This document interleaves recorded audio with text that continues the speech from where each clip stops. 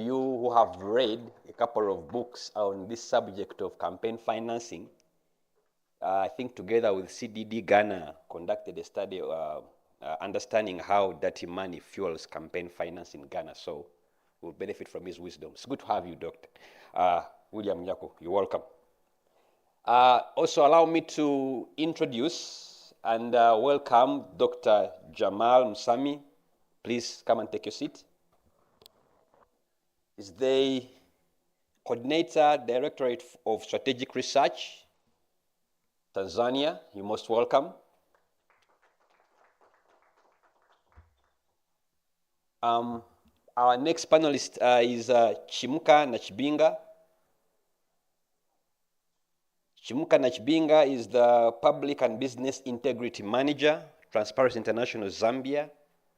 Chimuka is one of us. He's been in Uganda more than some Ugandans. Then last, and this was intentional, she's the only lady on the panel. Yes, Dr. Jennifer Angeo. She heads the legal department at Uganda, the Independent Electoral Commission of Uganda. Dr. Jennifer, you're welcome. And my understanding is that I think the political party desk is under your wings, right?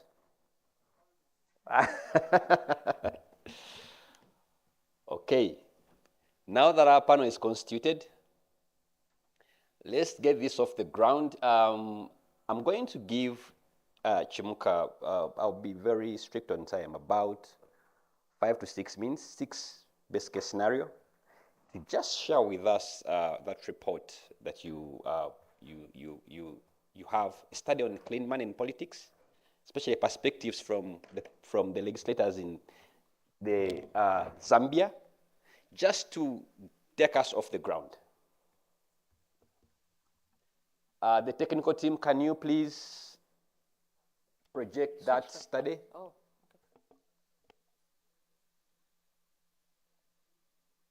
The technical team?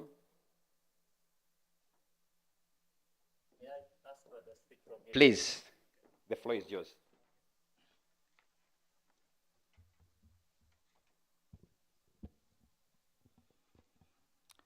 Good morning, everyone.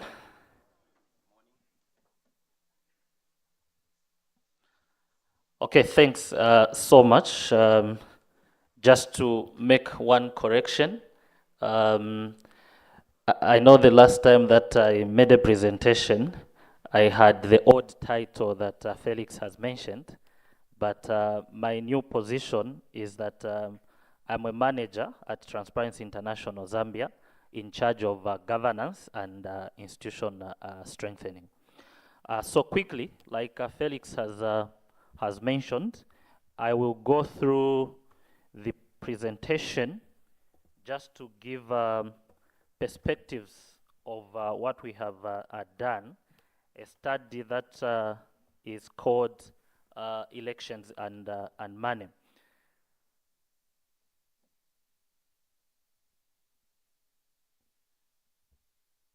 Okay, so this study definitely is called Elections and Money, and we got a perspective from members of parliament, from the Zambian perspective.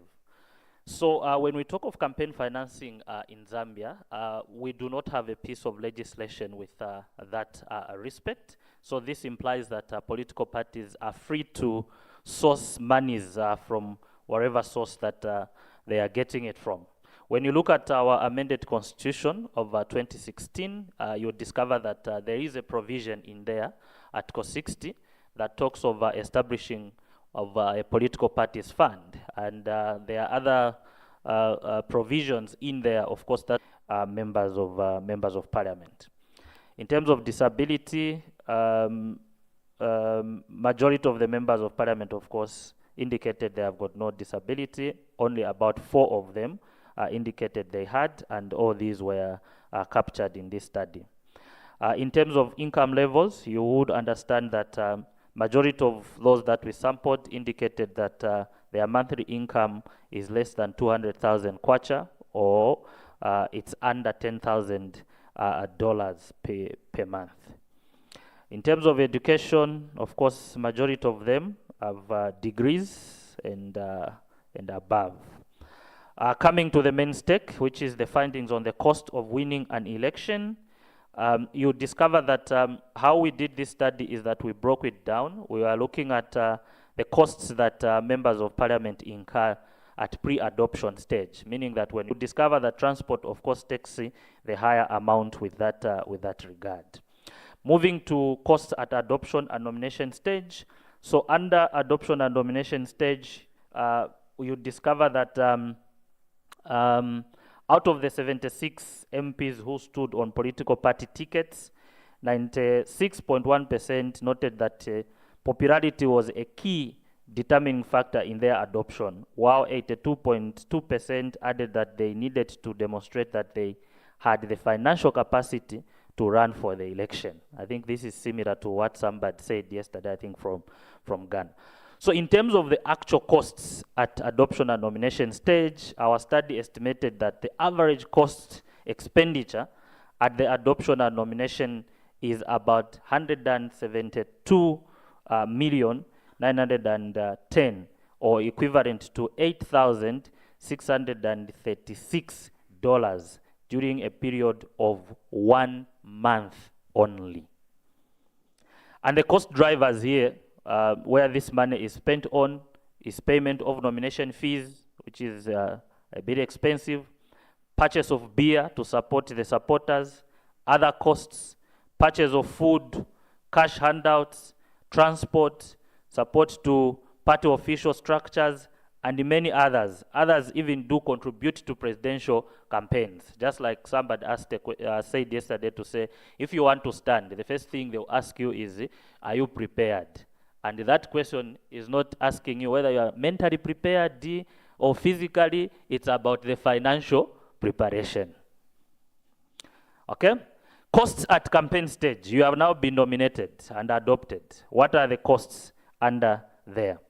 So we discovered that the cost of election at this stage, these people, they spend about 578,000 kwacha, which is equivalent to $35,393 during an average period of 3 months. In Zambia, campaign period is about 3 months. And the top cost drivers here, of course, they are there, and campaign materials is taking the higher amount. Transport is also taking the higher amount. Beer also here still comes back, higher of venue, and so forth and so on. It seems like maybe when people are drunk, that's when they campaign better. Then cost at post-election stage. You are now in parliament. These guys, they still incur these costs. So we estimated the cost of elections at this stage to be 840,858, equivalent to 42,000 during an average period of 18 months after the 2021 general election. So this is what we estimated after these current members of parliament. So the issue is that when they are elected, they continue spending. And when they are elected, from the electorate's point of view, they are now seen as Father Christmas, because even when there's a funeral, they have to go and buy a coffin. When there's a wedding, someone wants to get married, they have to go and pay dowry. To some extent, they are actually abused to that matter. Then the overall average cost of winning the 2021 elections, we are saying that we estimated the average cost at 3,849,173,000 kwacha, which is equivalent to $192,266. And it's broken down with that respect. So you will find that pre-adoption, they are spending about 52.25%, post-election, 22%. The campaign period, they are spending about 18.4 4.41%, adoption and nomination 4.41%. So you see that pre-adoption, this is where people pump huge sums of money. We have elections in 2026 in Zambia. Right now, people are already nurturing their constituencies they want to stand, sponsoring sports activities. So there is a competition. This one comes with this money and so forth and so on. So the average cost of winning the 2021 elections, majority of the cost that incurred by the candidates was during pre-adoption. I've already mentioned this. Moving forward, we also looked at political party and campaign financing reforms. Of course, here we received an overwhelming response from the members of parliament. At 97.5% indicated that they would support regulation and reform on campaign financing in Zambia, and more than half of the MPs believe that there would be no limits on campaign spending, though a number, of course, significant number of them believe that there is need for political parties and candidates to disclose all their sources of funding for election. Of course, there is also an increasing demand in terms of corruption by the electorates. An overwhelming response here at 96.3% said that voters and citizens should be educated in order to reduce the financial burden placed on candidates. Further, the sampled MPs also agreed overwhelmingly that political parties should fund and support marginalized or vulnerable persons who are unable to fund their campaigns during including viable female candidates and many other people that are different abled. So with regards to recommendations, of course, what we are recommending here is that the government and the Electoral Commission of Zambia, there we call it Electoral Commission of Zambia, but I think the word which is usually used is EMBs, yes. So the Electoral Commission of Zambia should consider banning of expensive campaign materials such as clothing, shoes, posters, in order to reduce the cost of elections in Zambia. I know time is going, but let me just give a scenario here. In 2021, In 1 minute. yes, in 2021 we had a political party that almost booked all the radio space on all the radio stations, even when they never had time to utilize all those. The whole idea was just to stop others from going on radio. The second recommendation is that political parties should embrace greater transparency in order to address the corruption risks at adoption stage during the selection and adoption of candidates. We're also saying that the ECZ, National Assembly and ECZ and other governance, civil society organizations should conduct countrywide campaigns to sensitize the electorate on the law-making roles of members of parliament, because apparently the voters, they are actually making the members of parliament to do things which are not supposed to be done by them. For example, construction of roads. The government also should make progress in the legislative reform on political party and campaign financing in Zambia, and also ensure that the contentious issues that are in the 2017 political parties bill are actually sorted out and this bill is enacted. Thank you so much. Thank you so much. Thank you so much, Chimuka, for setting the stage. And please have your seat, because now I want to pick it up from there, and I'll go to William. I know you conducted. You want to also present from here?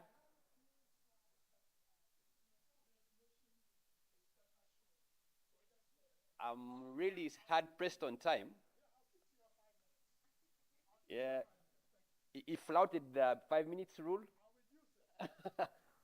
Okay, 5 minutes it is.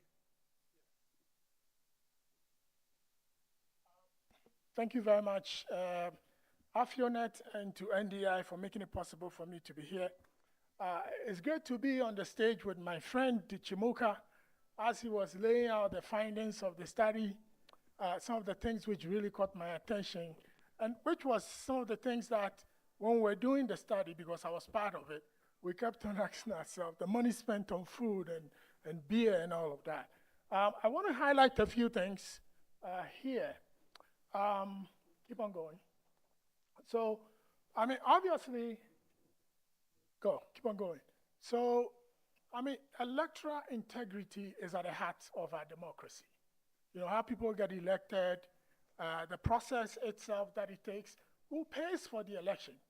These are all matters which are of significant interest and must be to all of us. Because when we don't do it well, it has the effect of even destabilizing countries. How was a person elected, for example? And go ahead. And so, keep rolling. And so, it is important that we focus on this issue. And I'm excited that there is this energy, that we are expending towards this. The strategy we are using must be the same as some of the issues that we highlighted. For example, during the period when we were getting together about corruption, there used to be this forum, anti-corruption conferences, like every 4 years, where best practices would be shared, but also, go ahead, but also that we continue to use research. I mean, as Chimuka said, we know, at least we can estimate the cost of running for office as MP, for example. In Ghana, CDD Ghana also did a study which I've been involved in, where we estimated that to run for office of president, you need to spend about 100 million US dollars. And this is a country of about 32 million, whose daily wage is $1.50. MPs earn about $2,000 a month, where the cost of politics keeps on rising. So in order to intervene in these matters, yes, you need research, like what Simbuka, if you want to set campaign contribution limits, for example, you need data.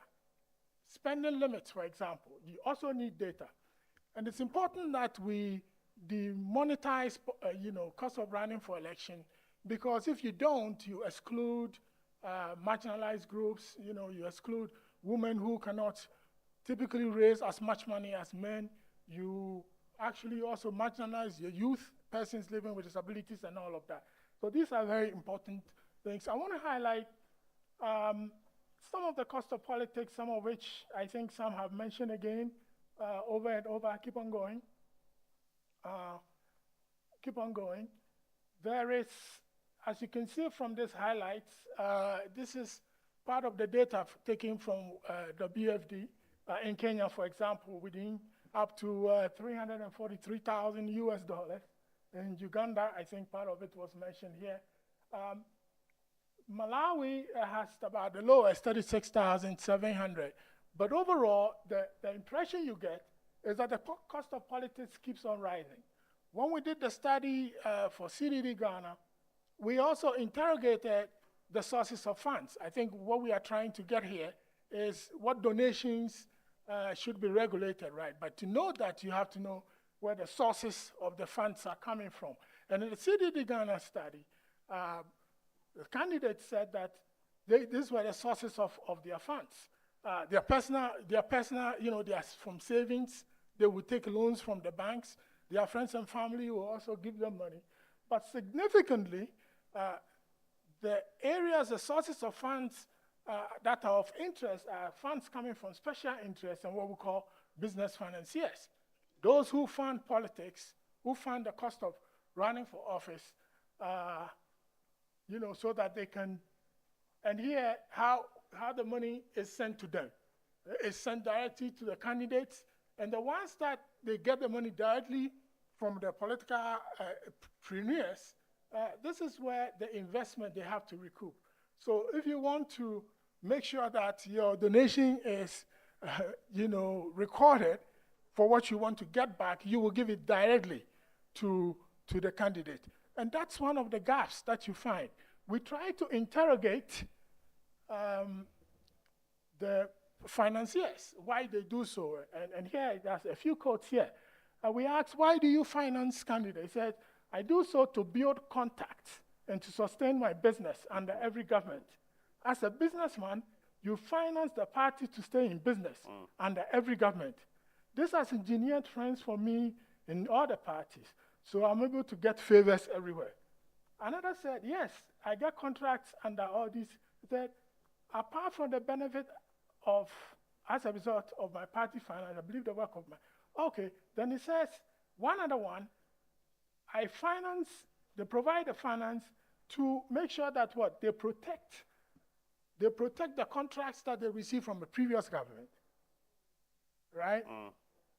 And also the new contracts that they are going to get.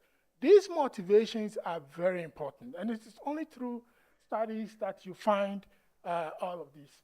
I'll highlight, a few cost drivers. One of them is campaign period.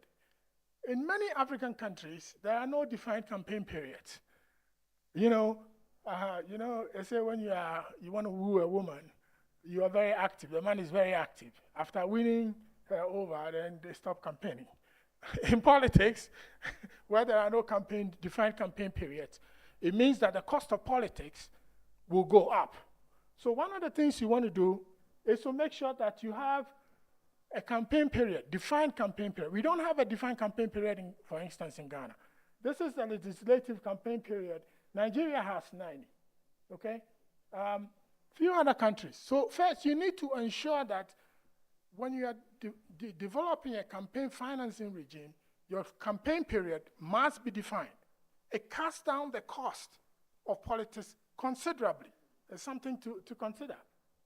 The other thing I want to highlight, go ahead, is when you're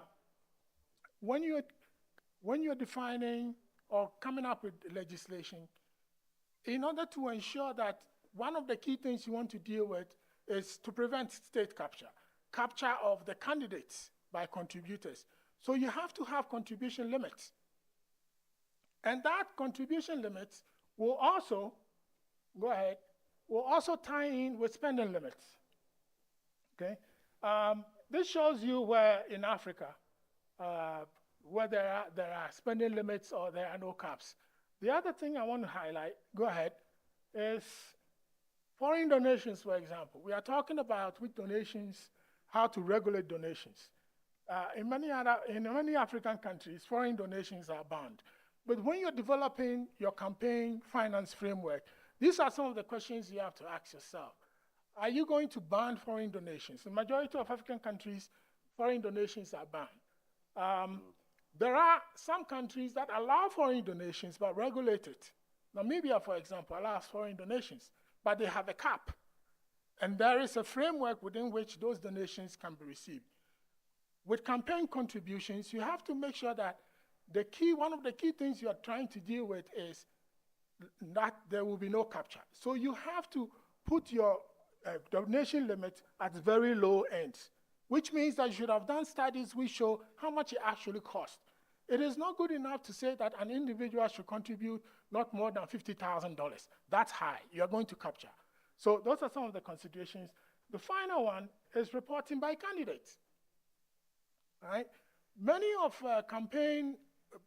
political finance laws don't focus on candidates. They focus on reporting by the parties, leaving the candidates. But it is the candidate that receives majority of the money. And when you do a survey, you see that 90% of the funds go directly to candidates because people want to recoup their investment. So you have to have legislation which will capture reporting by candidates. That the moment you have a defined campaign period, a person declares that I am contesting, from that moment they start getting money. That's when they start reporting. So those are some of the gaps. Let me conclude. So what donations should be regulated? Obviously, a democracy, you have to have citizens contributing to it. So individuals should contribute money. By how much is something to address. Obviously, what you have to regulate is also illicit financial flows from coming into the election, okay? Donations from artificial persons, should businesses be allowed to contribute? And if so, by how much? You have to put those caps in there.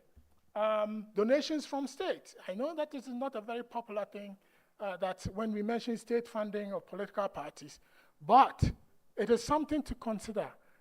The campaign or financing parties or candidates is something that should be an interest of the state and also of civilians, right? Because the state can use some sort of state funding to regulate the conduct of political parties. And it's important that we take an interest in that to ensure that there's internal democracy within the party themselves. I'll stop here. I know that I'm very generous with my time, going under the time given to me. I'll hand it over to moderator and others. Thank you very much. Thank you so much, William. And I like the way these two studies reinforce each other, but I want to now quickly cross over to Dr. Jennifer, because you're on the other side of enforcement. They are speaking as researchers, but they have also interacted with actors that are supposed to play by the book. From your experience as an EMB actor, what are the most significant challenges when it comes to regulating political finance donations to political parties? It's okay. Thank you so much, moderator, and thank you, my co-presenters. From the EMB's perspective, first of all, we have a semblance of regulatory framework under the Political Parties Act, and donations are regulated to a ceiling of 400 million shillings. You can put that in dollars, and certain sources are also regulated, including foreign agencies, NGOs, embassies. They're not supposed to contribute to political parties' fundings. Then government also contributes. Now, the one that is contributed by government, it's easier to regulate for us because it's subject to the audit process, so that one is okay. But then candidates, presidential candidates and parliamentary candidates are allowed to source for funding during elections. And for the presidential candidates, they're supposed to give us their records for how much they've spent within 30 days after the elections. And yes, they do. Yes, they do. Now, the challenge, I want to go to the challenge which you've brought forward. Generally, for all the parties, all the monies they get and everything, always the bookkeeping, the accountabilities, because they have to come back to us, and especially the contributions, it's us who have to look into it. We have our internal department for audit that does that. So the most important problem we always see there is the way it's done, the completeness of the records. That's what we have always had problems with. And of course, we can't know how much they've contributed. You can't know how much have they contributed and all that. So in the end, what we did, we had a study with the Association of World Election Bodies, AWEB. So during the analysis of our legal framework, the first thing we found was disclosures were a problem and quite a challenge. So having done that, the best we had to do for what we can manage outside the Auditor General's office is to train most of these people. So we've done trainings for those who we've really seen are really struggling. Because if we don't do that, the other option will be to deregister them if they don't comply with the Political Parties and Organizations Act. So we've gotten a little solution to that by training them. If it's incomplete, we send them back and they're able to submit a complete set of records. Thank you so much. I think I'll come back to you on that one. You talk about the challenges around political party. Basically, it's the capacity of political parties to do bookkeeping. And I hope in this room we have a political party actor, because I'll also try to triangulate that. But there's also a challenge around the legislation being devoid of clauses that compel political parties to disclose.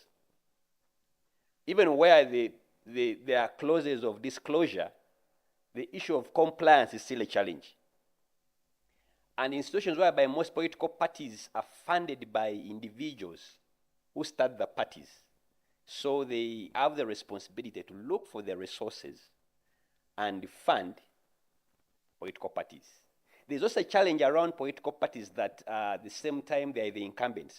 How do you now, does the EMB have the capacity to be able to detect and tell this party funding? There are no state resources involved. For example, in circumstances where the party is in power and it's spending lavishly, sometimes it's spending at the back of a period whereby, how do you draw party funding for a party that is in power from state funding? Is it possible? What the law provides for is money spent in the elections. That's what they're supposed to submit accountabilities over. Now, we don't have that lens to say, you seem to have lavishly spent. Should have been this, okay? I saw a figure was brought forward on how much was spent in 2021. Yeah, further research, you can be able to do that, but we depend on the goodwill of what has been submitted. And we can't be seen again to say, we feel you didn't do the right thing. No, that's a bit, we wait for as long as it's audited, that's what we file.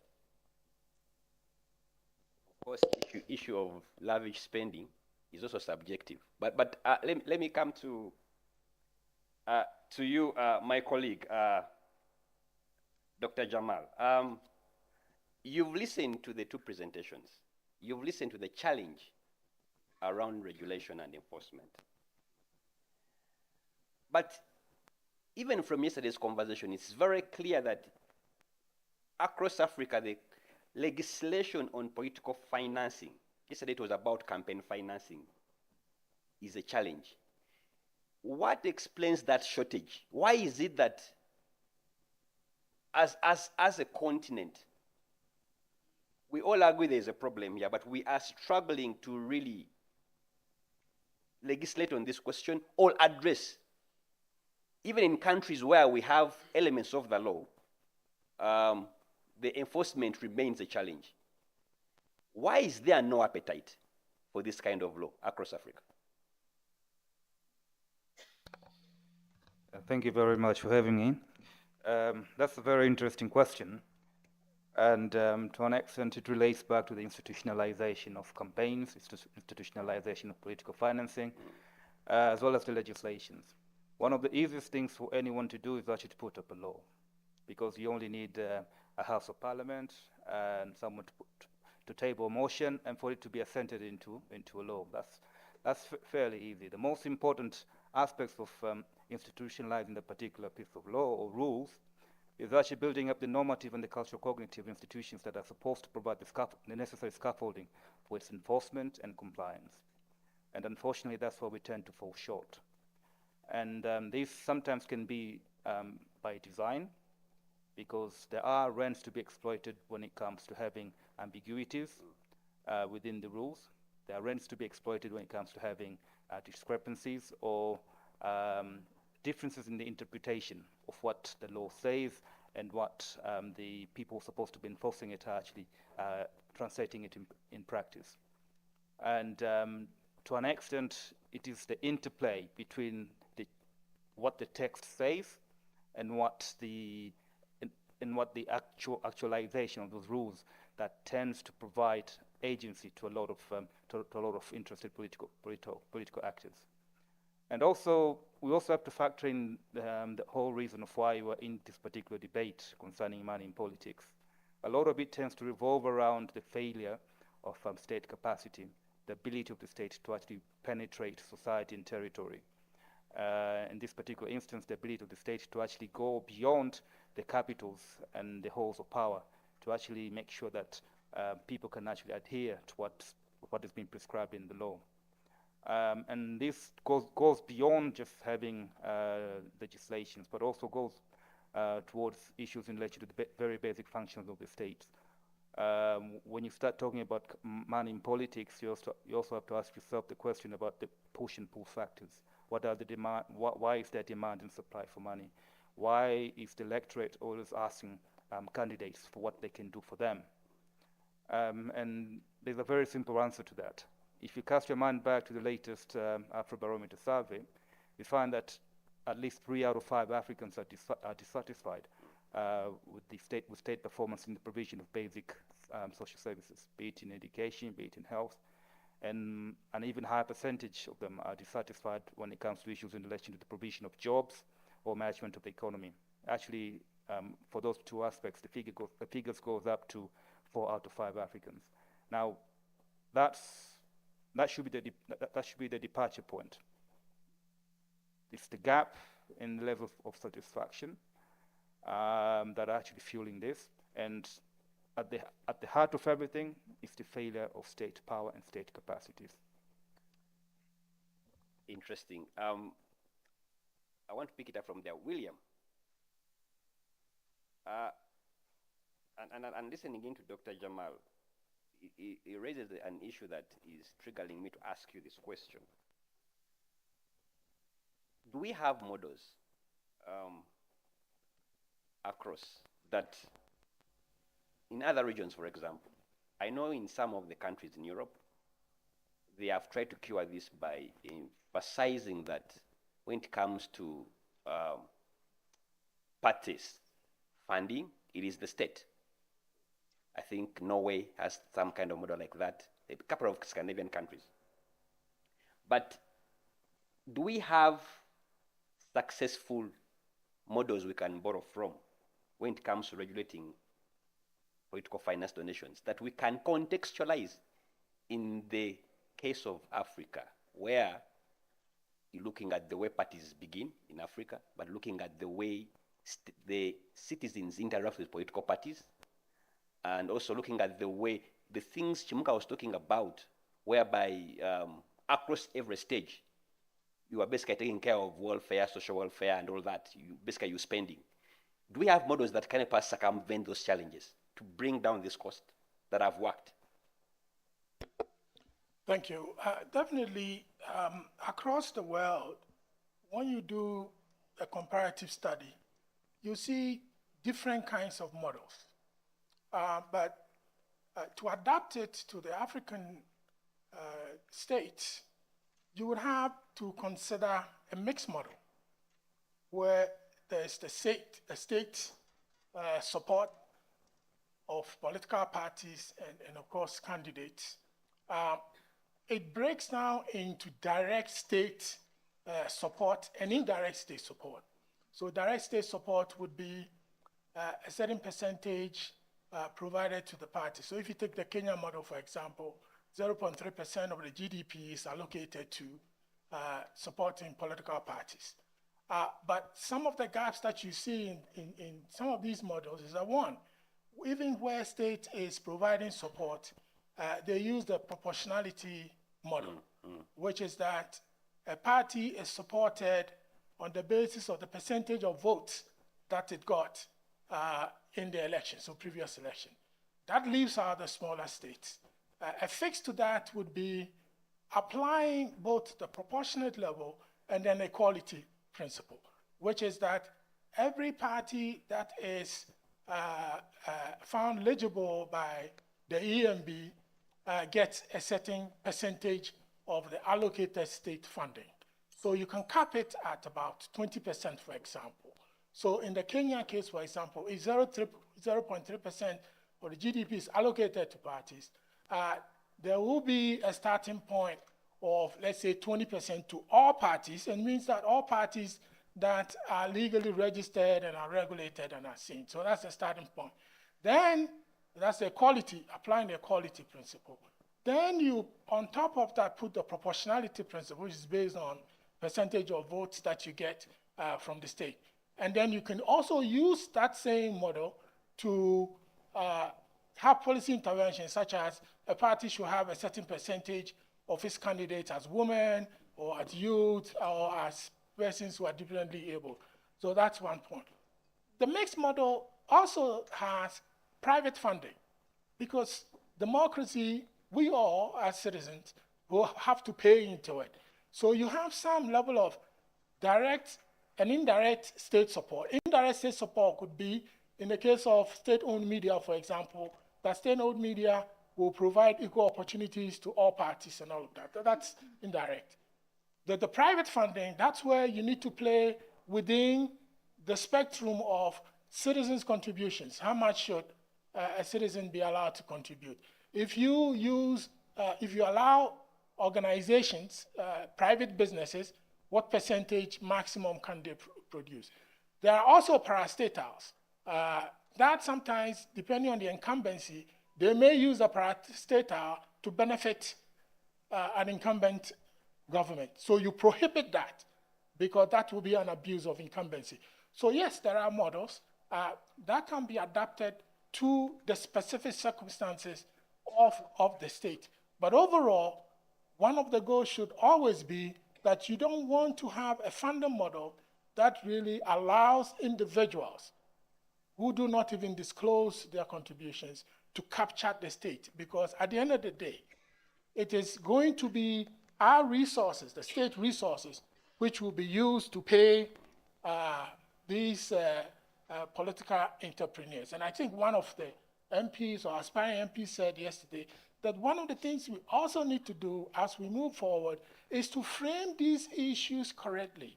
There's a demand and supply-driven corruption.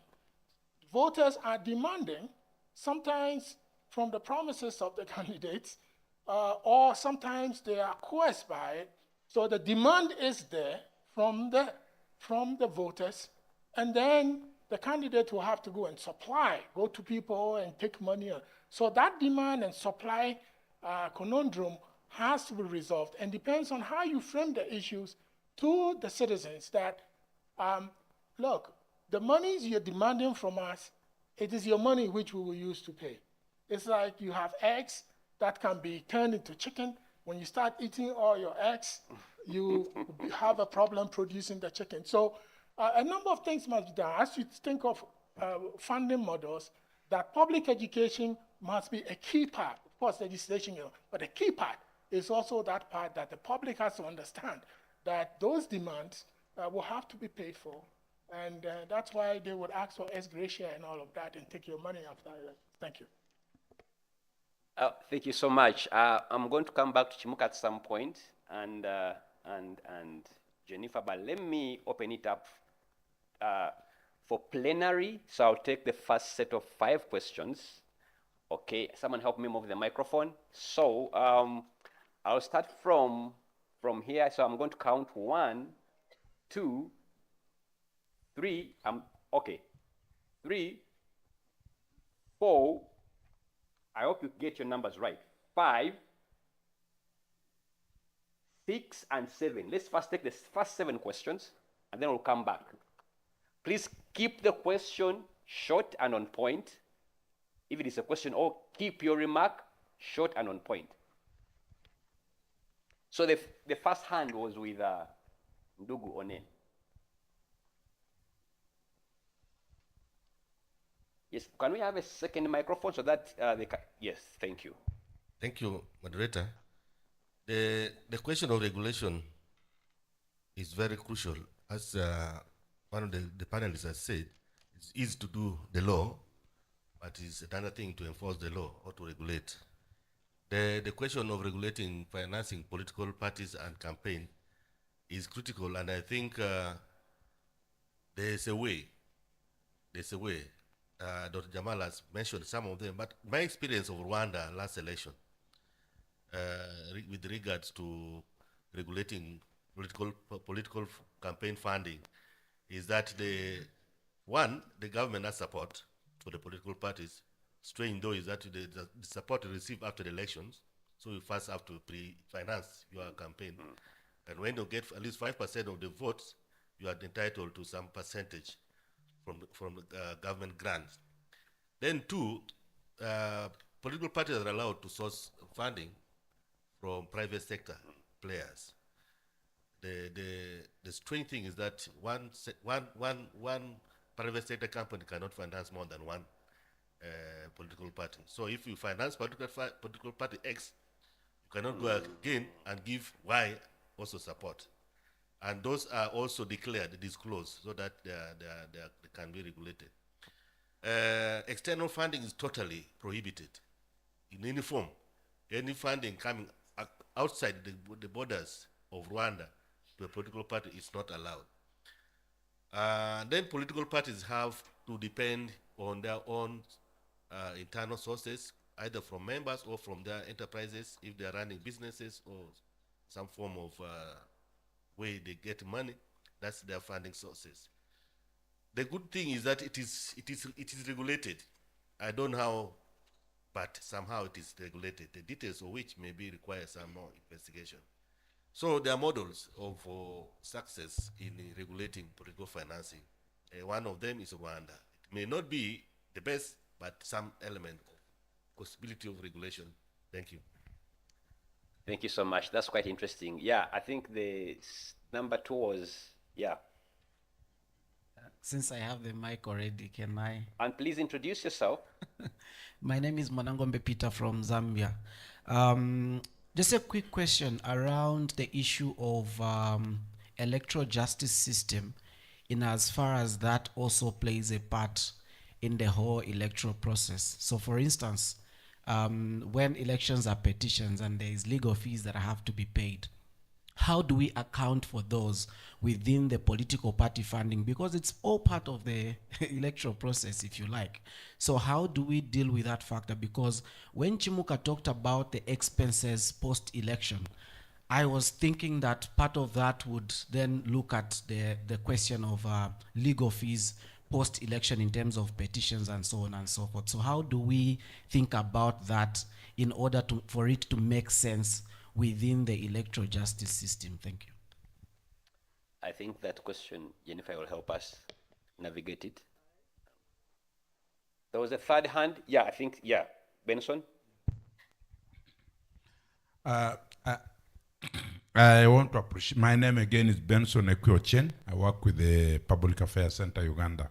I have 2 quick things. One is what touched me from your presentation is the abuse. I think it was him who talked about abuse of leaders after they're elected. I look at it as it is like renting leadership. You have already won, but you should continue spending and spending and spending. To me, if this is not checked, already in the Ugandan parliament, we have got scandals shooting up where MPs are asking for kickbacks. This is the inspiration that please, if you are, for us to allocate to you this issue you want, can you give us a cut of 20%? And I think we should look at it from the angle of abuse. And to me, this August sitting should focus on how we need to check that if there is any regulation, especially I'm happy our own EMB is here.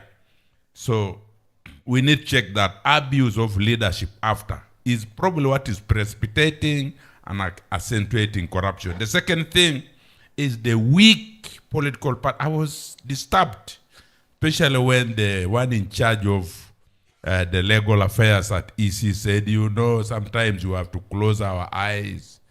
You know, these fellows, they don't even keep books of accounts, and they want to run the country. I expect EC, these bodies, if somebody is preparing to manage a country, how come that you can't even manage your own internal accounts? What will happen to our national coffers? So I think to me that is something which is disturbing. We need to enforce the standards. And lastly, I think what is disturbing me is, I think the other thing is that there are already laws that exist that we need to look at this in an integral manner. In Uganda, for example, we have the Leadership Code Act, which clearly says that once you get a gift, you have to declare it, anything above 100,000. Recently, the president came to our region And it is close to us that he gave our speaker, the current speaker, who is one of our MPs, 200 cows. To me, that was a revelation. And it was never declared. And the law says if you get any gift above 100,000, you should declare it and hand over to the state.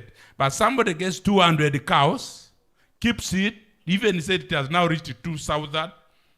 And I mean, discipline. What I'm trying to bring out is there is a need to enforce discipline among our leadership.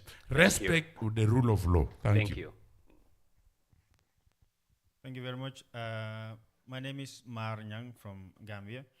So I have a question for Dr. Jamal and Dr. Jennifer. So first I'll start with Jennifer. My question is, how is the EMB able to authenticate the financial statements that are provided by these political parties, even if they are audited? Because not all auditors could be trusted. Some auditors sit with political parties, and like any other organization, and discuss certain red flags that they could remove from their audits. So that is my question for Dr. Jennifer. And to Dr. Jamal,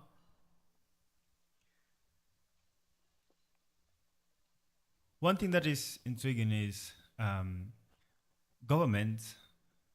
It's easy. In fact, I think it's a matter of priority, because no matter how complex illicit financial flows are, governments are able to detect those in businesses. I think it's a lack of priority that they don't want to detect campaign financing, or in fact money laundering within political parties, because certain political parties are established not to contest for elections, but to make money or to launder money. But they have zero interest in running for office. And I think it is also because they all perhaps share the guilt, because the ruling parties also are somehow guilty of corruption in financing their campaigns. Because most countries have their electoral tax, and this tax, some of them will have prevention during political campaigns, which includes vote buying and other, illicit activities within political parties. So, the question that I wanted to ask you is, you did mention about the failure of the state. I want to ask, is it the failure or the lack of priority of governments? Thank you. Thank you. Yes, Dr. Yeah. So just 2 comments. I think one is that names first. Kojo Asante. Thank you. CD and Wayon. I think the case for regulation of financing, I think, have to be made forcefully, because sometimes you get this pushback. We go and mobilize our own money, particularly from the political class. Why should you be concerned about our own money? We forget that any political party that puts itself to contest for election is a government in waiting. And that is a very, very serious responsibility, because that person is going to be entrusted with state resources and to govern the country, on behalf of citizens and govern, tax money and so on and so forth. And so right from the organization of political parties, if that process is corrupted in any form, it completely undermines the entire process and threatens the entire governance process. So I think we have really not taken this matter seriously. And our advocacy and our work in this area really needs to be intensified, but particularly to emphasize the principle. And that's why I share the point that was made by the Honorable earlier about even the way in which we treat the responsibility for auditing. Political parties spend huge amounts of money on buying vehicles to go and campaign, but they cannot pay for an auditor or an accountant Yes. to prepare their books, and they can say that they don't have the capacity to do proper bookkeeping, and we can accept that. And it's not just Uganda. I mean, it happens in my country as well. So I think we need to elevate the conversation about accountability. If it is happening there, it would happen in government, the same behavior. So we really need to look at that in a very, very serious way. I think the other point for me is about state funding, and I think William made the point that often citizens, are completely opposed to it, but it is a very important tool for getting the state to get involved in or meeting the political class halfway in the regulation conversation. Because if something is not given to find some compromise around how we are going to do this, it becomes very, very difficult. But even more importantly, it's how to push for progressive politics. How do we get more women to participate? How do we get much more programmatic policies, to be pushed, through the agenda? So I think we should look at different models that really encourages this. Thank you. Thank you so much, Kojo. Yes. Okay, you have, yes. Thank you. I'm Joseph Otifrempon from CDD, Ghana, and Wyo. The presenters focused on the regulations of campaign financing. My question is on how do we regulate and enforce individual donations? Because there is this study which was conducted by International IDEA, and it was led by Magnus Kumar. And they found out that in Nigeria, they have limits on individual donations. So during the 2010 electionary campaign, there was this man, Alaji Rabu, who donated 250 million naira to a political party, while the limit on individual donations was 1 million naira. So he said he has not broken any law because he collected 1 million naira from his 250 relatives and gave it to one political party. So how do we enforce the regulations on limiting individual donations to parties? All right, thank you. There was another hand. Yes. No, I'll do another round, but for now, there was a hand here.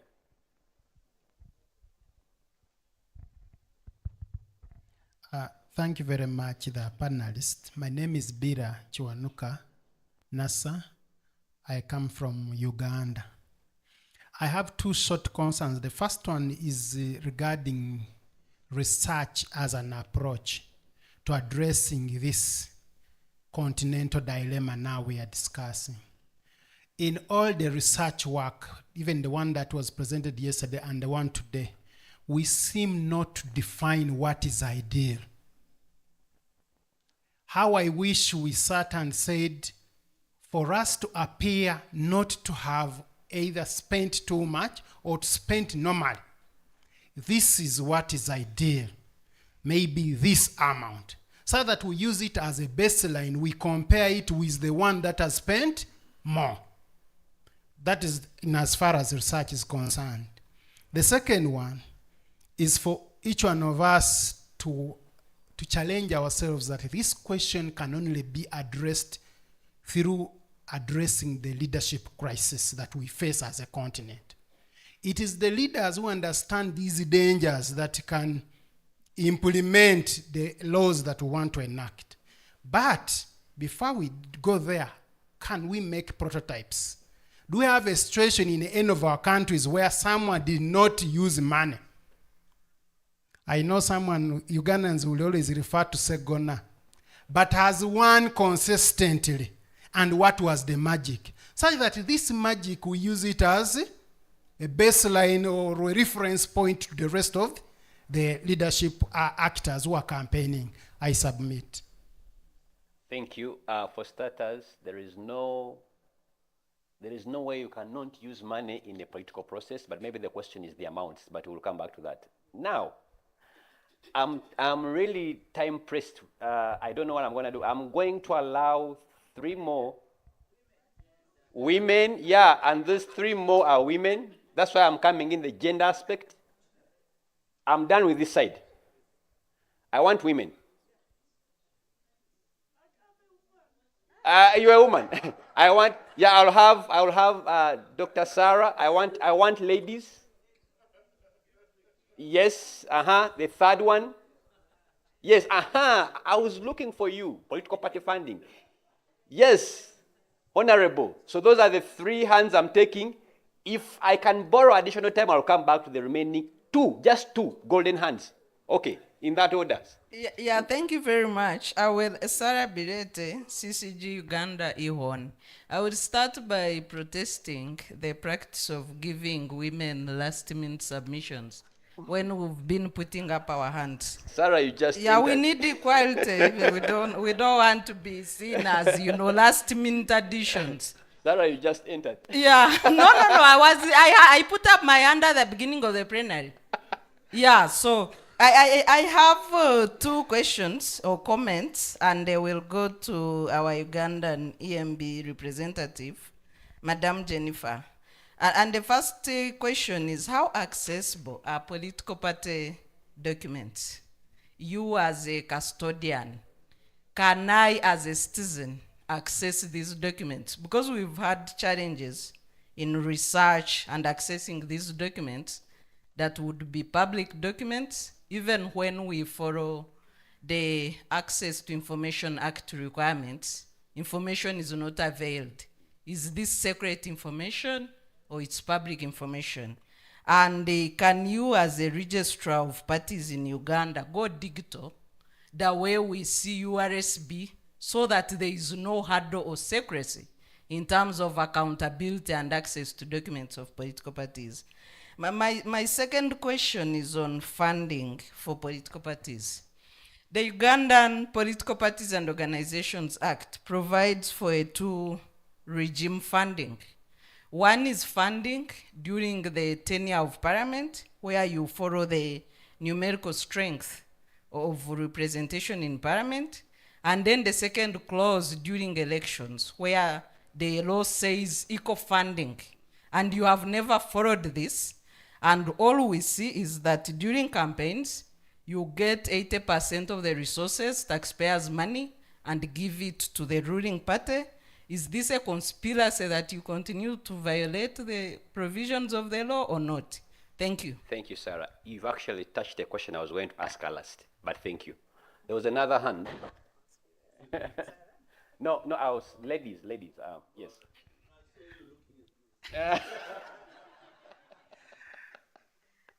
Yes, my name is Robina Namusisi. I work for the International Republican Institute as a senior advisor for Southern Africa. Yes, the institutes, both NDI and IRI, do provide support to political parties. But we always run into issues when our support is categorized as foreign funding. And that support sometimes is going to respond to some of the challenges the EMBs are experiencing with political parties, especially in terms of how they are organized, because we do actually support political parties to, we do build their capacity to organize their secretariats, to train their individuals, but we know that is always an issue with the political parties, with the EMBs. And I know for example, in Zimbabwe, they have a PVO, a private, a bill that is coming in that actually stops organizations like ours from building capacity of political parties. Yeah, So I don't know what Jennifer will has to say about that. Thank you. Thank you so much. Very good question. Honorable Alice Alaso, the floor is yours. I hope you have the microphone. Someone help me move the microphone. Okay, thank you.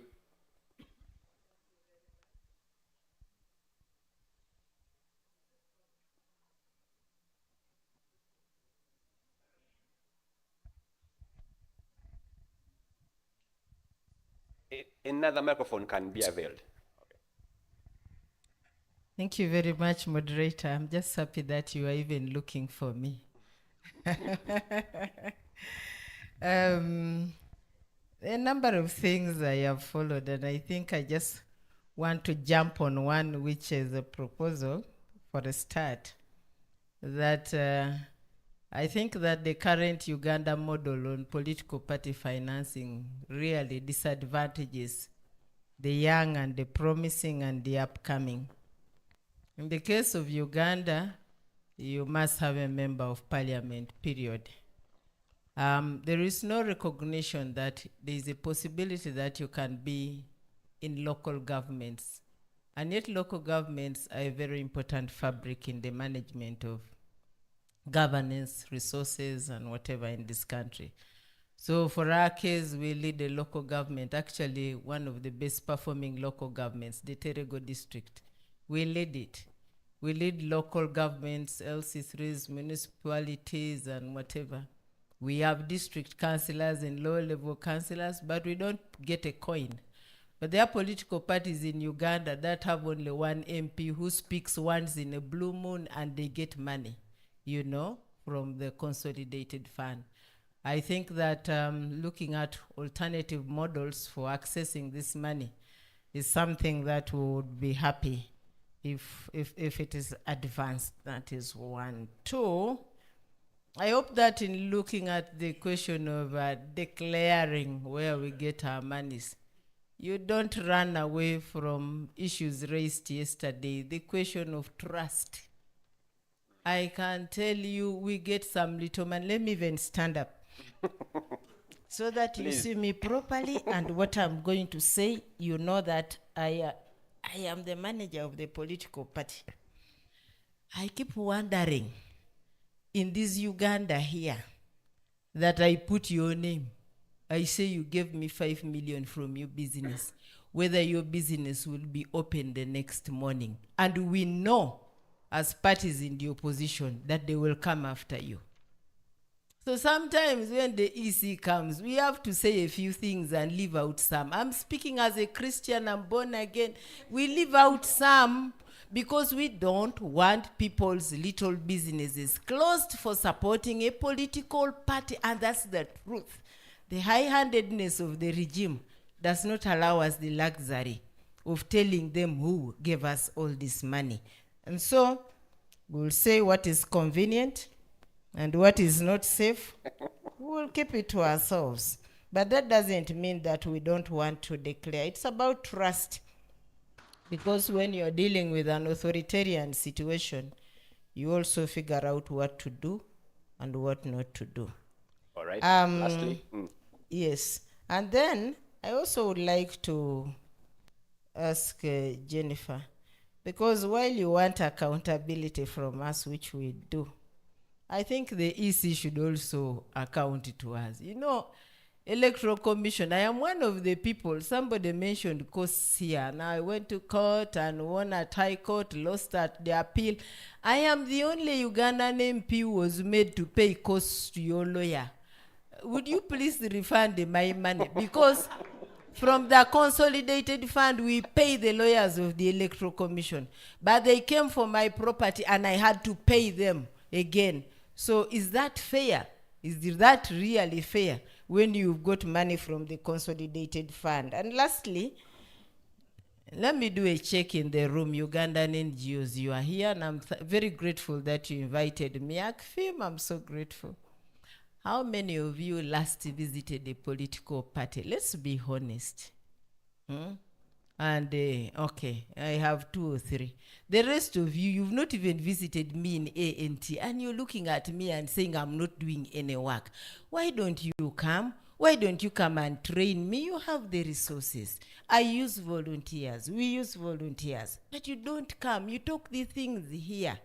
And wait, we are there. Let's partner The in clarion this call journey. is hard. Thank you. Thank you so much.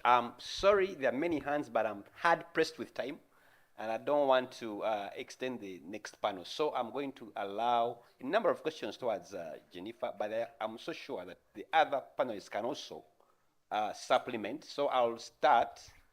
Let me start with you, Jennifer, and then I continue in this same direction. But keep it short because we must be out of here in the next 5 minutes or 10, max. Thank you so much. Let me start with the Honorable Alasso's question. The last one. While you were asked to pay to the Electoral Commission, I think these were costs arising after the event. It's not that you had to pay our lawyers. No, these were costs which were supposed to be paid after loss of a petition or something of a sort. And in future, if you feel this was too much or anything, you have a right to appeal just on the cost. You can do a reference on the cost. But this is a court directive. It wasn't that EC ought to have accounted to you. This was a court matter of which I can only guide that next time, do a reference. Then on the issue of funding percentage, yes, there is need to harmonize all these legal regimes. In Uganda, yes, we regulate some provisions, category of elections. Most of these are at the presidential level. Parliament, it's not so clear, and also local government, it's not that it's presumed as though local government councils don't use money, and yet they have bigger constituencies. They actually use money. Even the special interest groups, they use. So an issue of reforms is welcome, as well as also harmonizing in the event that we cannot be able to come up with a holistic legal framework to govern regulations of the funding. And declaration of source of funding, yes, moderator had mentioned this. We can't go beyond what has been declared and audited for the time being. Better mechanism can come in place so that we are able to see how best this can be managed. And then there is a reform on one of the issues raised by Honorable Alasso by the NCF on funding still of all categories of the elective offices, and not only for representation in Parliament. There's already a call for to fund as well parties that have representation, who have successful candidates at local government levels. There's a percentage that was done, and if it goes through the reform process, I believe even at local government level, this would be done. The next was on support to political parties. We do not challenge this. We actually welcome it. We've had many CSOs who have helped us with training political parties.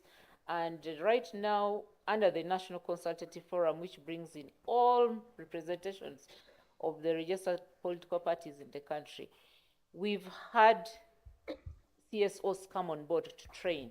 And you're actually welcome. After this, I'll come to you because I'm also the secretariat for the National Consultative Forum.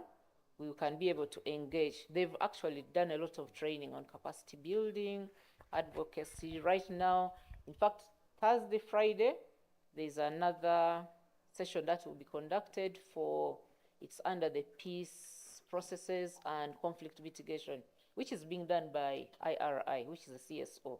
We do not stop this. We train, yes, within our resources, and the training we've done so far with political parties was in respect of the auditing process and the bookkeeping, the disclosures, and how to keep the record straight and accurate so that everything can be done. But Madam Alas has already told you, they don't include everything. And so we'll have an engagement after this. Honorable Rete, how accessible are political party documents? Documents are with us. Documents are with the political parties. They are accessible. The fundings and all that under the PPOA are accessible, yes. And if you had some challenges, please return. We'll be able to. Sometimes maybe they are not complete or there are some other issues, but please do come, engage. We'll be able to have them. Have they been digitized? No. Okay. It's a welcome thing. This requires funding. This requires funding. It will be done. Then funding on numerical strength. You see, this money comes from government. And when it's released, it's to an activity. So the funding on numerical strength, once sent by Parliament, by finance, we are a conduit, so that it's us to determine that this is our money, now give it to this, we are to determine who to pay it to. We do not do that. So this money, when it comes through finance, it's for, say, numerical strength. The funding on elections, which is supposed to be on equal basis, has never been implemented, and engagements are ongoing. So we're hopeful this time. So who is responsible for that anomaly? Not me. On legal fees, yes, legal fees is supposed to be part of the accountability. It's supposed to be part of the accountability. For presidential elections, this is mostly presidential. Petition is determined within 45 days. So within the 30 days expenses, which is supposed to be submitted to the commission, this should be part of it. But now when it comes to Parliament, it's a bit challenging because it's not part of the declarations that are supposed to be made. The law does not get into this level of accountability as far as Parliament and local governments are concerned. But for President, because of the legal provision, this is part of it. So legal fees should be part of the accountabilities. Abuse of leaders raised by one of the participants here. You see, this also will get us back to the way we are managing the issue of regulation of these funds here. Do we need a legal framework for this? How do we protect the candidates? How do we protect the voters? Because some of these things actually are at the instance of, say, the voters, the citizens. So do we want to think about a policy? Do we need to go back and grassroots approach upwards, come up with a holistic framework, a policy on funding before we can have the legal framework in place? I'm just rethinking this because indeed, once you're in office, it's an investment for some people, an investment for the citizens, an investment for the business owners, an investment for other people who have stakes in this leadership. So how can it be contained? How can it be regulated? So the abuse is just because somebody feels entitled that, yes, you're there because of me. So I think we need to rethink, is it a legal framework we're looking at, or is it we come back to getting a policy where all the actors are involved, and then we are able to look at the viability of the regulations that we are coming up with. Weak political parties, bookkeeping. Yes, I mentioned earlier, we've had to train these people. We've had to train them so that they're able to have completeness in their bookkeeping. Because under the law, if they do not account, audit their accounts and follow the procedures for all this, by law, we are supposed to appoint an auditor for them. We are supposed to appoint an auditor, and they are then supposed to pay. So in most cases, they engage their own auditors, and the auditors are supposed to be certified, the certified professionals. If they're also not certified, we return the accountabilities back to you. Okay. Are you wrapping up?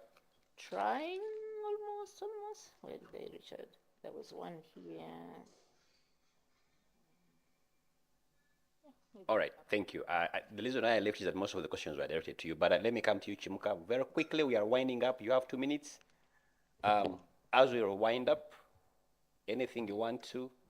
There was something about the research. Is there something ideal that we can benchmark on? Quickly. Yeah, thanks so much, moderator. With respect to the research and listening to participants here speak, you will find that the challenges that we are facing as African countries are almost the same. So for me, basically, I think what I would recommend is that we should be thinking in such summits of how we can come up with perhaps a regional model that can then be adopted through treaties, so that we can have something that is harmonized throughout the African region, as compared to implementing different models with different challenges. So perhaps maybe we should be looking at that particular aspect. Then quickly, with an aspect of the electoral justice system that has been raised by my friend, I think you would discover that there are different components of this particular aspect. When the petition is raised by a losing candidate, of course, to some extent, the candidate will pay. But if a petition is done from the political party's perspective, from the winning candidate, the political party will pay for that particular aspect. So with respect to the study that was done, we did not capture that aspect because we never sampled the losing candidates. But if you did sample, you will definitely find that particular aspect. So for me, let me end here, moderator. Thanks. Thank you so much. Thank you. Over to you, Dr. Jamal. Quick ones. Thank you. So the question about the failure to enforce campaign financing, is it a lack of priorities, or is it deliberate failure? I think that's a very broad question, and it's a question that ultimately looks at the politics of legislation, and one cannot simply provide a simple answer or a direct answer to any particular case.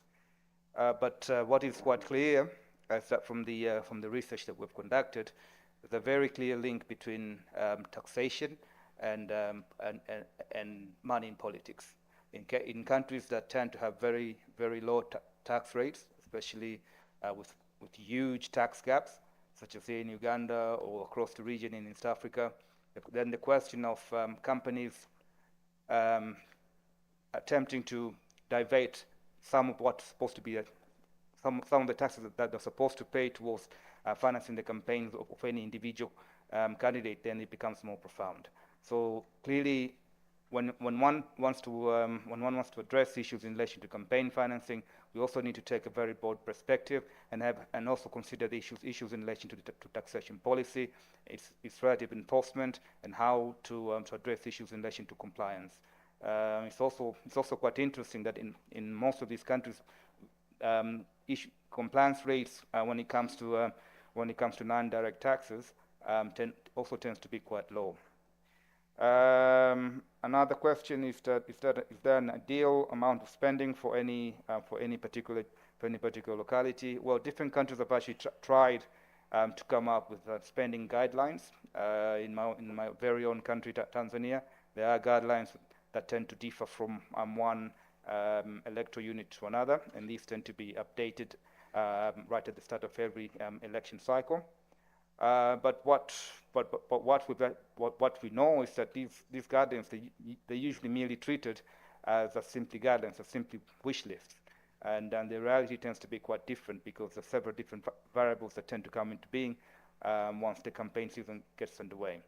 But ultimately, when it comes to the subject of money in campaign political financing, I think the thing that tends to cause alarm is the relative periodicity of elections. Elections only tend to take place over a very finite period of time, and during that time we tend to see huge influx of money, and that tends to cause alarm. But actually, what we also need to consider is the fact that any attempts to reform this particular landscape also needs to take into consideration the need to make sure that campaign financing also needs to be saddled up as part of a broader package of reforms that tends to look at civil societies, because ultimately political parties are part of the civil society movement, And we all know that our CSOs don't exactly get any funding from our government. And once we start doing that, then we can quite easily eliminate the need for these huge influxes of money during these election cycles. All right. Thank you so much. Quickly, lastly, William, there's an issue around how to regulate and enforce individual donations. Probably just quickly speak to that as well as you wrap up. Thank you. I think we all recognize that money is required for elections, for candidates to run for office. And of course, the concern is, a lack of regulation, not regulating how money comes in is the issue, which therefore raises the issue of its impact on electoral integrity and affects our democracy.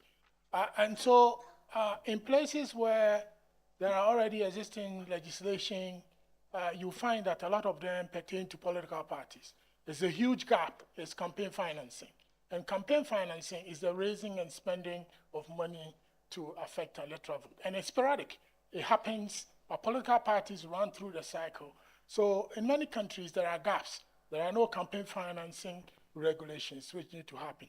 And to be able to set limits to how much, let's say a state can even give a candidate, for example, you have to use the research. You have to do the research to find out the cost of running for office, let's say for MP. The cost of running for office as a presidential candidate, for instance. And in many places where they set these amounts, it's not based by research. So you have to do research.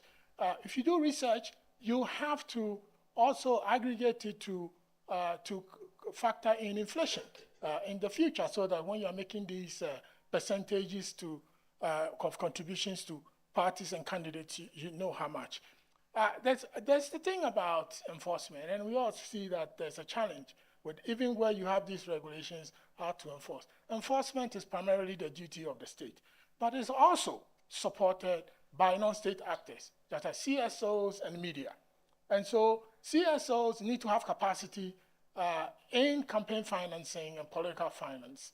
And it's important that forums like this are held to update knowledge, to find out what's working and how to adapt. So it's important that also media, for example, through investigative journalism, can continue to help to monitor, to expose, and to bring attention to these issues. Public education is key. And so it's not a one-set intervention that you have to do. You are doing legislation, you are doing public education, because you want to address the issue of demand and supply corruption, for example. So public education is a key part of the component of interventions that you need to do. And we have to continuously stay on this matter. It shouldn't be a one-day wonder. It has to be continuously upgrading and observing what will work best within the environment. And of course, political will, and then having an environment where there are no recriminations, victimizations, and things also going to be helpful to the process. It's not an event. It's a process which you continue have to engage in. Thank you. Thank you so much. And that brings us to the end of this discussion. And I think this team requires that we give it a round of applause to appreciate this conversation. Thank you so much. And I think it's so important. Yesterday we missed the opportunity. This has to be the first panel to have a group photo, please.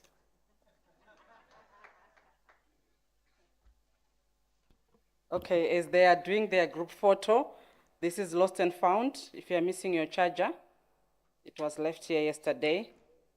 And the following people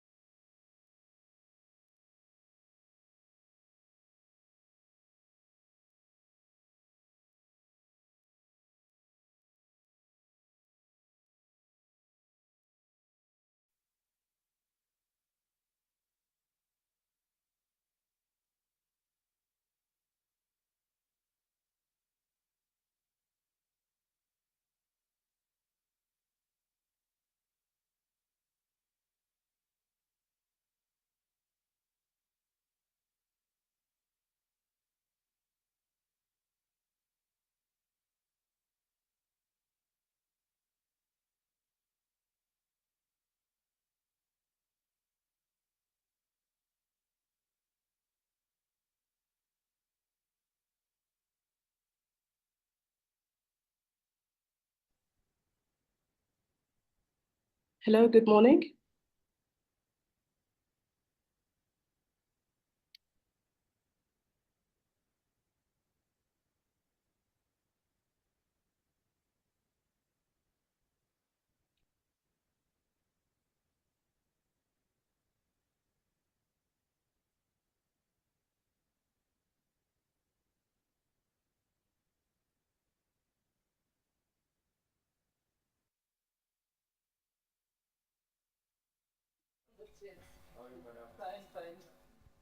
Hello. Good morning, Mariama.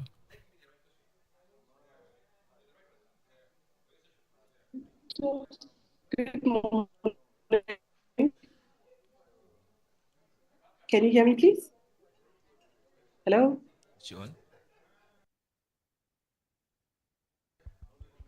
Hello, good morning. Can you hear me, please?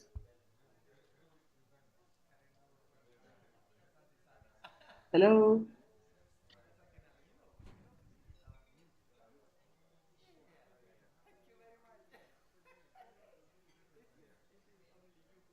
Hello?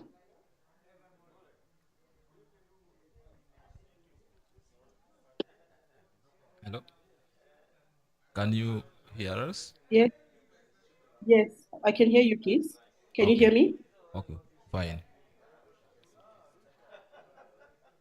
Sorry, can you hear me, That's please? Hello? yes. Okay, perfect. Thank you. We can get you. Perfect. I hope the connection, the network is good. Can Yeah, you hear me like? your network is good. It's good. Perfect. Thank you. Good. Thank you.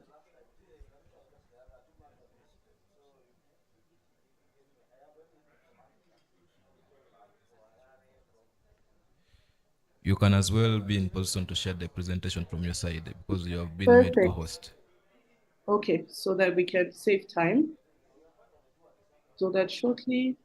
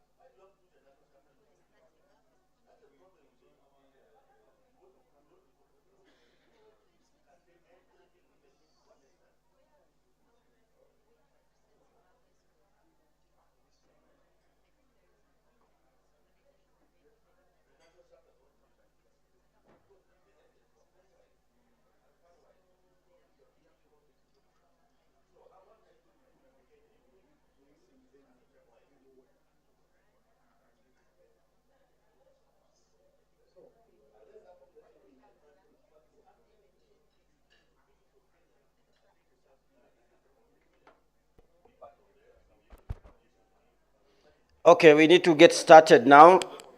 Please come back, if you can hear me, come back and let's settle down. We start the second session.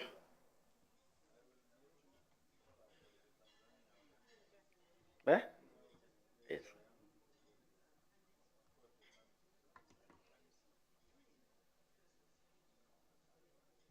If we could settle down, we could start with the people who are already here.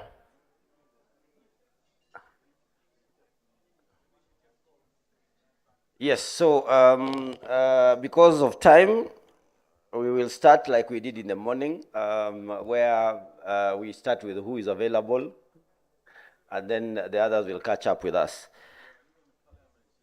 Exactly, exactly. So good. Good morning to all of you. I was not with you when you started the morning session, so this is my opportunity to be able to say good morning. I trust you are well. I found the first session going on very well. I think we had very interesting conversations as far as the regulation of political finance and the donations is concerned. And we had a very good panel, chaired by Felix and the team of very eminent minds as far as that topic is concerned. We are going to have another enthralling panel discussions. This one is going to be on, so for this particular session, we are going to have two sessions, session 5 and session 6 following each other. So the first session is on regional collaboration, building synergies for democratic renewal. And this is a session which is going to be chaired by Robina Namusisi. I think she's already come to the podium.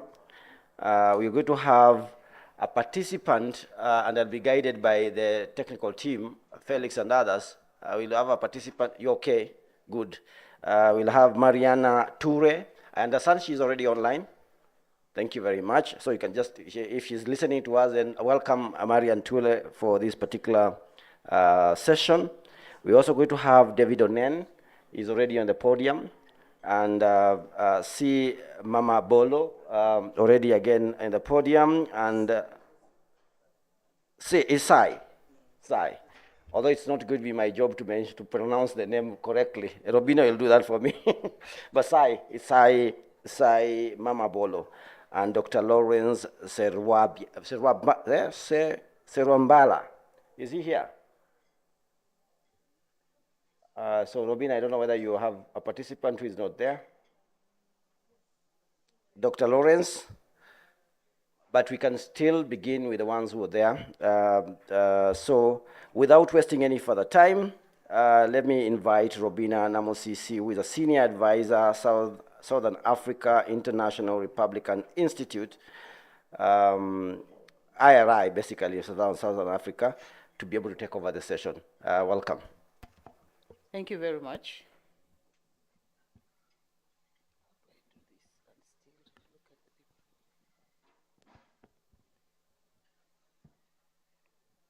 Thank you, Mole.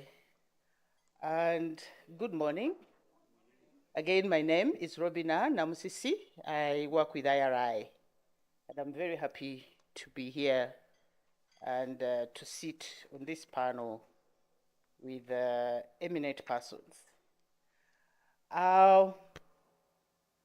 So this is how we're going to approach this topic on regional collaborations, building synergies for democratic renewal. So we are going to be looking at, both observation networks, but also we'll also be discussing issues of regional platforms of EMBs. And when I was informed about that, when I was invited to chair this panel, I was thinking about experiences I have with the EMBs over the period, but also I recalled some of the social media stories I've seen around. There was one from Botswana. It was very interesting. So the Botswana EMB decided to go to Zimbabwe to benchmark. And there was an uproar in Botswana. And this was this year. You know, Botswana has an election this year. And last year, Zimbabwe had an election. You remember that election? So in their wisdom, the EMB in Zimbabwe decided that they were going to Botswana, apologies, Swindai, to do a benchmarking. And the Botswana did not understand, of all places, an election that had even the SADC had, had issues with it, but the Botswana decided to go and benchmark. But we're going to hear, I think, more about that, those such issues. Why? We want to judge. So we want to know why the Botswana were, were not very happy with the, And I've also seen, I do cover Zimbabwe. So I have many stories from Zimbabwe as part of my portfolio. So Zimbabwe, the EMB in Zimbabwe has been very busy. They benchmarked in India. They participated in India election. They participated in the Russian election. They've been all over the place. But I think for us here today, we want to understand these platforms and networks. Yes. And I think they're easier to form now that we have these virtual options as well. And when there's an election, it's very easy to get together and quickly say, we are network with this. But we really want to interrogate what is an ideal network, what makes a good platform, and how do we, maintain those engagements, whether there's an election, whether there's action. And to do that, we have Mariama Ture. Mariama is online. I don't know how we're going to do that, but the people in the systems will show us how. Then we also have our own David Onen, the one who was in the trenches and jumped out of the trenches. But I think we want to hear, he has stories from both sides, so we'll want to hear those stories on the networks and the platforms.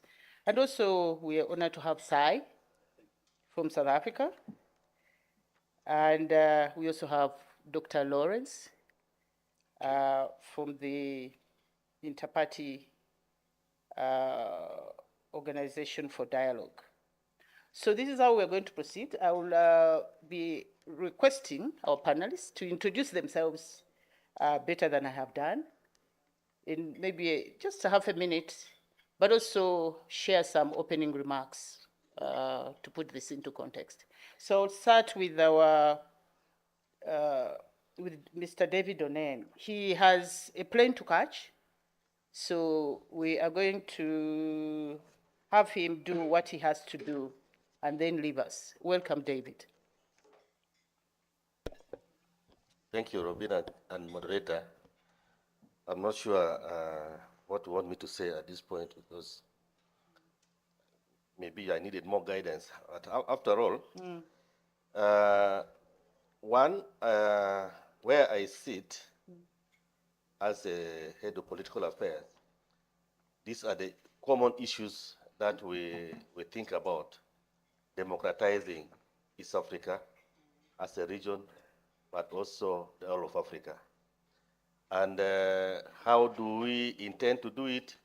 There are so many normative frameworks that guide what we do, right from the continental level and then down here, and also at the national level. I worked in the spheres of elections, in the spheres of human rights, in the spheres of rule of law, the spheres of accountability or anti-corruption, which is more commonly known. So in all these aspects, we have created a regional network for East African community that can bring the experts and the stakeholders in those areas or spheres of work. For our rule of law initiatives, we work with the Forum of Chief Justices. So the Chief Justices of East Africa have a forum where they can meet, of course, with their technical staff once in a while, usually at least once in a year, that they deliberate on a number of issues that affect their work and their mandate, but also to initiate relevant policies that can help to enhance the administration of justice and the dispensation of judicial function in East Africa. We have also the Forum of Human Rights Commissions, who are also bent on how to leverage on the national issues and also the continental and wider space that can help them to put standards and enforce those standards of promotion of human rights in the region. The same with anti-corruption, the same with the elections, and so forth. For the purpose of this meeting and this forum, the Forum of Electoral Commission work together and is hosted at the EAC Secretariat, and I'm the coordinator, that we support initiatives that build capacity of the national UMBs, but also the regional forum. In the regional forum, they're supposed to help the East African community as a whole, the Council of Ministers, initiate the programs and initiate policies that can standardize and improve electoral integrity in the region. This is the idea, this is the aspiration, and this is what we look forward to. Of course, the practice and the success level are different. While we are working at the East African community level to support electoral democracy in the partner states, we call partner states, not member states, and this is very significant in our nomenclature. We don't call them member states; they are partner states. And in the partner states, we also work inter-regional economic community. So EAC works with the Electoral Commission networks of SADC and West ECOWAS. We don't have the others yet, but this linkage is also good for our own capacity building, but also for sharing experiences and benchmarking each other. We work at the continental level. I think Mama Bolo will be able to talk more about this, that at the continental level, we have a very robust network of electoral commissions, or AMBs, that meet regularly and advance a lot of initiatives to improve on electoral democracy on the continent, but also starting with their own national levels. So there are a number of initiatives and opportunities that the other side of the demand side usually do not see. But for me, having been there, I can see it from where I sit. And I always have that opportunity, once I interact with them, to bring them on board and see how we work together. Somebody mentioned earlier yesterday, I don't know whether it was Honorable Alaso, on how to transform the way non-state actors operate in order to influence policy or influence the state of affairs in country and regional and all other spheres. So when I joined the EAC, the first 2 years in EAC, I've realized the challenges and the gap that exists between advocates and the policy leaders, policy makers. And having realized also the gap on the side of the policy makers, or the supply side, I knew there was a very good space that we can use to leverage on the different strengths that we have to cover the gap that we all have. I initiated about 10 MOUs with civil society organizations in the first 2 years when I joined the EAC. I have added more, and we are still continuing to add more, because as you know, from our side of the story, we cannot operate outside any framework. And the basic framework is an MOU, that we have an operational arrangement with you that can guide us, that can also hold us accountable for the partnership and for collaboration we have. So this is partly one of the ways we can collaborate with all other non-state actors and networks at every level. The AFIONET now has a very big opportunity to operate at continental level. And that means there's that open space for you to work with African Union Commission at in every organs of the African Union Commission, whether it is the court, whether it is the human rights, whether it is political, whether it is peace and security, in all those spheres, even economic, you have a space. Right now, the African Union Commission recognizes a civil society network called ECOSOC. I don't know how many of you have interacted or member of ECOSOC.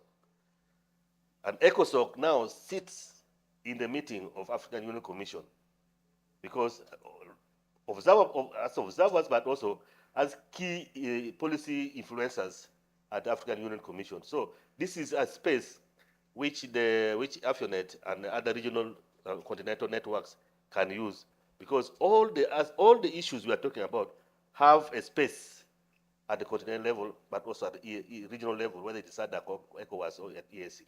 There's that space which we need to find and occupy. We have had a number of election observations, say for EAC alone, a number. This time is going to be even more, because with the expansion of EAC, we are going to have election every year, if not two, at least one every year. From the 3 original members of the community now with 8, if South Sudan had decided to go to election, we will have a second election this year, after having another one the other year, with the last year in DRC Congo, and before which it was Kenya. And now Uganda comes immediately. So they need to have these synergies. They need to network. Is even more important, more required than ever before, because now for EAC, it means there must be an increased and enhanced capacity in election observation, but also in electoral assistance to especially the EMBs and also other networks that support democratic governance and especially electoral democracy. So there's going to be more need and space for this purpose, and therefore at the East African community level, there's going to be a lot of interaction with the forum of EMBs, the forum of electoral commissions, East Africa. We are glad now with the recent MOU we signed with the International IDEA, we are able to support, we are going to support a revision of the whole institutional framework of the Electoral Commission Forum, because as it is now, I think a lot of things has all been taken by time, and the configuration of the current demand may require more mandate and operational space and strategies that therefore requires some revision in the framework that brings them together. International IDEA has partnered with us to support that aspect. We shall also have a number of people to support us in election observation. Currently, our election observation policy document is very restrictive, especially, let me say it's very exclusive, to the extent that many stakeholders who are very relevant will not get into our election observation missions because of restriction in that. That is also under review. And the same process, which International IDEA will also support us to see a review. When we are doing this, of course, it is a matter of your network that should support and be part of this system. What else should I say? In the election observation mission, we have reports with recommendations.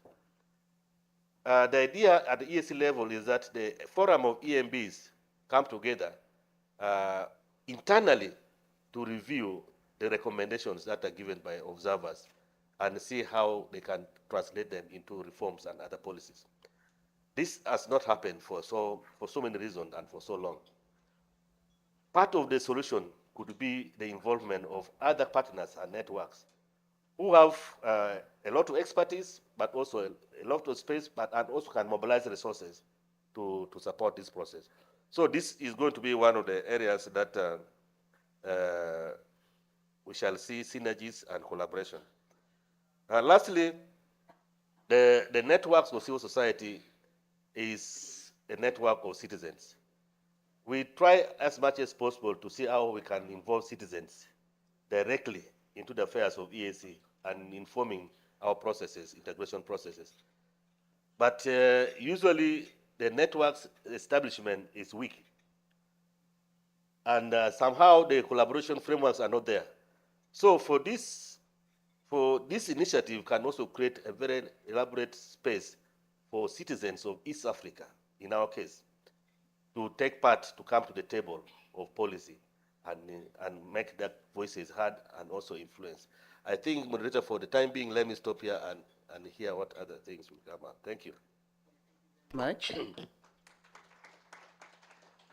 So let me get to you, Mr. Sai.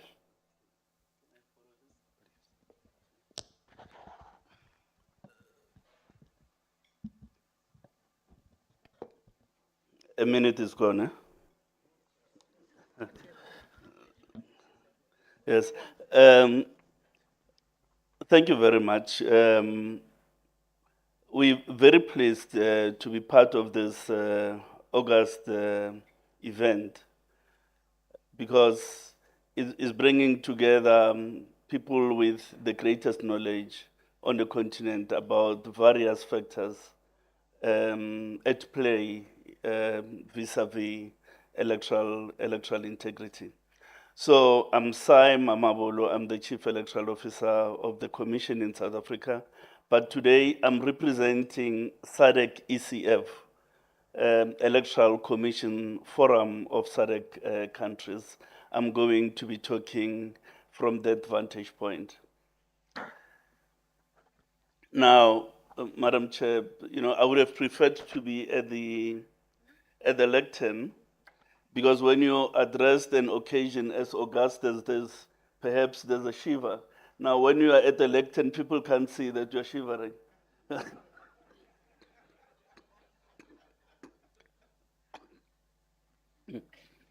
Be that as it may, the EMBs in the SADC region established their forum, Electoral Commission Forum, in 1997. So last year, we celebrated 25 years of the existence of the forum. And the principal objectives, really, in the formation of SADC ECF was the promotion of democratic values, electoral management excellence, and peer learning. And that notion of peer learning permeates all the programs that we undertake as the SADC ECF. Within SADC ECF, there are 15 countries. There are 2 that are not part yet, but attempts have been made to cajole them into joining the forum. That is the Comoros and Madagascar. The objectives of the forum are to encourage the establishment of independent and impartial commissions, to promote the democratic culture and an environment peaceful to the holding of credible and transparent elections. Now, in keeping with these objectives, the forum already in 2003 developed a normative framework called Principles for Election Monitoring, Management and Observation, in short, PEMO. But we also realized that since it was adopted in 2003, things have evolved in the electoral ecosystem. Things have evolved. So in 2022, we revised PEMO to take account of nascent developments within the electoral sphere. Furthermore, in 2008, the forum developed guidelines and principles on the independence of EMBs in the SADC region. Now, since its formation 26 years ago, the forum has observed elections in the SADC countries. And we believe that election observation is, on the one hand, a peer support mechanism, because it's also a culmination of the forum's technical support to member commission in between elections. On the other hand, as I say, it's a peer learning initiative because personnel from member commissions get exposure to some of the best practices in electoral operations as well as outreach functions. But we also attach staff from one commission to the other to assist in the lead up to elections. For instance, Lesotho would say we need strong people in logistics. So we will then collaborate and deploy logisticians into Lesotho so that the logistical effort there does not fail and therefore impair the credibility of the electoral process.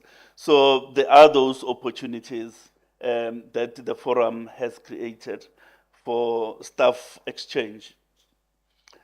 But our model for observation has three key phases, and these are quite banal, but they're important in our context.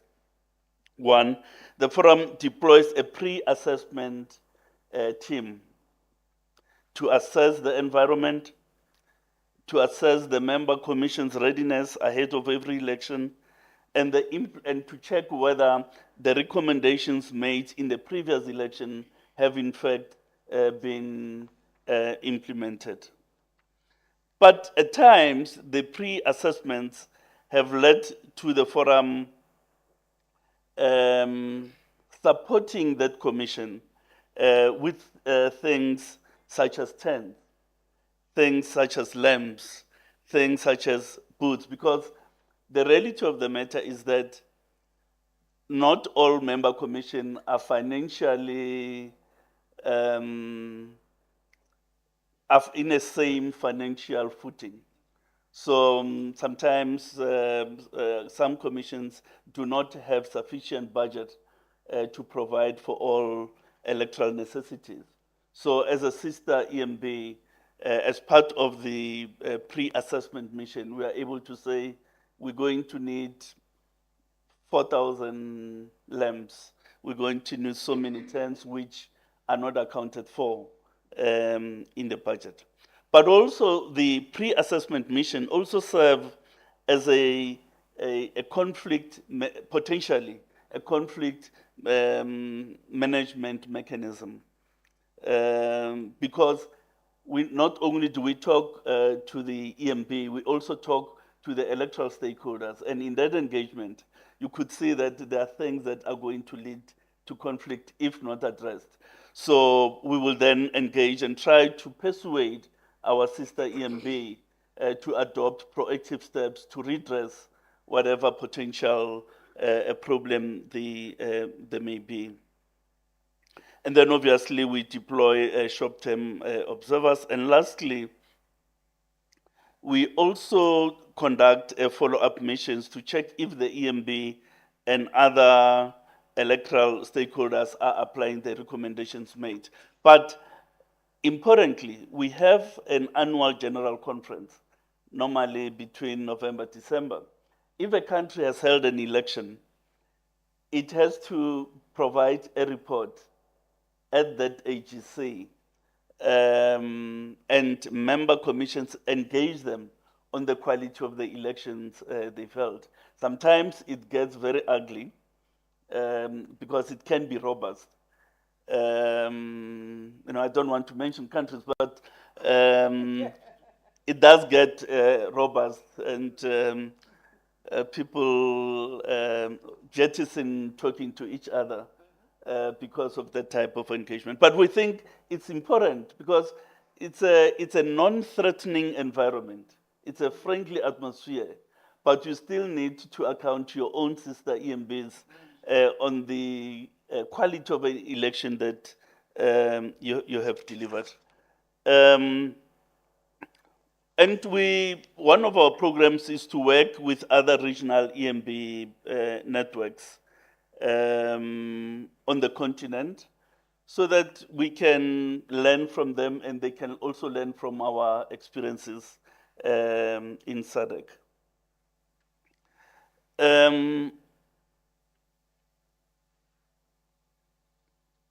The dividend for coordination and cooperation with other observer missions. Because when we are in a country and having that observer mission, we're not only looking at ourselves almost in an insular manner. We are also collaborating with other missions that are active in that electoral environment. As a result, we normally propose the establishment of a technical group of observer missions comprising mission coordinators, so that there's a cross-pollination of findings. But there's also the heads of mission meetings, so that they can share notes and not really be contradictory. You know, of course, depending on the findings made, everybody is free to articulate whatever their findings are, but it's important that there's a sharing of notes. And lastly, the scheduling of the issuance of the preliminary statements. There is no point in issuing those statements, one here at Omono Hotel, the next one is 50 kilometers the other side of town. The media is not able to cover that, and it impairs the publicity that you could otherwise be having. As I conclude, one of the key challenges that remain is ensuring that those recommendations that have legal framework implications really lead into legal reforms within the national jurisdiction. And that it's difficult because, as you know, EMBs don't have a lawmaking competence. That competence is vested in Parliament. And to persuade Parliament sometimes, it's a difficulty for EMPs. The other perennial problem with the recommendations is the internal capacity of EMPs. I'll give you an example. One of the problems that poses an existential challenge for the credibility of elections is the management of social media. And I use that word advisedly, the management of social media, because you can't wish it away. You've got to live with it and manage the notion of digital harms. But you find that within commissions, there is no capacity, human and therefore intellectual as well as technology-wise, to monitor the social media space and to respond as rapid as we should. Because as you know, social media has an instantaneous effect. You post now, the whole world knows, and it's very cheap. Those we still struggle with, and as I say, that poses an existential problem for the credibility of the electoral process. Thank you very much, Madam Chair. Thank you very much, Sai. Maybe at some point we will also, because you reminded me, I think the issues that we have between the observer, you know, especially the domestic observers or the observers on the civil society and observers, you know, from the regions where those regional EMBs are known to certify an election as free and fair. Even if it's blatantly, you can see there are big problems that the regional EMBs are reluctant to call out their, those issues. But that we will continue to we'll discuss later. Yeah. So, Dr. Lawrence, over to you.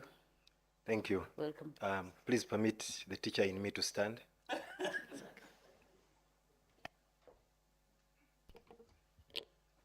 Thank you so much, Madam Moderator, and the delegates from the various countries where we have come. My name is Lawrence Serwambaraka Bagabe. I work with the Inter-Party Organization for Dialogue here in Uganda as the Executive Director. And this organization is a product of a lot of learning from the history of this country, especially from our dogged and checkered past. In 2005, Uganda returned to multipartyism, multi-party democracy. And you know, one of the tenets of democracy is periodic elections, to say the least. And so, 1 year after the return to multipartyism, 2006, we held our first multi-party elections. But as a learning from the past, our elections were normally volatile. And so IPOD gets formed in 2009 with a core objective of bringing political parties together, especially those that have representation in parliament, to discuss issues, especially for the growth of multipartyism, but to also de-escalate potential tensions and to find a common ground on especially going forward as far as the country is concerned. You all know that unlike some other domains, the supply chain of democracy is cyclical. It's not linear. That's why every other, say, 5 or so many years, we get back to elections.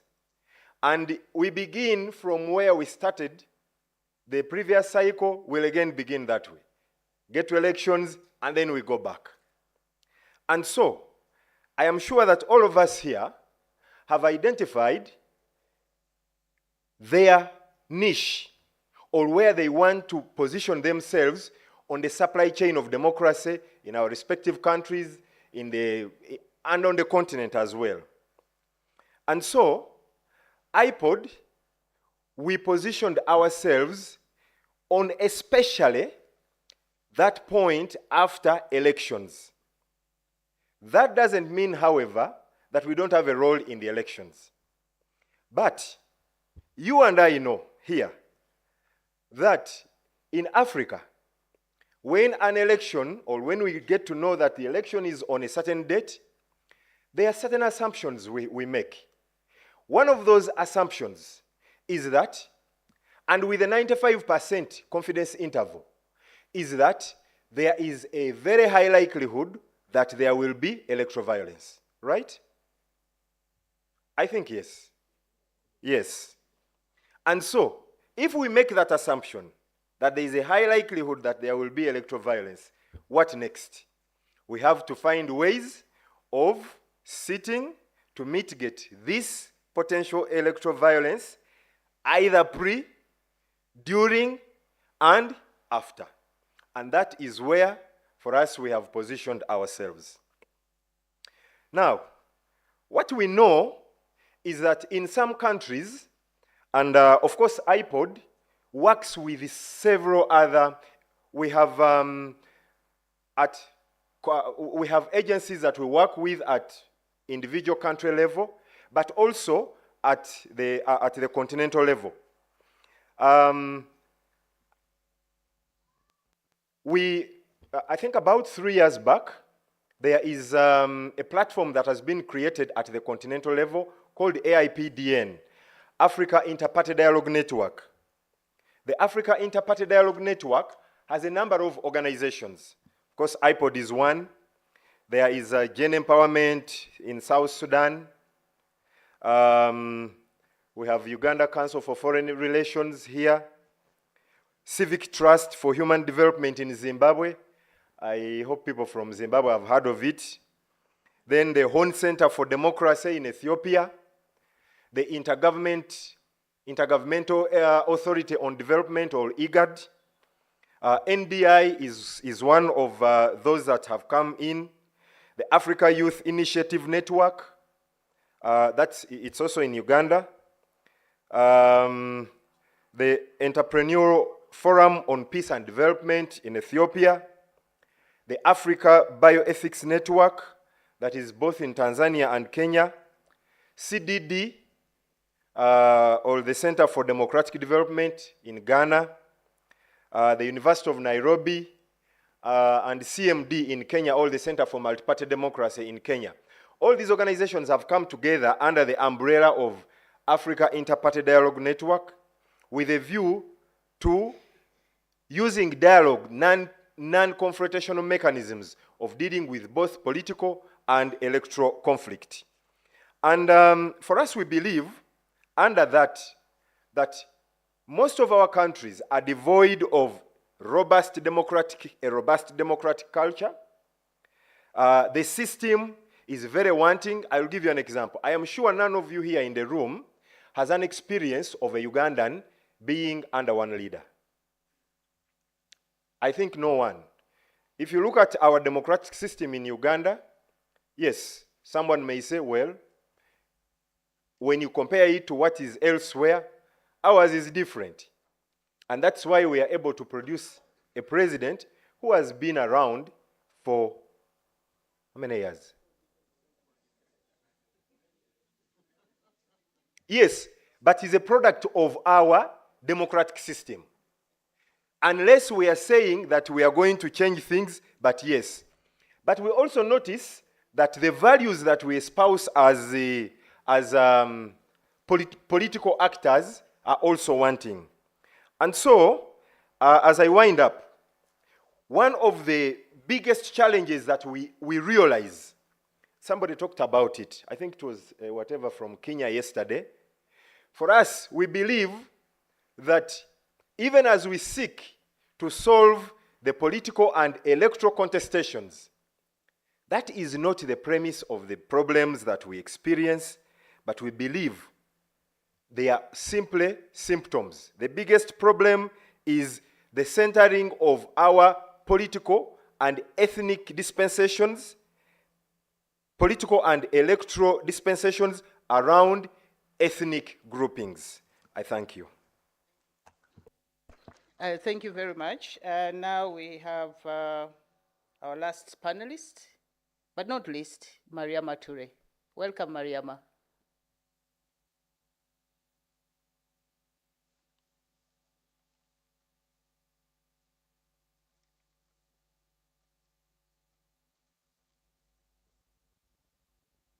Can she hear us? I don't know where the controls is.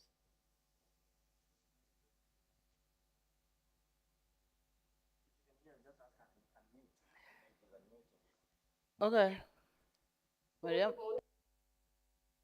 Good morning, Mariama. Welcome. Thank you very much. Yeah, please introduce yourself, and you'll have a few minutes to make your opening remarks. Then we will ask a few questions. Welcome.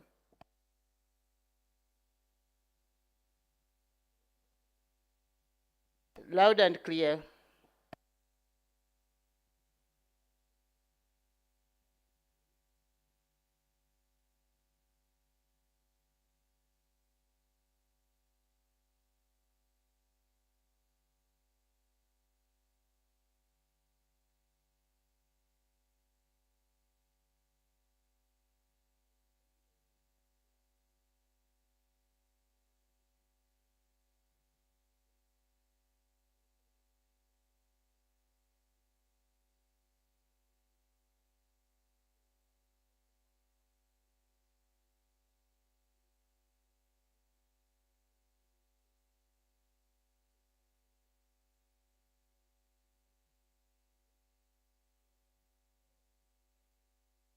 Has been allocated to this session.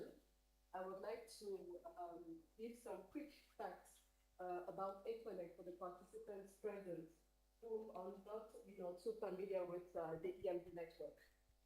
So Equinec stands for the ECOWAS Network of Electoral Commissions.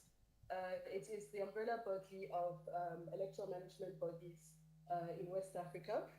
It was created in 2008 to serve as a platform for experience sharing, lessons learned, and best practices related to electoral administration among EMDs.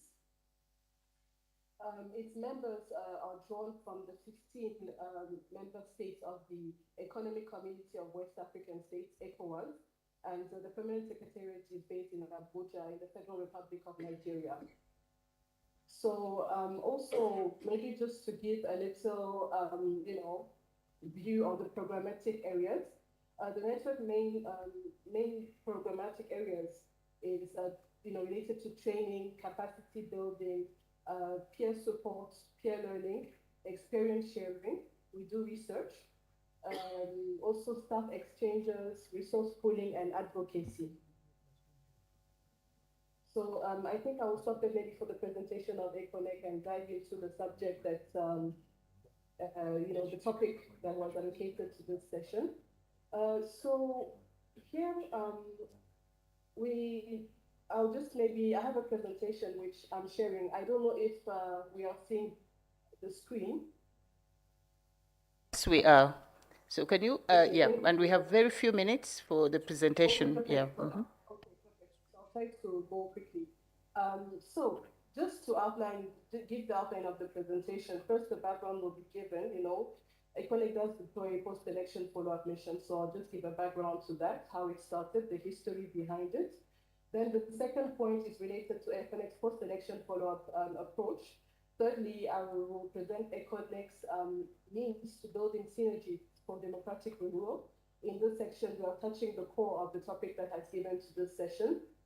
We will, after that, present the lessons learned. Lessons have been drawn from the deployment of such missions. And lastly, we will end the presentation by a conclusion and a way forward. So the first point is related to the background. So it's important to note that prior to the deployment of ECONEC's post-election follow-up missions in the ECOWAS region, it was observed that electoral cycle after electoral cycle, the same recommendations were addressed to stakeholders due to the to an absence, I would say, of the follow-up on the implementation of those recommendations.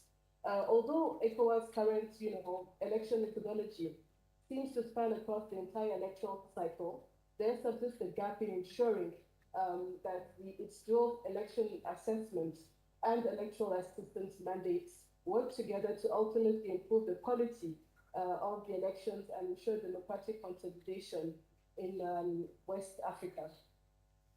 So in order to bridge this gap, there was a need to take steps to guarantee that the recommendations arising from ECOWAS election assessments are effectively implemented.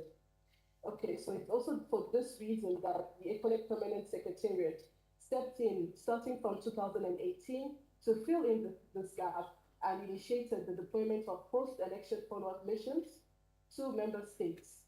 So these missions gave the ECOWAS Commission and ECONEC the opportunity to keep track of the recommendations made during ECOWAS election assessment activities, evaluate member states' implementation of those recommendations, and eventually support the ENBs in implementing the recommendations ahead of the next electoral cycle. So the deployment of these post-election follow-up missions is now part of the overall election assessment methodology, and enables the ECOWAS Commission to achieve a complete cycle-wide approach in engagement with the electoral process and in the member states. So it is also important to note that ECONEC does also, follows up on ECOWAS recommendations, but also those of the African Union. So, sorry. So now the second point relates to ECONEC's post-election follow-up approach. So unlike here, ECOWAS, ECONEC does not deploy election observation missions, but provides the peer-to-peer platform necessary for following up on recommendations of ECOWAS and AU's election observation missions. Post-election follow-up mission, this is what we're talking about here. Then ECONEC also provides unique insights that help ECOWAS shape electoral assistance programs suited for the specific needs of the member states preparing to hold elections. Here we're talking about the need assessment aspect. ECONEC's work permits ECOWAS to achieve an electoral cycle round engagement with member states. It also does not only conduct post-election follow-up missions, but couples it up with a need assessment if there is a form of, If there is the will from the stakeholders but a lack of capacity, then ECONEC identifies, such needs and then follows it up with actions to respond to those needs. Here, I would like to give the example of Sierra Leone. So the case here of Sierra Leone in 2022, where ECONEC deployed a post-election follow-up mission, and one of the issues identified by the actors was the result transmission and management process. The Electoral Commission for Sierra Leone needed technical and specialized training in the area of election results transmission and management. That is where ECONEC provided technical support by conducting a bridge modular training workshop on election day and results management to enhance the capacity of the Electoral Commission for Sierra Leone staff members ahead of the 2023 general elections in Sierra Leone. So the third part of the presentation is related to the means, ECONEC means to building synergies for democratic renewal. So here the logic behind post-election follow-up mission is that by supporting to ensure that all those recommendations, actually get implemented, then ECONEC is certain that during the next electoral cycle, Sorry, Mariama. And the election observation missions, the issues that led to those recommendations will no longer be subsisting.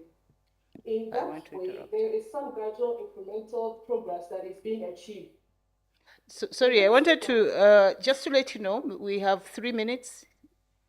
Okay. 3 minutes. Yeah, thank you. So in this regard, ECONEC has built a synergy collaboration that has been amplified from ECOWAS and AU's election observation missions recommendation and transformed into support. So gradually by doing so, it will drive the improvement in our democratic processes that ultimately leads to a democratic renewal. So here I would like to give a quick example of Liberia. So one of the recommendations during the election observation mission in 2017 was to consider implementing a biometric voters registration due to the fact that there were issues around the voter register from 2017. So the recommendation was taken into consideration and implemented during the 2023 electoral cycle. Therefore, the issue surrounding the voter registration was not evoked. Another critical recommendation that was made is the need for, in Liberia, was the need for a constitutional amendment to move the election dates from the rainy season to the dry season. Because that was not implemented, those difficulties still emerged during the 2023 general elections, as there were still logistical issues that were observed. Now we're moving towards the lessons learned. So the lessons learned during the deployment of the post-election follow-up missions, we can just say that there has been a disconnect between election observation missions and improving the electoral process. The deployment also of the post-election follow-up missions and need assessment missions has enhanced the linkage between election assessment and subsequent improvement in the electoral process. And finally here, it has been observed that by implementing these recommendations and where ECONEC's advocacy for electoral reform has worked, there has been an improvement in the electoral process. Now, in conclusion, we can say that in regards to collaboration, as ECONEC follows up on the African Union's recommendation, there is a need to have a representative from the African Union during the deployment of such missions. So actions that ECONEC, ECOWAS may support at the regional level, it will deliver, and at the continental level, the African Union should provide its own support to which will be complementary, and a synergy will be built between the various organizations. Lastly, it is important to note that ECONEC is the only ENB network on the continent that conducts post-election follow-up missions. Other regional election observation networks, regional platforms of ENB should consider the deployment of post-election follow-up missions as a best practice. On this note, I would like to thank you all for your kind attention. Very much. Thank you. And we have, I think, less than 30 minutes, so we need to move on without much further ado. And I would like to pose a question to the panelists. Just to take us back. Yes, please. No, not questions. I'm going to pose a question. Okay, I can see you're very eager. I only have, I think, 2 questions. And one is on the, I think for me, I'm really into this, evaluation monitoring. So I want to know, especially from David here, who has, from where he sits, he coordinates or works with the different forums on both sides. So what makes an effective network or platform? What are those indicators? I think let's start with the indicators. I don't know if the platforms and networks, when they're being set up, actually go into that process of defining, what is success, what their indicators of success are. But what shows, because here we're supposed to foster coordination and collaboration on the network. So what shows that there's actually collaboration? Is it the regular meetings? What exactly goes into that? Or what would go into that? Okay. And maybe my second question, I'm afraid, I don't know, you might tell me you're leaving. I think I think all our panelists have talked about the continuous engagement, which is really important, and the follow-up, the challenges of follow-up or how to do follow-up. And I'm happy to hear from our last speaker about the post-election follow-ups. So looking at the future, and you know how things change, the trends, how, what is how are we going to, what trends are going to affect the collaborations and platforms? What is one? So future trends, so that you think might affect these platforms and collaborations that they need to look out for, so they're not, caught unawares. So just those 2 questions. Thank you very much. I know that a panel discussion like this is supposed to give more time to the floor, so that they can make the contribution and make clarification. The question of effectiveness of network, I have an expert in the room here called Benson Ekwe on networking and developing networks.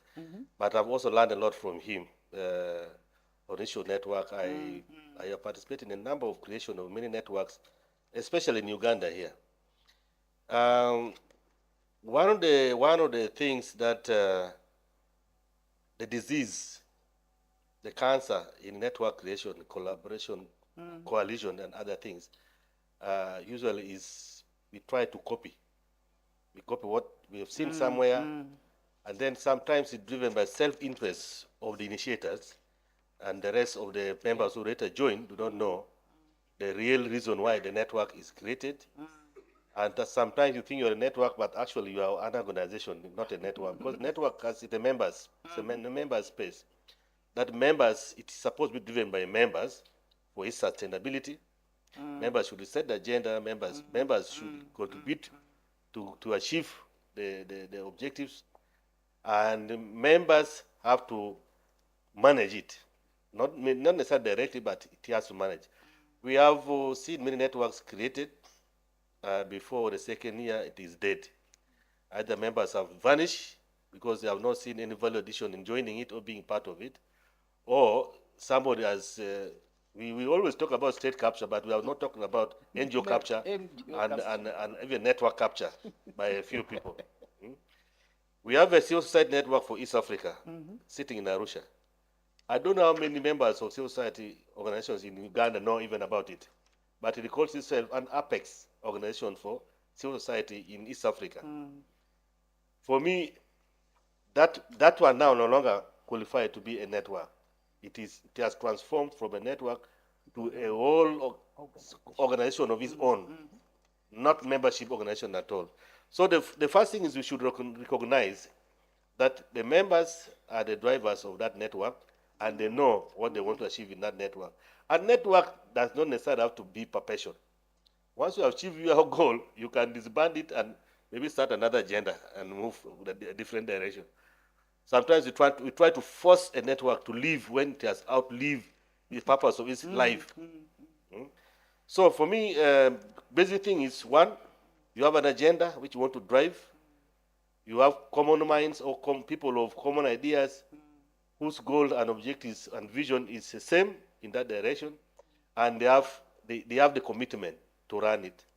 Some people come to network for visibility. Once they are there, they're appearing on your billboards. That's enough for them.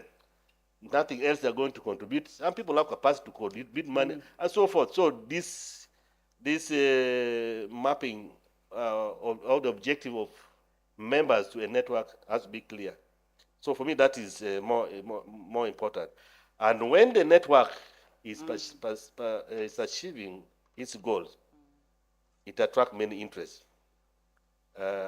Nobody doesn't want to associate with the good things. So even the bad people will come and associate with the good things. And sometimes those are the ones who will end the life of that network.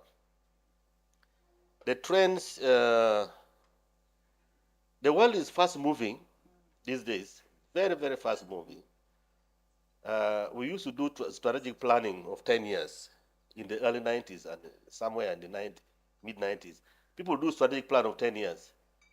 It became inevitable that 10 years, by the time you reach the third year, the amount of change that has taken place renders all strategies you have put in place useless.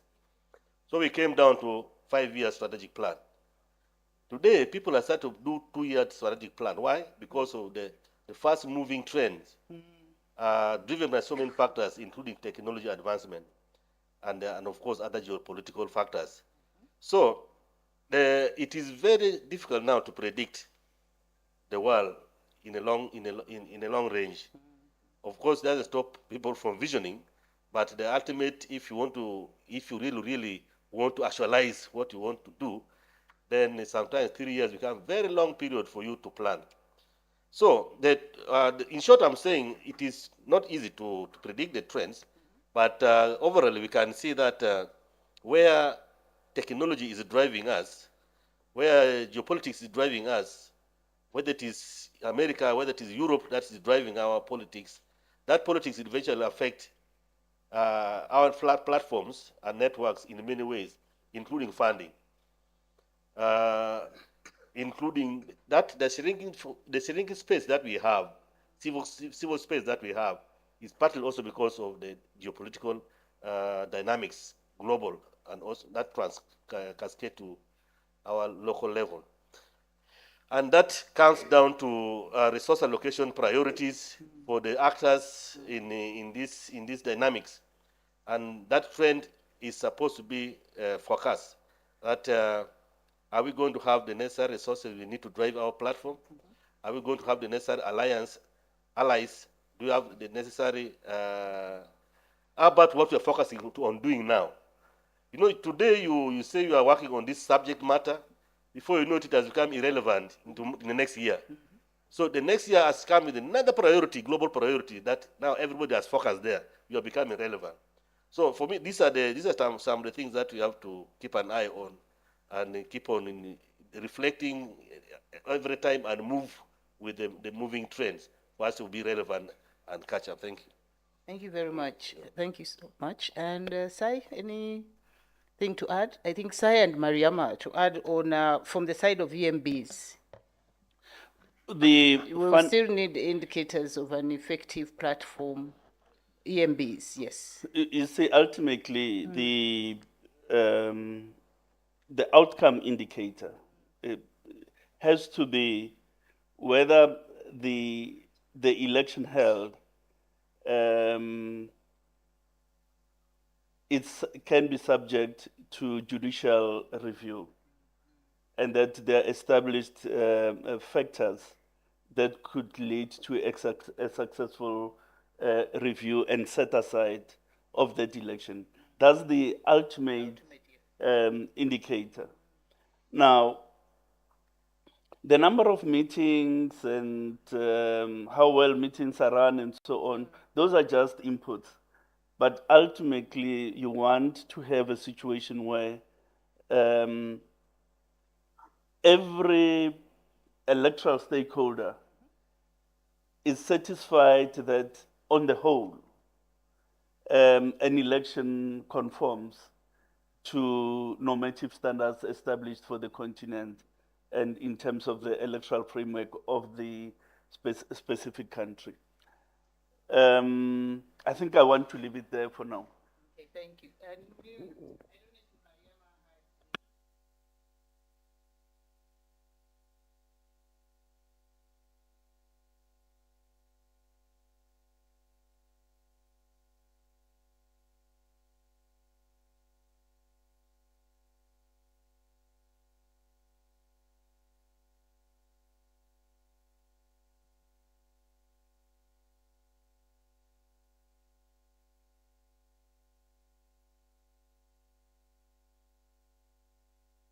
Mariama?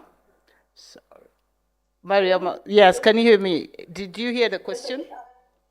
Yes, I can hear you now. So, electoral network issue. The first question is to what makes it an effective platform, if I got the question correctly. Correct. Okay, for me, I think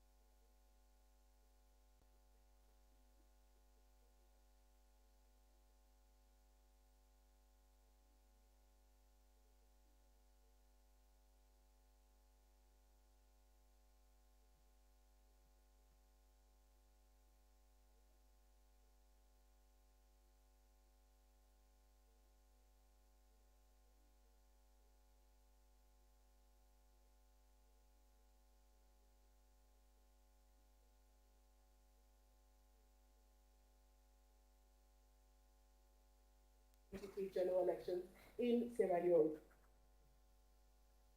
So we joined joint peer support and learning mission, the Electoral Commission from Tanzania, the Electoral Commission of Malawi, and on ECOLEC side, the West Africa, we had Burkina Faso and Gambia. So they came in the country and they supported their peer. The experience, the Sierra Leonean experience, they gave their, ideas, they shared their experiences, how things are going back home, and they actually identified best practices that they, came back home and also identified and saw, the challenges that the elections, the Sierra Leonean elections experience. So I think it's important to continue the engagement, and the fact that there is less engagement may affect, the future collaboration. Thank you, dear moderator. Thank you so much. And Dr. Lawrence, in 1 minute, because we have 15 minutes for the audience. What I think is an indicator of an effective network or platform, I think the first one is the ability of that platform to attract others. Yeah, because if it is doing well, it should be able to attract potential new entrants. And secondly, the fact that that platform resolves and effects the resolutions or the recommendations. I like what she said earlier, that they recommended to the Electoral Management Body, I think, of Sierra Leone, that they need to shift the periods from the rainy season to the dry season, or vice versa. Yeah. Yeah. I think that is another indicator that the platform is doing well. I also worry that one of the killers of platforms, on the other hand, is sometimes these platforms are infested with intrigue. In Uganda, we have something we call gongos. Gongos they're part of the CSO, but they are government-owned NGOs. Okay, so you find that somebody is with you, but actually they are on a different mission. You wonder why certain things are not working out. The resolutions are not progressing. Every time you get somewhere, you hit a blockade, simply because one amongst you is probably the other end. What may affect this collaboration, that is one, but also, the trends, I think we are seeing a constant erosion of a democratic culture. And that erosion keeps eating into the space of collaboration. The other thing that we are seeing is the shrinking civic space. Most of our countries keep on enacting laws that, constrict the life out of these entities. But we are also faced with the advent of artificial intelligence. These days you say something, or even when you've not said it, it's a matter of, people are able to put so many things into your mouth. And that can greatly affect collaboration. Thank you. Very much. And now over to our audience. Sorry about the delay. Okay. We are starting with the ladies. So let the ladies put up their hands, or the ladies that want to say something. This when you put, what will happen if you put me in power, ladies? Okay, let's start with the two questions from the ladies. Thank you.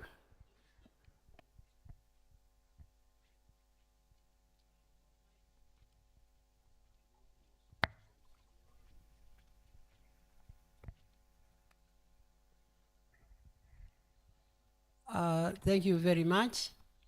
I want to welcome the iPod.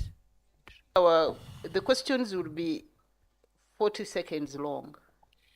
Please. I'm Canon Joyce Nima, a member of the board of ACFIM. I would like to address myself to iPod. At one time, iPod was very active in this country, and we really looked forward to outcomes from iPod. I just wanted to know what happened.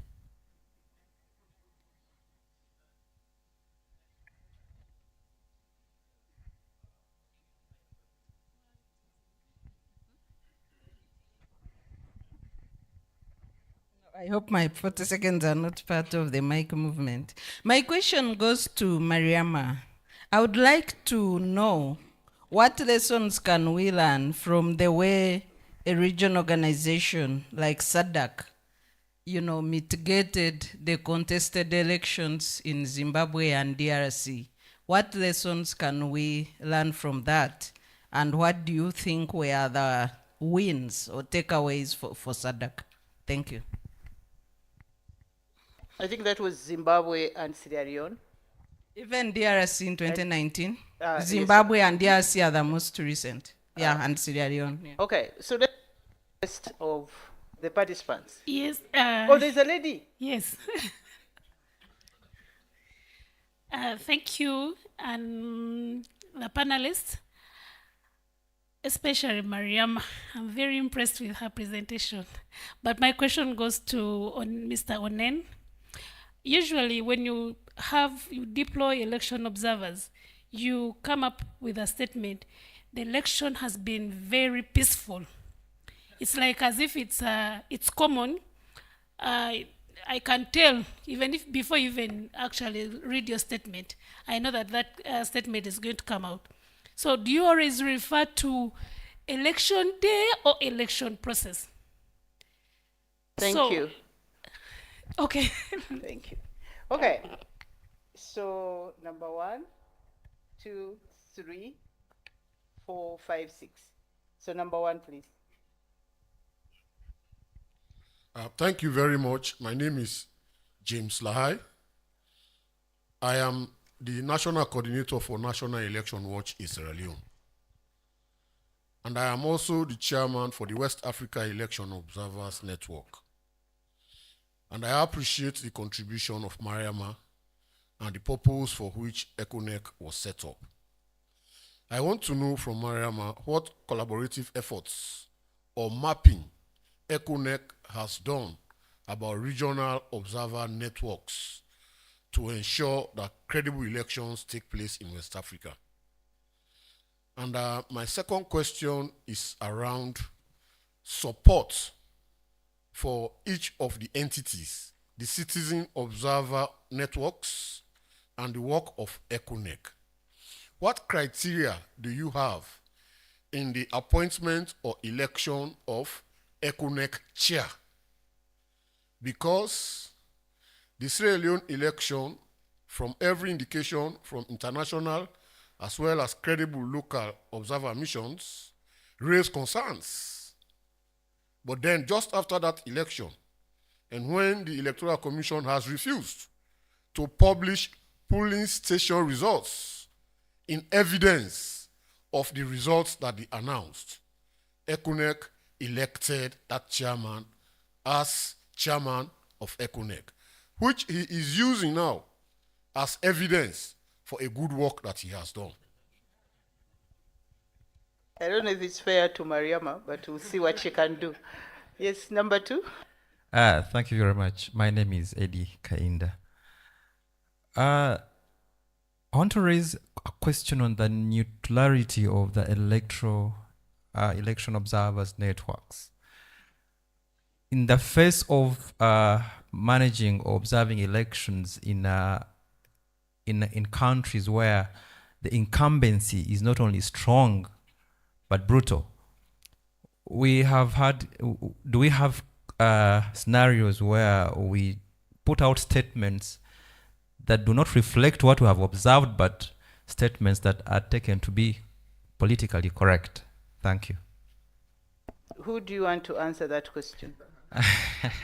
SADC and iPod. Thank you. Thank you. Number 3.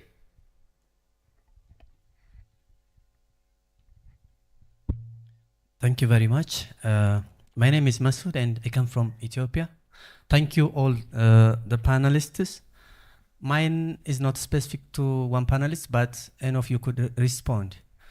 So now the AMBs are having different regional forums, and we have the Africa Union. We have the Western, Southern, Eastern. So there is a lot of duplication. And you people are always focusing on the E-Day, and you never cover, or even if you cover, you much focus on the E-Day. And even if you read your statements, even when you get back, they're very short. They don't even show what happens that day in different counties. And you deploy people who are in safe areas. So, how are you really contributing for the democratization in the region? The other is your engagement with status.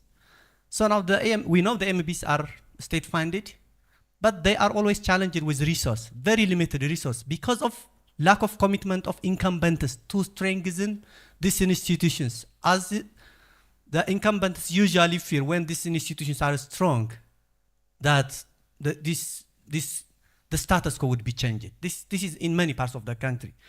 And this also owes the issue of ownership. Who is financing these forums? Who is financing? Are members of member states really committing fund for the forums? Are the MBs committing funds? And then how you try to make these forums are owned and are very legitimate? Thank you.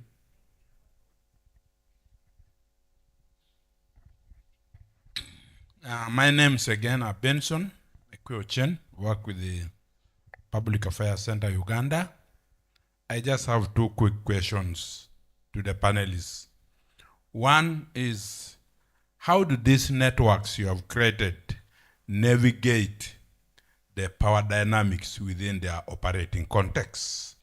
Because I've seen other institutions, especially at control level like SADC, there's a time SADC passed a judgment, court passed a judgment against Zimbabwe. The next year they start and reduce its powers. So what about you?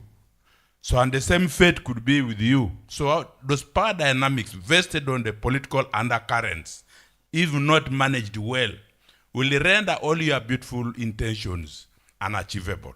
Two, are there any windows for civil society to effectively engage in these EMB networks? Because I've seen sometimes, instead of us getting involved, we are participated.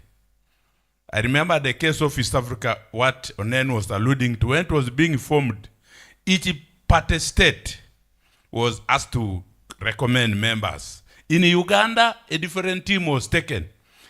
The focal organizations in the country, Uganda National NGO Forum and the NIVE, were not consulted. So what we did, we also decided to send delegates there. It was an embarrassing thing for our side because by the time we reached there, there was a resident commissioner who was posing as an NGO leader there. So what I'm trying to say, do you have a mechanism where we genuinely participate and can get involved? Any windows? Thank you.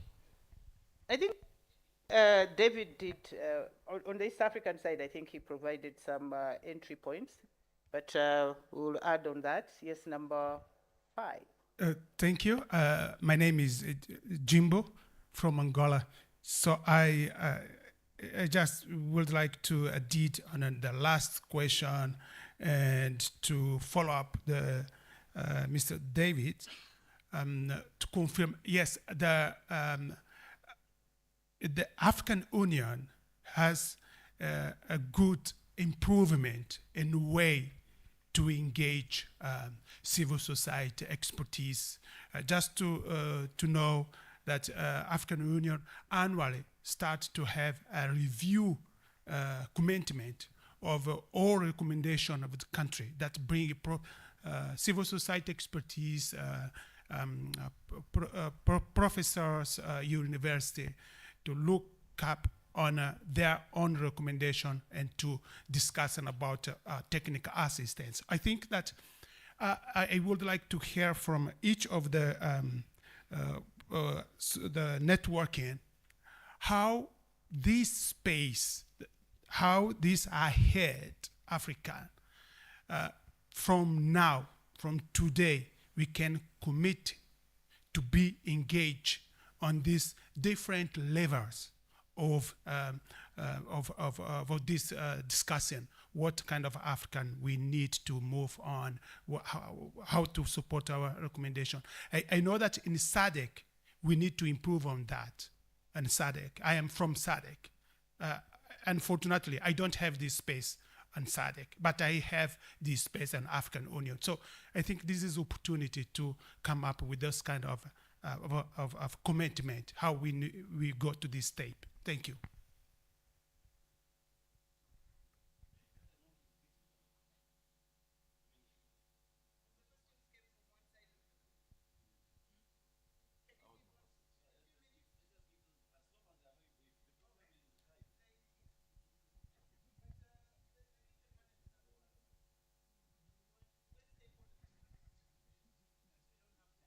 Yes. Okay. Could you ask on the CDD and YN? I think a point that Reverend Lahai made about the optics of how we relate to some of these the way we organize, whether it's observation or assessments and so on. I think it's a big issue across the continent that have to be addressed seriously. It's about adhering to standards and principles, and I don't know how the different organizations, even the networks are handling. There's obviously political institutions that are being managed, but the more there is this expectation that, oh, it's just a rubber stamping process that is going to happen, it's delegitimizing the institutions themselves. So I wanted to ask the panel, I mean, what ways can we strategize or put together to manage this better? The AU guidelines on election observation, for example, give options for not even deploying missions. It's very clear, it's very systematic, but we never use it. So are there methods, are there strategies that we can deploy so that people don't think that what we are doing is just perfunctory and we are just going there to just go and say things are fine when everybody is complaining? I am Eve Bertrand Kemonye. I want to find out, as we are talking about networking, since yesterday we have been talking about when we name countries here, even if it is East Africa or SADC, we have just found that all the countries we are calling here are English countries, English-speaking countries. And now, how more about French-speaking countries? Let me take an example like Central Africa, when I come from.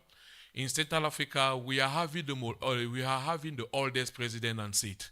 We are having like 42 years president. We are having 38 years president. We are having 36 years president. And how can we do, we French-speaking countries, to really be part of this networking? Thank you very much. Kennedy Masime, my question goes to Dr. Lawrence Kabagabe. From the name of your organizations, maybe you can clarify, are you an independent organization working with the political parties or an organization formed by the parties? Then consequently, knowing parties, they are a very difficult client. Can you comment on the relationship or the cooperation you get from them in your programming? Thank you very much. Okay, just, no, I'm not coming back this side. Just the last one in this. Sorry, we'll have an opportunity during lunch. My name is Dr. Siranda Gerald. I'm a member of parliament representing Uganda at the East African Legislative Assembly. This specific subject sits under a committee I chair called Regional Affairs and Conflict Resolution. I want to find out from ECOWAS, at least I understand the region I come from, and I want to appreciate David Onen for effectively representing me well, and Dr. Lawrence, who is Executive Secretary of the iPod that I sit on as a member of council. At what time, from ECOWAS and SADC, at what time do we differentiate the mispresentation where most of us as politicians run to you looking at you as watchdogs or head prefects or class monitors, instead of taking the initiatives that you see as looking at election? What is the main mission? How do we define the missions that election observation should be doing? Are they watchdogs? Are they looking at something for improvement? And how do we deal with the tensions that election observations creates with the partner states, or where specific states where they go to observe election? But also, how do we deal, because we are talking about voter apathy and all those, but there is also a lot of apathy from election observers, because whatever results we get out, people don't seem to see anything. It's a template. Me, I just returned from Rwanda. We decided to take on it as what do we learn? What is the give and take? How do we, So because it's not a template from everywhere, but how do we differentiate that? Because most of the time we look at you like you're a watchdog, you've come to do this, and after you leave. Thank you very much, Honorable. Thank you so much, and I think that is a good point, the misinformation and disinformation. How do the networks handle these two issues? We are going to close, unfortunately, and each of our panelists is given a minute or two to respond to a question or two of your choice, and also give your closing remarks. Thank you very much. So yes, David, you will start. Thank you very much. Actually, time bad, but let me respond to the question of election observation and the dynamics around it. First, to begin with, election observation is based on the existing standards which are set and the normatives framework that we all subscribe to. You cannot be assessed on a notion and on a standard which you are not subscribed to. You must be assessed on that. Of course, there must be international or recognized standard, one. Two, every mission goes with an objective. What EAC is going to observe in a Ugandan election is not what what European Union is coming to observe, is not what African Union is going to observe. All of us have specific focus in that election. Three, we used to have two parameters of assessing an election, free and fair. With the time free and fair was not enough, we added credibility. Free, fair, credible. 3, 4, 5 years ago, that was not enough, we added peaceful. So now we need to have free, fair, credible, and peaceful election.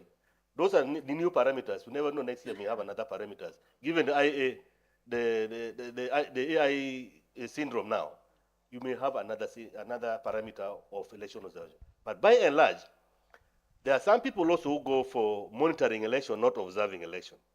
Others go for support mission like SADC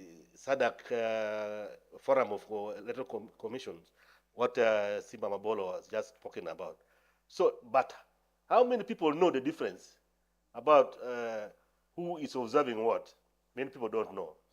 And then, when you observe election, you have your indicators.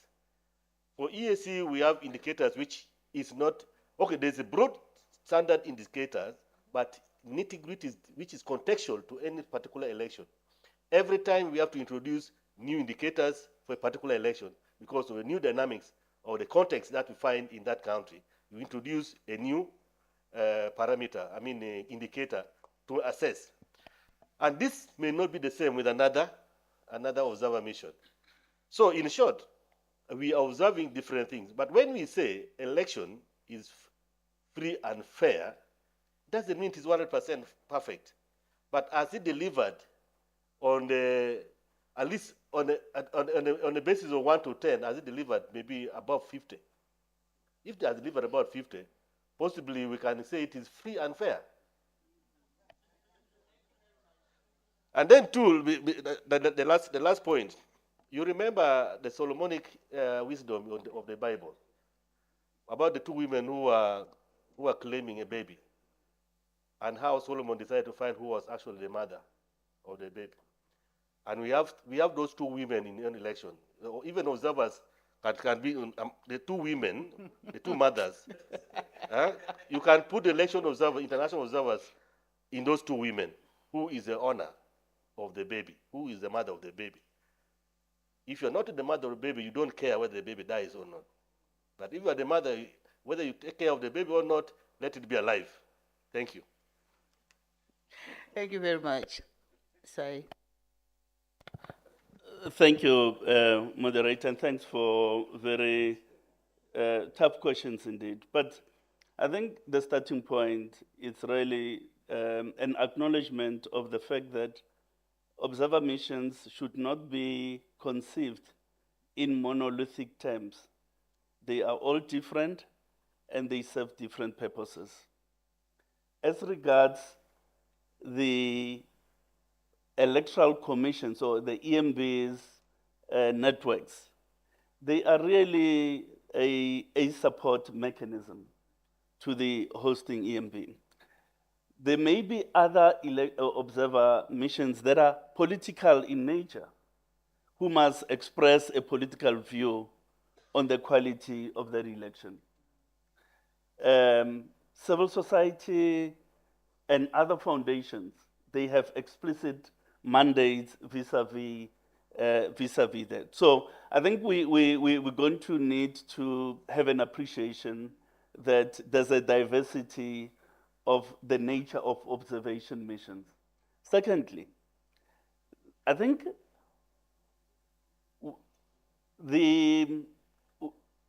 there are different role players in delivering a successful election. And EMB is an important component, but not the totality. Because if you have an election, but the judiciary is not independent, you know, even if the EMB ran a good election, but the judiciary is not independent, you're not going to be successful. So there's a whole lot of players in an electoral ecosystem, the EMB being one of them. Because it is important that people who participated in an election can vindicate their views in a judicial forum if they think there's cause to do that. And then EMB won't deliver that, even if it was independent. It can proffer views, it can make submissions in relation to that judicial action, but it can't be the replacement of the functions of the judiciary. So in that whole ecosystem, you need neutrality throughout, not just for the EMP. Sorry, I could have answered others. Funding, SADC ECF, we self-fund. There's a subscription that we pay $25 per year. Thank you very much. Dr. Lawrence. Yeah, thank you very much. I will also be as quick as a cock. Kennedy asked whether we are independent, especially working with the parties, and you made you said parties can be a headache. I can tell you that from my experience here, parties are not a headache per se, because we have decided and have agreed to be moderated by a memorandum of understanding that has been collectively agreed upon. But you also need to know that with the human relation theories, that where two people interact, there will always be a certain level of, friction, and that is expected. But as far as parties being a hindrance to realizing the common objective, no. Eddie asked the neutrality of election observers and from the perspective of IPOD. I can tell you that in preparation for next year's elections, IPOD is going to train local observers, election observers. The Electoral Commission has a compendium of a package for observers. We are working with the Electoral Commission to look at that and then train observers from across the political spectrum. And so our expectation is that people will have a collective and objective outlook to things, and then we'll be able to do well. Finally, what Canon asked, what happened to IPOD? Any institution, just like a human being, is not the rise and rise and rise and rise and rise. For some, there will be the fall. For others, there will be a slight decline. We have not gotten there. But it is also important that you take a back seat and strategically reposition yourself. Thank you, Dr. So Lawrence. at some point, we have done the strategic repositioning. Thank you. Last but not least, Mariama. Thank you.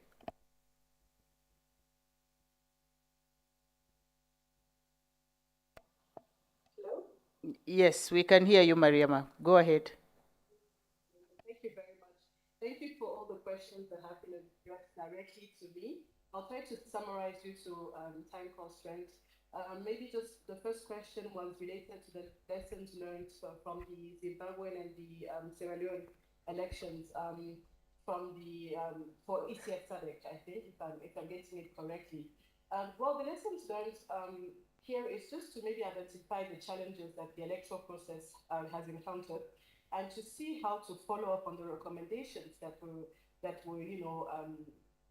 given during the post-election period. So it's really to do a follow-up and to see how to improve the electoral process for the next electoral cycle. There's no enforcement or criticism at this point. It's just to improve on the electoral process and see how we can, perfect our electoral processes within, on the continent at large. So also a question about the collaboration with CSOs. At our level, we do collaborate with CSOs. We meet them when we deploy missions on the ground. I'm talking here about the economic aspect because we deploy peer support and learning missions, for instance, during elections. We do not deploy an election observation mission. We do not come in the country like ECOWAS does. We just support the peer that is organizing the election and also see how we can learn from the experience and see how we can, perfect I'm talking about the members of ECONEC, how they can perfect, their electoral processes back home. So also maybe the last try one. to select the questions briefly. Just one more. So for the deployment of election observation missions, there was a question to see, the criteria for the deployment of these EOMs, election observation missions. For the ECOWAS region, we rely on the protocol on democracy and good governance. There are criteria for the deployment of election observation missions. And I may inform that, not talking from the economic point of view, but for ECOWAS, there has been instances where there was no deployment. For instance, in 2016, during the electoral process in the Gambia, the ECOWAS did not deploy, an election observation mission because the conditions were not united to do so. So it's important to know that there is actually a respect of the protocol on democracy and good governance. And this is actually done due to the context of the country. Thank you, Mariama. I think we'll leave it. We'll leave it here. Thank you so much.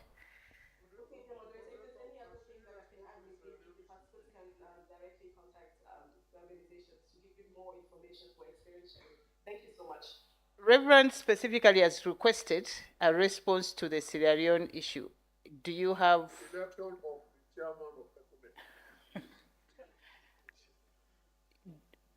Sorry, the Sierra Leone issue? The question on Sierra Leone. I think he asked the question on the criteria for the appointment of ECONEC chairperson. Yes, please. Okay, I'm happy that you mentioned it earlier. It's not really fair to me because it's quite political. And we were technicians. But just to say that the election is done internally and it's among the peers of ECONEC, the members of ECONEC. So I would like to stop there. I know Mr. James very well. Yeah, we appreciate. Thank you so much. So thank you to our moderators, but I also want to appreciate the organizers for this session. I think you'll all agree with me that it was very, very informative, and we appreciate. Do you allow us to take a photo? Yeah.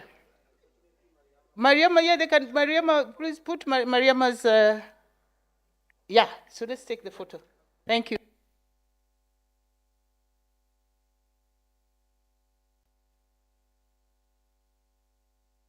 So Mariama, we are taking a photo of you. So position yourself in the best way possible.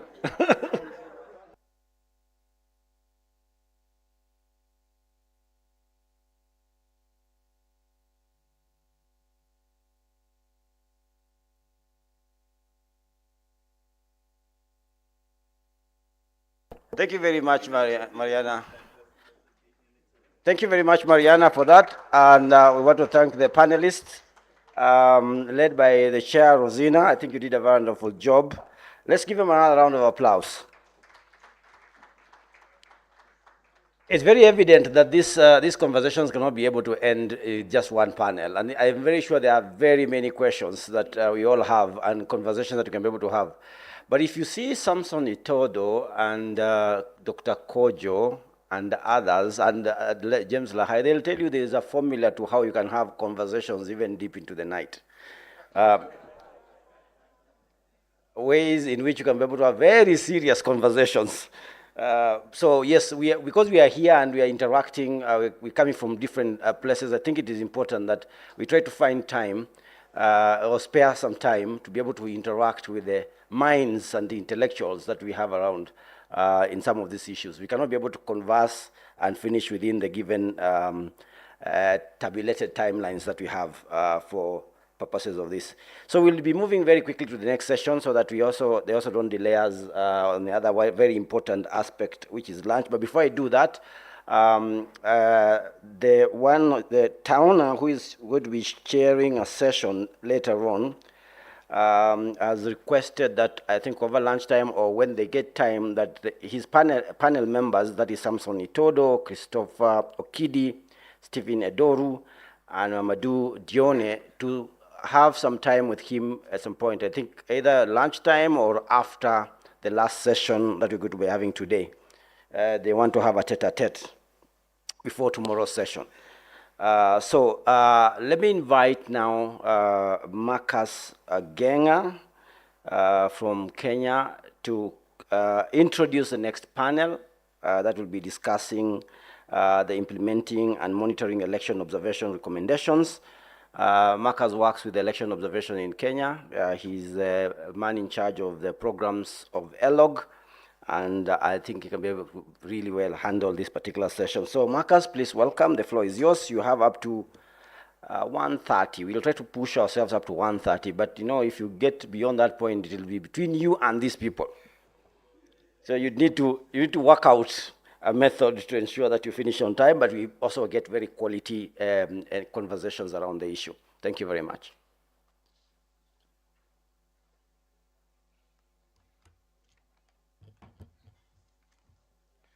Good afternoon, everybody.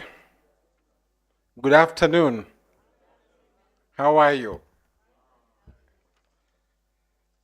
Now, our session is on implementing and monitoring election observation recommendations. And as you can see from the agenda, it's going to be a very interesting conversation, and it flows very swiftly from what we've just heard, particularly from Mariama, who has made a very critical point on follow-up mechanisms on election recommendations arising from our observation. Now, without wasting much time, I would like us to first, I don't know if you know that there's a country that today is celebrating its new year. I would like us to join our Ethiopian brothers and sisters in this room represented by Masood to wish Ethiopia Happy New Year 2017.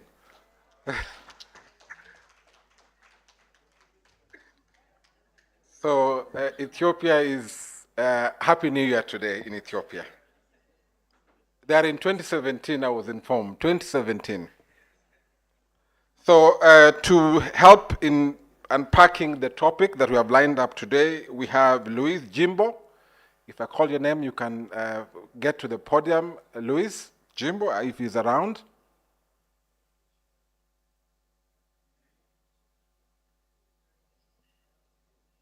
All right, as we look for him, we move to Anne Katurima.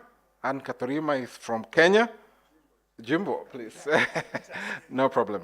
So Jimbo is the executive director at Angolan Institute for Electoral System and Democracy, and also the national coordinator at the Angolan Electoral Observatory. He's a seasoned expert in elections and democracy, and has worked extensively in advancing electoral democracy in the continent. Welcome, Jimbo, to the podium. Let's clap for him. Anne Katurima, who is our next expert in the panel, has over 20 years of experience in elections and democracy.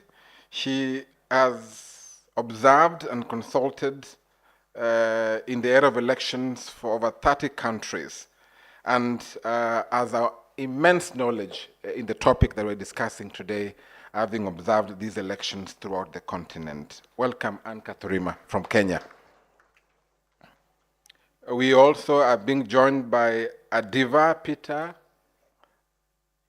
Adivo Peter Abesi, I hope the G is silent, I'm not so sure. He's a team lead at the African Elections Project, Bunjus Pites in Ghana. He has experience in electoral technology and governance and leads the African Elections Project, where he has been instrumental in driving innovative solutions to address electoral challenges. Welcome, Peter, to the podium. Let's clap for the team.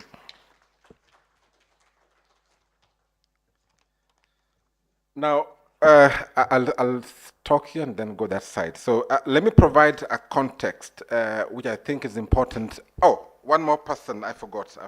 Sorry. we have the last member of the panel is Abdiaziz Abdirahman Yusuf. Abdiaziz is the CEO and founder of Basham Research Consultancy. This man has over 20 years experience in elections, governance, and democracy, and he has a lot of wisdom to share with us, the panel. Welcome, Abdiaziz.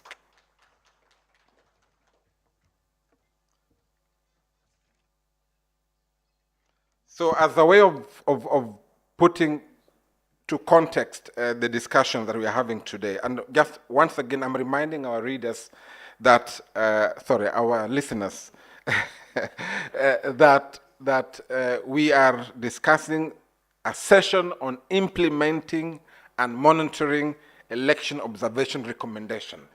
So at the back of your mind, within the context of electoral integrity. So I want us to connect even mentally election observation report in terms of the implementation vis-a-vis electoral integrity. And I'd like to make 3 points.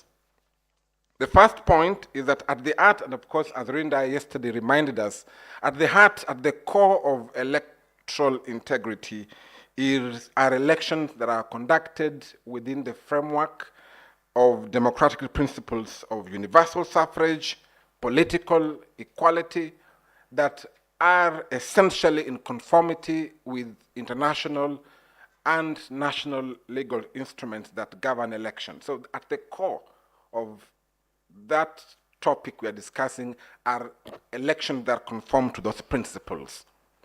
The second point I would like to make, and I want us to connect them, the second point is that at the core of election observation, are the reports that we produce, but more specifically are the recommendations that we produce. These recommendations are geared towards not only picking the problems or the gaps that we saw, but also recommending, proposing practical ways in which we can improve our elections based on the gaps that we have noted. And therefore, this brings up a very important thing called follow-up. Follow-up. And Miriam has observed in the last session that in every election cycle, we observers, we tend to repeat same observations, same recommendations. And some of you who have been able to see some of our reports, like the ELOG report, that is the Election Observation Report of 2022. If you see at our report, we identified a section on what we call the the things, Mula, I'm forgetting the title we used for it, but the things that we ELOG as observed consistently and recommended, recurring issues. So at the heart of that is the follow-up, which then brings us to the topic of the discussion today. So I would like, therefore, move directly to the point that we are discussing today and address ourselves with this team that is before us, and of course, address ourselves, and I would like to begin by inviting Anne Kathurima, within the overall context of our election observation work. What would you think is the fundamental challenge, if there is any, in terms of follow-up on election recommendations? And of course, and you have about a minute or so to comment on that, and then we move to the next speaker. Thank you, Marcus. Maybe from where I sit or where I come from, the biggest challenge that we have seen in the follow-up mechanism, especially for the recommendations, is whereby us as election observers, we come, observe the process, go back, do a very nice report, but for whom? Where does that report go after that? I have seen in jurisdictions like the European Union, what they do, they come back, sit with the electoral stakeholders from the Electoral Commission to the domestic observers and other stakeholders, and they present the report together with a follow-up mechanism. Sadly, Ellen is here. I can ask her, when does the African Union come back to present the report back to the stakeholders? Yesterday, we saw the gentleman from the EC Uganda giving us an opportunity to go and visit the Electoral Commission of Uganda, for example. And I might ask Henry, if we are going there either today or tomorrow, do you have any report taking to the Electoral Commission, for example? So for me, where I sit, the biggest problem is the follow-up mechanism in terms of when we write these good, nice reports, who do we write them for? They only go to the archives until the next election cycle, then we come and draw it back and look at the recommendations. Thank you very much, Bassam. Abdi, what is your opinion on the same issue? Okay.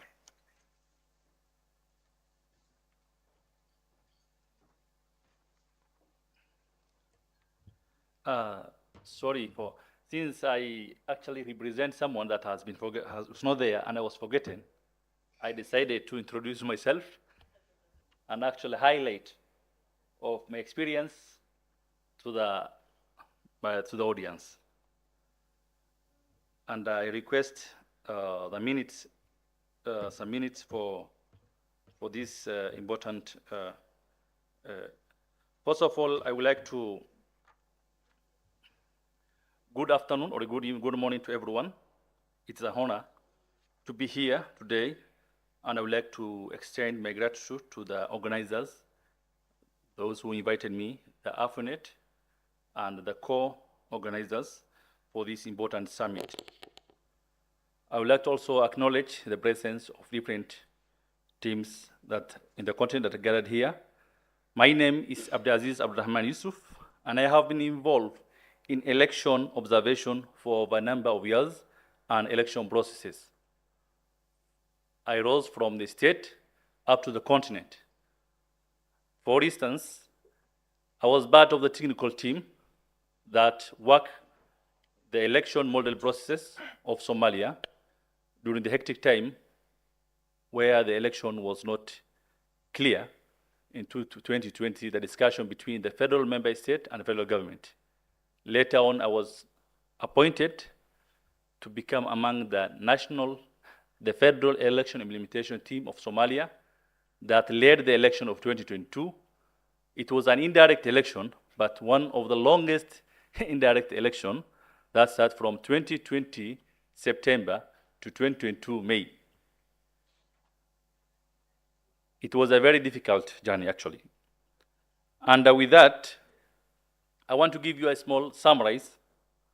Somalia that have undergone, after the collapse, Somalia have undergone 3 processes: reconciliation and dialogue processes from 1991 to 1999, governance framework for power sharing and systems establishment, initiation of democracy and state building effort 2022-2021.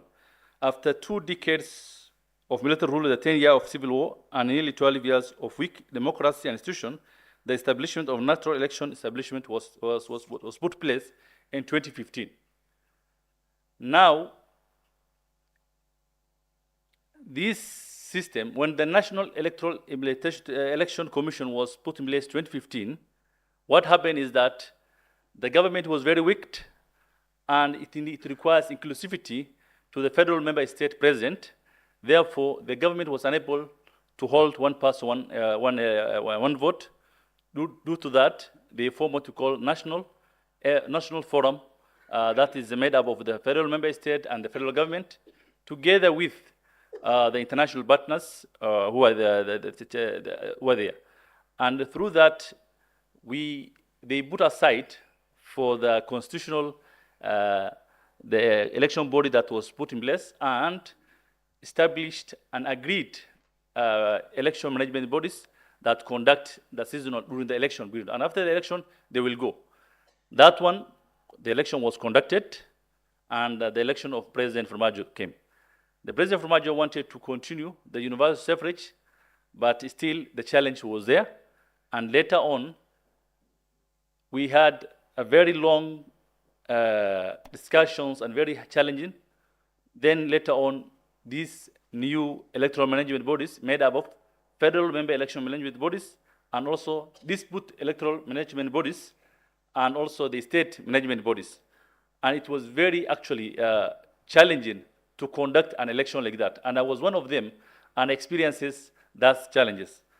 Apart from that, I was part of the African election observers team that were taken to Gambia parliament elections through AU, and later on also a part of the team that observed the election of Nigeria, and part of the election management bodies in IGAD that recently, I attend different election management bodies in IGAD. Now, we have seen that Somalia have experienced 5 elections since 2021, since 2000. Regardless with these challenges, we were able to hold an election, and president comes, another president leaves. That's why every president that prepared these elections, after the elections, those who voted, they voted against him, and now that's the kind of democracy we are experiencing, that the one person is not sitting at the table. And every step and every elections, there is an improvement that we are learning from. And now, 2023, 15 May, President Hassan Sheikh Mahmoud, together with the National Consultative Council, have spearheaded the universal suffrage of one person, one vote election will take place in 2026. And 4 chapters of the Constitution have already passed by the Parliament. Through that, to summarize, we have discovered that there are challenges and there is a break between the society, the government, and the people.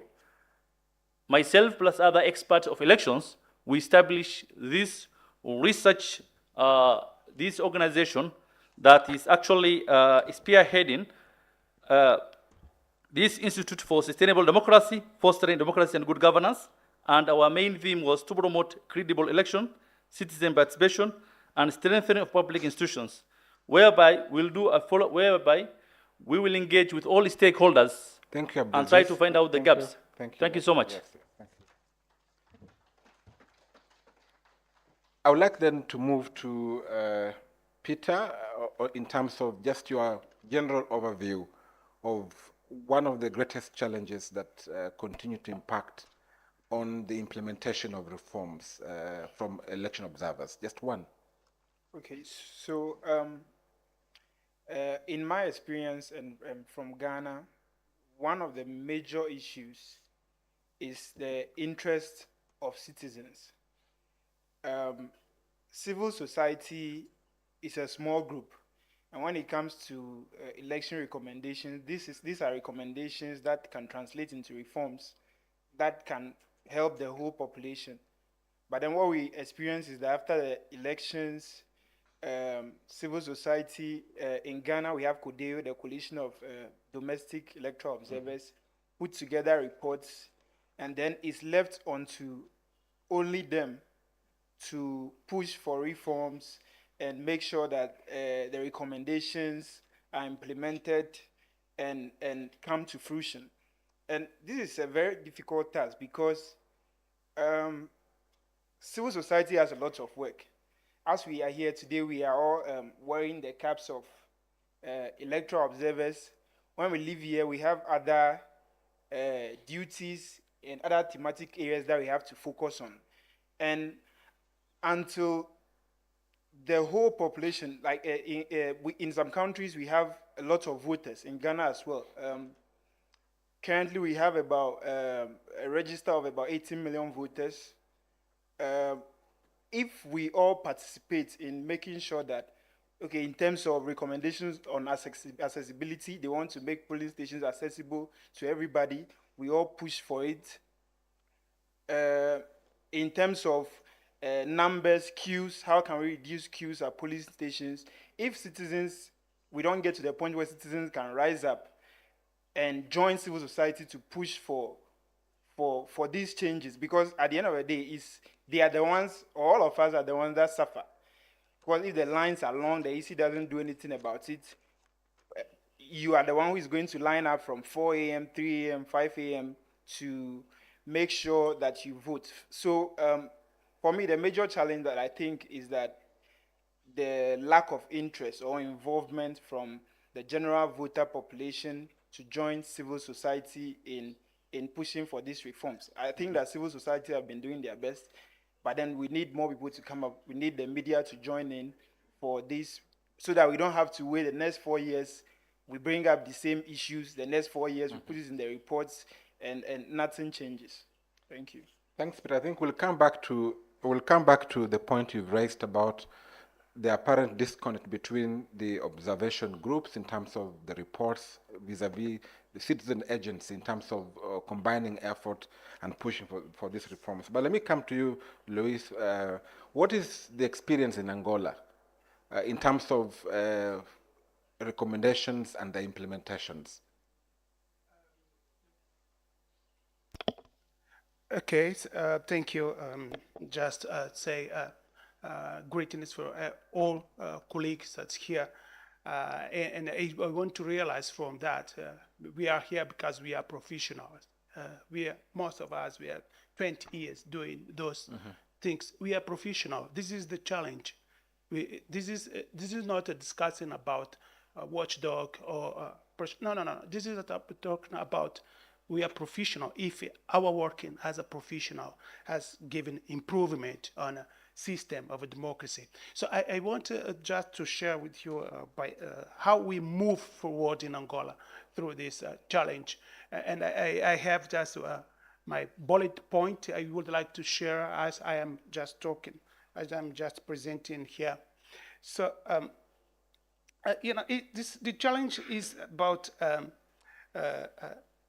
how the strategy to how we has during election we are observer, after election what we are.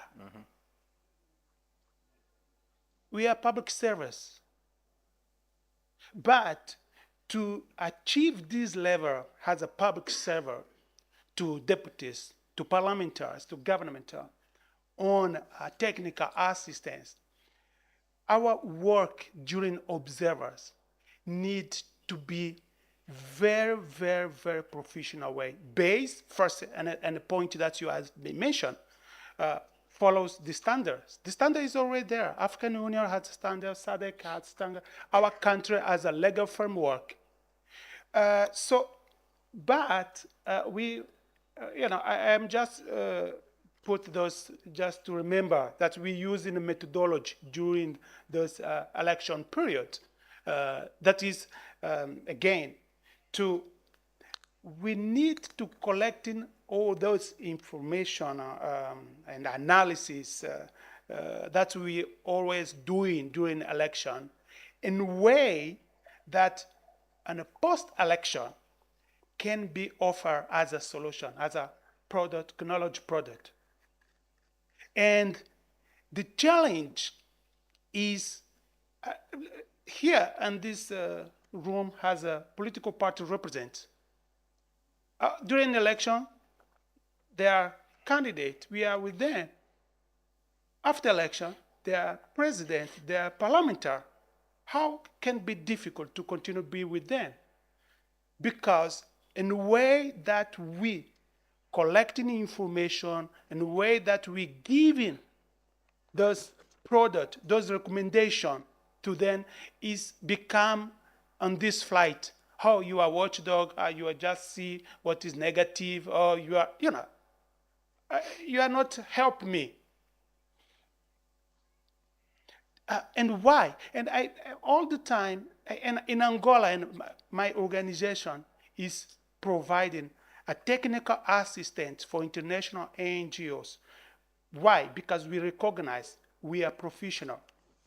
When one NGO like UNDP is implementing a technical assistance in our governmental first need to dialogue with our framework.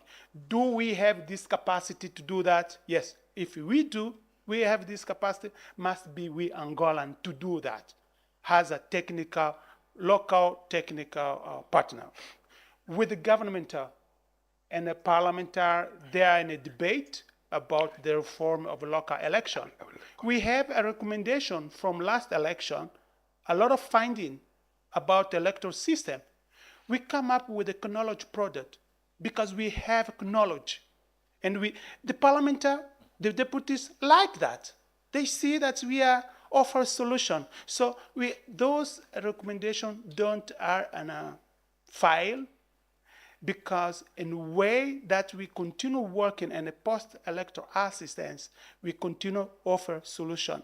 And this, I'm happy with this ahead project, because it is opportunity to engage in a regional and a continental engagement, the things that I see my country's state, I need to advocate then to say, hey, looking at Ghana, looking at Zambia, we have this commitment on a continental ahead project.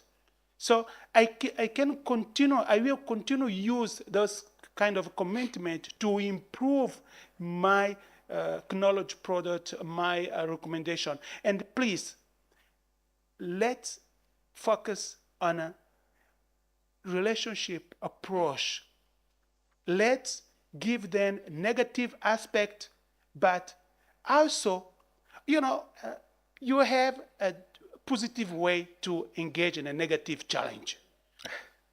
It's just to realize this must be done and find a solution based with Ghana experience. They do this, and we have a partner, Ghana's civil society, who can be paid to do this as a technical assistance. So we need to look in ourselves as a professional, and we need to move forward on that. Even that, we will continue just be guys that during election want to disturb or want to take a particize and waiting for money during election. No, come on.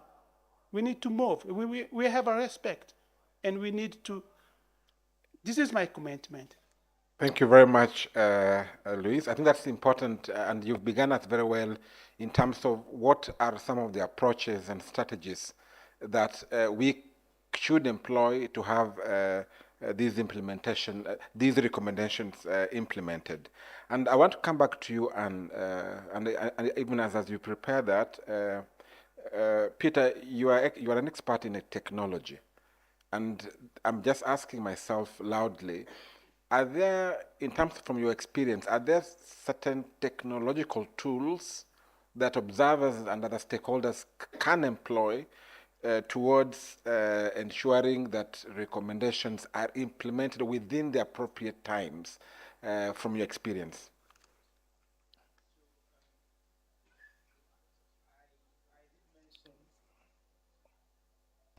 Yeah. Okay, I mentioned in the beginning that one challenge or major challenge that we face in Ghana is the collaboration of citizens as a whole, even though that's not the only challenge. But then that's one of the major ones. Now, thinking from a citizen's perspective, it can also be that we prepared the report, it's 100 and something pages. They don't know what is in the report, because during the election season, the observers have a lot of work. They do some media briefings and all that. But then after the election is over, the international observers are gone, results have been declared. Nobody is really interested in what are in these reports. Even if Kudeo is to organize a press conference and disseminate findings and recommendations, most citizens wouldn't care because after all, the election has been declared. We know who is the winner. We know who has lost. Even if there are instances of violence, we are forgotten. So what can we do? It means that we need to let citizens have the evidence. And to make this evidence accessible or visible, available, we can use technology to make this evidence that we gather, which is in our reports, accessible to citizens. Because as citizens, like these days, social media, because social media, we don't have time to be, nobody wants to read a lot of documents. So one thing that we can do from a tech point of view is that we can digitize recommendations from these election reports. We can build online dashboards or an online tracker where we can have recommendations that we've outlined from elections. We can even go back as far back as, so for instance, in Ghana, we resumed multi-party democracy in 1992. We can digitize recommendations that Kodil have been doing since then. And then we can make it in a way that people can easily see, okay, so in 1996 or in 2000, Kodeo gave 10 recommendations. Out of those 10, this is what the EMB or the Electoral Commission of Ghana has been able to implement. Security agencies, what recommendations were given for security agencies? They gave 5. How many of them have been done? The ones that are partially implemented, what exactly has been done? Currently, when you go to the Electoral Commission of Ghana's website, they have a list of recommendations or electoral reforms that have been implemented. Some they say are partially implemented. So they just say partially implemented and then they list them. As to what is that partially implemented, what it means, what has been done there, we do not know. So digitizing this kind of information can provide a necessary evidence, a very interactive interface where you go, you click on the recommendation, you can see whether it's been done, nothing has been done about it, what has been done, what is left to do, and all that. This can even be scaled up from, so let's say this, I'm talking in respect of Ghana. It can be scaled up to other African countries. For example, we have AfioNet here. If they are interested, we can change this thing into some form of an index where every country's elections, we can put recommendations that are made, what has been done out of them and all that. And then at the end of the day, through this technology, we can rank which election management bodies are implementing reforms, what reforms are being done. And one thing I've seen about state institutions is that they don't like to be embarrassed. If this information is available online, everybody has access to it. At the end of the year, AfioNet releases an index that Ghana Electoral Commission, they got 0 in terms of the implementing of reforms. They are going to make changes, or they say Cape Verde got last, Comoros was first. It will bring up competition. Everybody wants to be ranked higher in the next phase. Even if you have stubborn EMBs or management of EMBs who don't care, certainly they are going to go. Someone is going to come and say, hey, I'm now the one in charge. I've seen the rankings that AfioNet has been doing in terms of implementing of reforms, and I don't like the fact that we keep on performing poorly. So let's put in some changes. So I think this is one way we can use technology to, we have to digitize the evidence or the recommendations, the evidence that we gather in these reports, and make it visible, make it accessible. People need to have access to it so that this can even help the advocacy. Because if you don't know, then you don't care about it or you can't do anything. But then if you know, then you can also help the cause and push for reforms. Thank you very much. I think that's very clear and it makes sense to most of our listeners. And you, when you were speaking earlier, I saw you singled out Henry and singled out a number of participants here about the role of reports. But again, coming back to the question you asked earlier and focusing on what are some of the practical, actionable, measurable strategies that regional and international observer bodies can play in terms of holding countries accountable. I've seen Peter talking about having in place a recommendation matrix in terms of then that would be published. But from you've worked locally and internationally, what are some of those strategies you think can be employed by these bodies to hold countries accountable towards implementing these recommendations?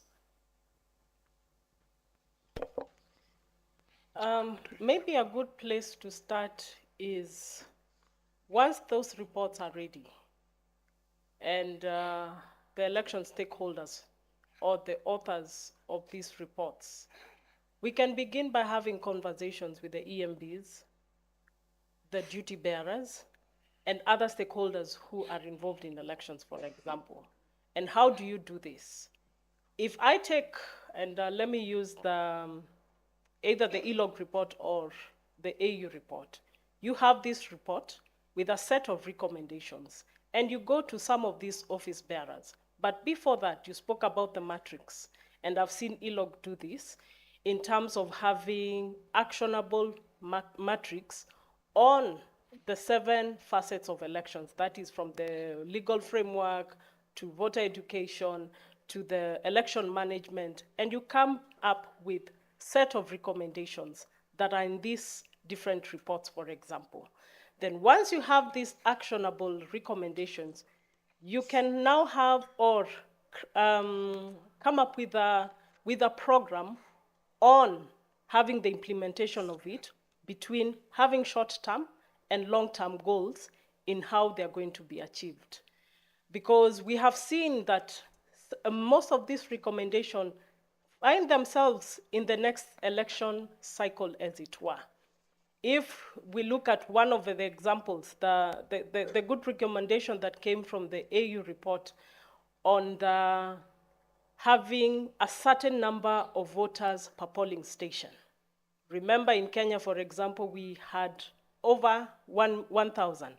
But when the AU report wrote and said that let us have a minimum of 500 voters per polling station, that was actionable, for example. And the EMB in Kenya, for example, was able to take it, and I know South Africa did it in May, and other jurisdictions. Come to another set of recommendations in terms of the legal framework. And I remember for a long time we keep on saying that we should not change laws very close to an election. And we have looked for that guideline only to find that it is somewhere in the ECOWAS documents, that the election law should not be changed 2 years into an election, for example, but 6 months into an election. But what have we seen? As early as the elections is tomorrow and we have a law that has been changed. Look at Kenya 2022. You print ballot papers, they're on their way coming to the country, and what happens to the ballot paper? The court says that you need to include this other gentleman on the ballot paper. What do you do? So now, if we have some of these things institutionalized in terms of our documentation, in terms of our policies, then it's something that we can action and move forward with. Okay. Thank you very much. And I would like to come to you, Abdiaziz, and I want you to focus on a specific area. And the area I would like to talk on the role of the EMB, the Elections Management Body, in terms of, while we know that the EMB is not a legislative structure or a body, but what are some of the critical strategies they can adopt to ensure that some of the recommendations that they also even have in terms of most EMBs, at least in Kenya, for example, they undertake an audit after the election in terms of how the elections went and the recommendations that they make. What would an EMB that is seriously in favor of a good practice adopt in terms of strategies?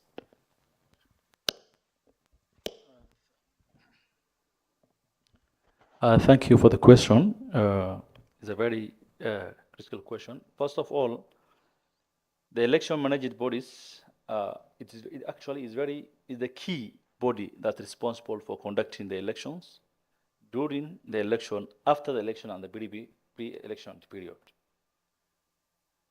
In every time that election takes place, the election observers in different election management teams or AU, international organizations, they came and they prepare recommendations, but those recommendations are not actually followed. But according to your question, what is required from the EMB mostly is actually to take note mechanisms, to come up with mechanisms and accountability and transparency, and also take up the recommendations that have been given by the observers during the elections. But going back to Somalia, there is a challenge in Africa whereby every leader who comes changes the election management bodies.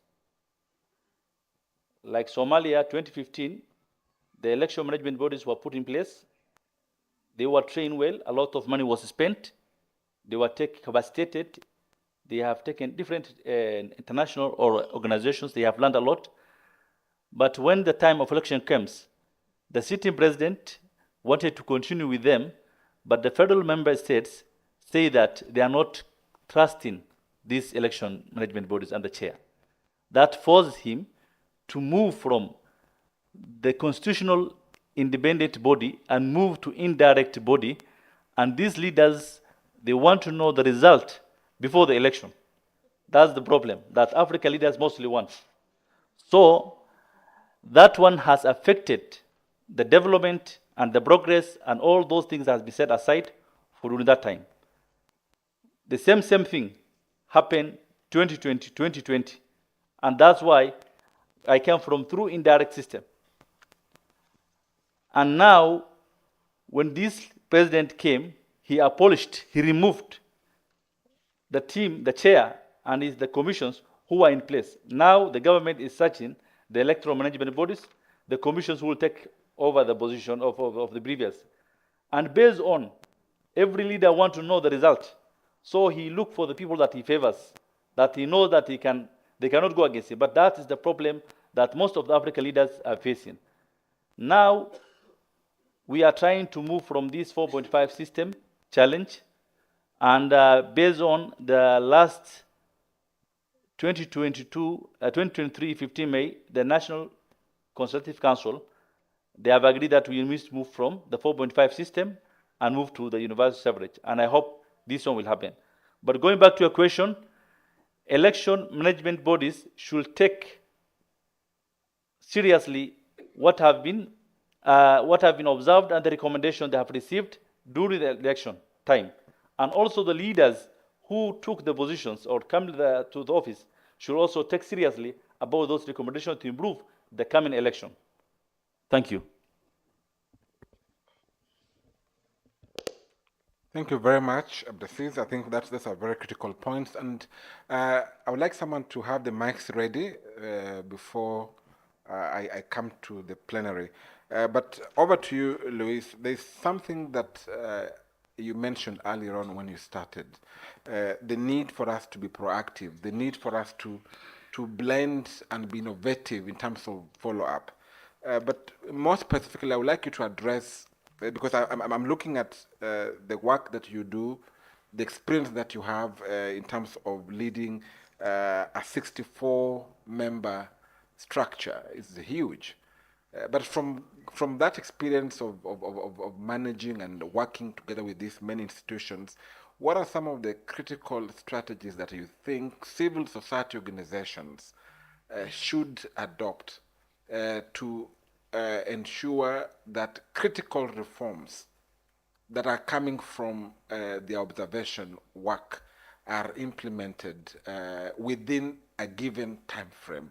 If you say it is 2 years before an election, 6 months before an election, what would you then advise this team that we need to consider? Over to you. Yes. First of all, because we are working as a network, first we need to recognize each of us has a very unique capacity And you know that we're working in an election. We have we are talking about financials. We are talking about legal. We are talking about media. We are talking is on this structure of network collaboration in our country. We need to bring all. We need to recognize first that you are here and members of this networking because you have knowledge, experience, and expertise in this particular area. So then, because if you don't do that, conflict of interest will be there, and political part and electoral management by EMB will take the advantage of this internal conflict to reject, to not accept your work example, or to not accreditate you. And secondly, we need to, the challenge is to using the methodology, because those methodology on our observer that we are using is so different, but they are just to find, gathering information, doing analysis. We know some of them, electoral situation room, PVT, we know, but we need to do that as a professionals. So in a way that each of one an organization can have own responsibility and feel proud on a final solution. When we are in a post-election, it's the same. When we are talking about technical assistance to improve one specific aspect, on an example, and has been mentioned regarding on a civic education that has been cover a specific area because of the language example. So we need to engage our solution, offer a solution as a church. One of our members is church. Okay, you church as an all village. How you can take a responsibility on that collaborative with electoral body, with the media. So we're gonna see we are heavy working in all cycle of the election, and the last one is not to working. When we begin is with the support with an international NGO like NDI, or the strategy was a networking that all organization, NGO come up creating a legalized networking. And the conflict was that now this body of the networking is, talking for hours, everybody, and getting the fund, the money, and all members of NGOs doesn't have a role, doesn't have lost their proud to be part of that. We change that. We come up more with us as a platform, as a we are a network, but with the political party they call collegation, or it look like that. We are a network. I am a national coordinator of these NGOs, but each NGOs has own responsibility in a very specific time during the election and a very specific territorial. So my responsibility is to provide methodology for all country in a very specific area, capacity building for them who need that. Is that to coordinate communication and exchange capacity building. So on this, we become stronger, and everybody has a space to continue working, and not working all when it's election, because I'm median NGO. All the time we are facing kind of media. So, the strategy must be looking as we are permanent service public and professional on that. Thank you very much for those insights. So I would like then to turn to the plenary, and I would like to adopt the earlier president said. So we begin with the ladies. Begin with the ladies so that, Abel, you can have, so we'll have, and if you have a question directed to any of the members, you mentioned the name, or if it's a general question, then I can assign any of the members of the panel to take. Over to you. Thank you, moderator.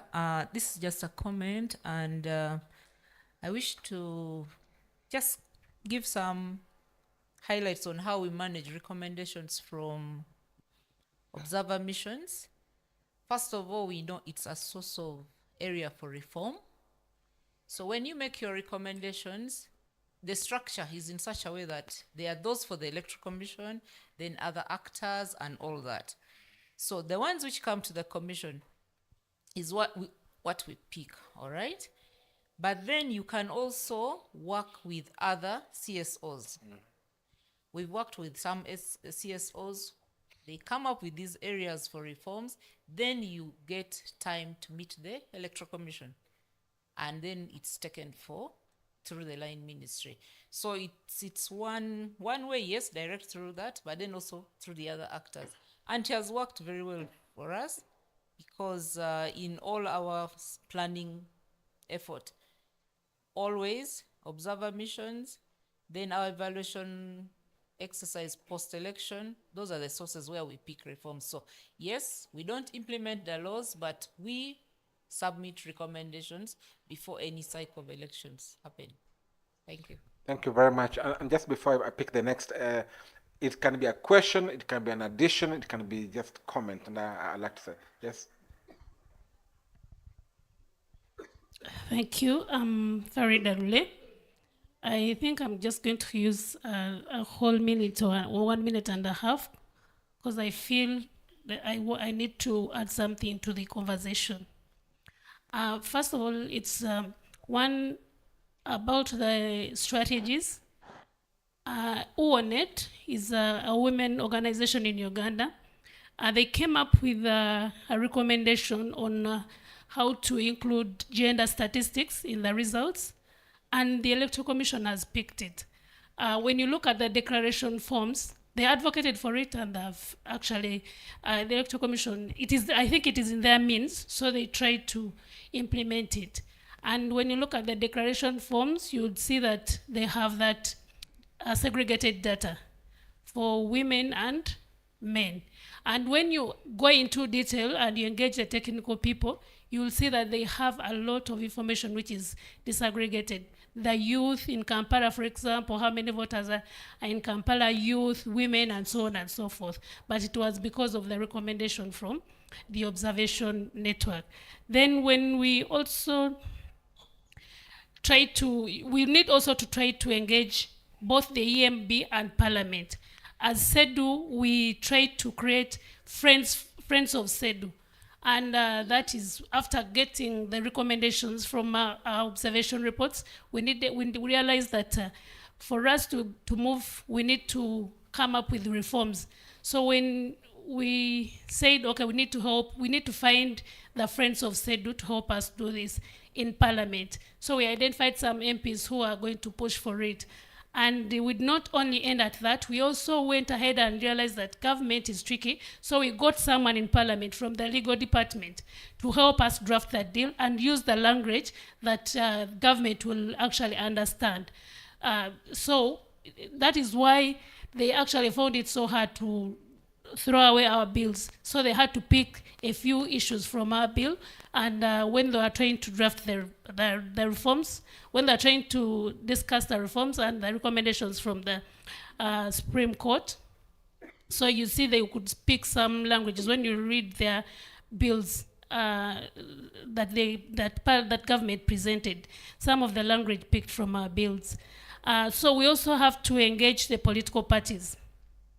Yes, the political parties are key, but you find that when you're trying to advocate, they also have their own agenda, but you need to bring them on board. For example, when we're advocating for electoral reforms and we're moving across the country, you would see that when you go to For example, I joined their team and I was part of their PR, helping them. But in their meetings, you'd see that they would drive away from the electoral reforms. Yet they agree with you that yes, we need electoral reforms. But when they get a platform, they will start Museveni again, and then you want to die. I know these guys, we have agreed, like, let's move.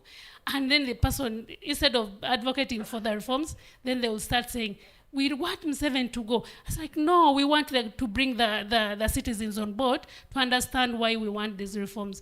But it's really a hard task, but you really need to bring them on board. Then exclusivity, we realized when we wrote our recommendations that most of the voter turn-up was a bit actually reducing or decreasing. So I said, when I was observing elections in 2021, I said, how do we improve this process? So we are just making a recommendation, but what step are you taking to make sure that really you can help the EMB to improve? So I decided to go to polling centers, registration centers where they're updating the register. And I realized that the citizens, most of them cannot read. And the form that is being provided for you to actually fill, most of them are illiterate, they can't read, they don't even understand, they need support. And Electoral Commission cannot provide that human resource. They have a limited resource, like 2 or 3 people at the registration center. So maybe as we recommend, we need to put into consideration what role can we also play as election observers in improving the process. Thank you so much. Thank you very much. The last lady, then we move to the gents. And if you could make your comments as brief as you can because of time. Okay, thank you. My name is Eni Chikwana. I'm Zimbabwean, but I work in South Africa. My question has to do with the whole issue of the mechanisms. I sort of felt the panelists were struggling to answer, and identify, point out the exact mechanisms they have utilized. And I think that's because the whole issue of coming up with mechanisms is tied to the way they advocate, for these changes, for the implementation of these recommendations. Like you said, there's a whole pile of recommendations going back in history, and there has not been enough or adequate documentation, at the country level, sort of track this. And that's something civil society has capacity to do. And because there are many partners at that level, then they can break up the elements and assign each to take over one task, of the electoral process and follow it through. Secondly, my point here is that the whole issue of mechanisms that you come up with is tied to the advocacy strategies that you employ.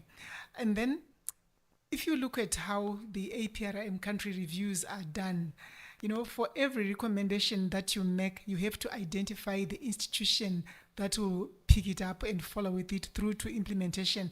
And if possible, you have to identify, the source of the resources.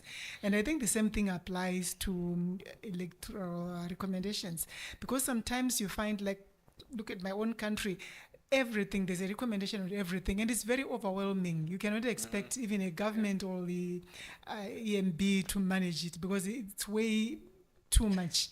And I think there has to be some methodical way of dealing with that and partitioning it, so that the civil society group that runs with a specific issue, they then actually play the full role of policy articulation on that issue for reforms, and not just leave it to them to sort of comprehend what was meant and move on with the recommendations.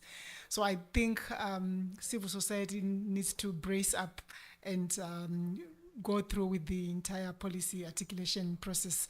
And like somebody mentioned, identifying champions who can advocate for change within the systems and people who can push for change.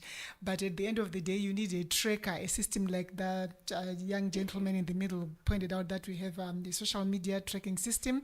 That may be too complicated where you don't have good Wi-Fi connectivity, but there should be some way, some understanding among civil society groups within a country to come up with ways of tracking these recommendations. Thank you. Thank you very much. Now we move to the gents, Abel. Oh, their hands are all over. So it's all right. So we start from behind as we move in front. Thank you so much. My name is Taona. I think first of all, I start by acknowledging the role played by civil society in providing oversight to electoral processes, thereby also to a large extent guaranteeing integrity of electoral processes. But my question maybe to the panel is, looking at the models that we are employing currently for observing elections,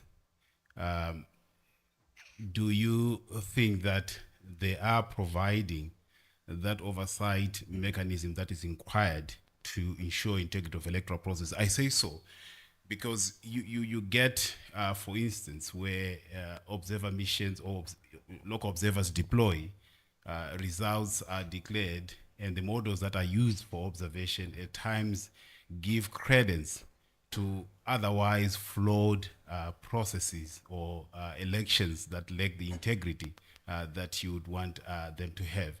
So to a large extent, how do we ensure that our models of observation do not give credence to flawed elections?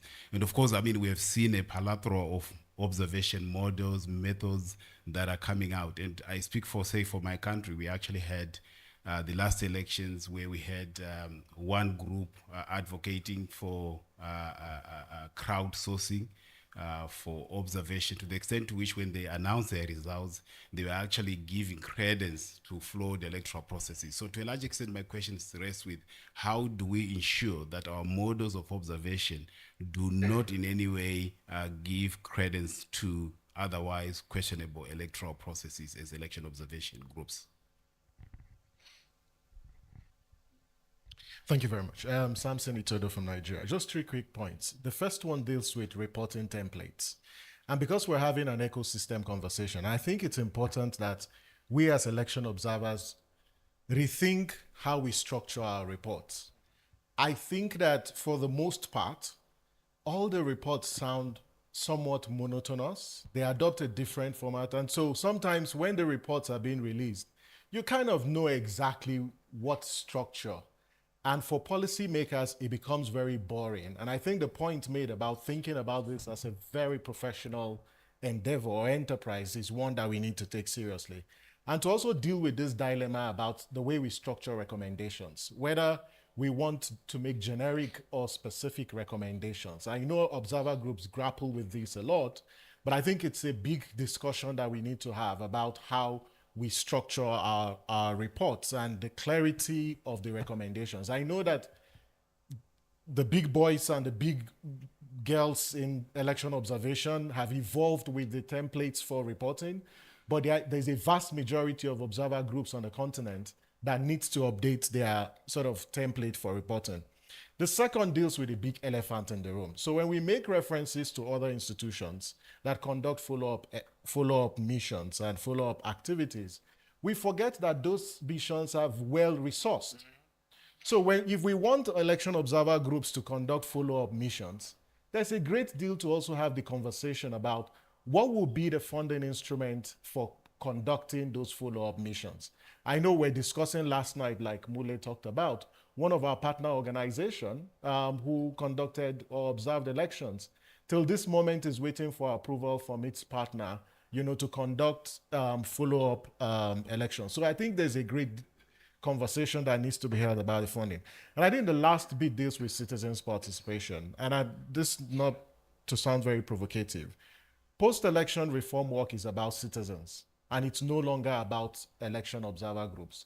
I think the more we conceive this as a technical enterprise, we disengage from engaging citizens who have a role, in this reform advocacy. So we think about follow-up. It's a question of how are we empowering citizens to continue the advocacy and demand for reforms that is not necessarily putting a lot of burden on organizations. And tied to that is this dilemma that we face.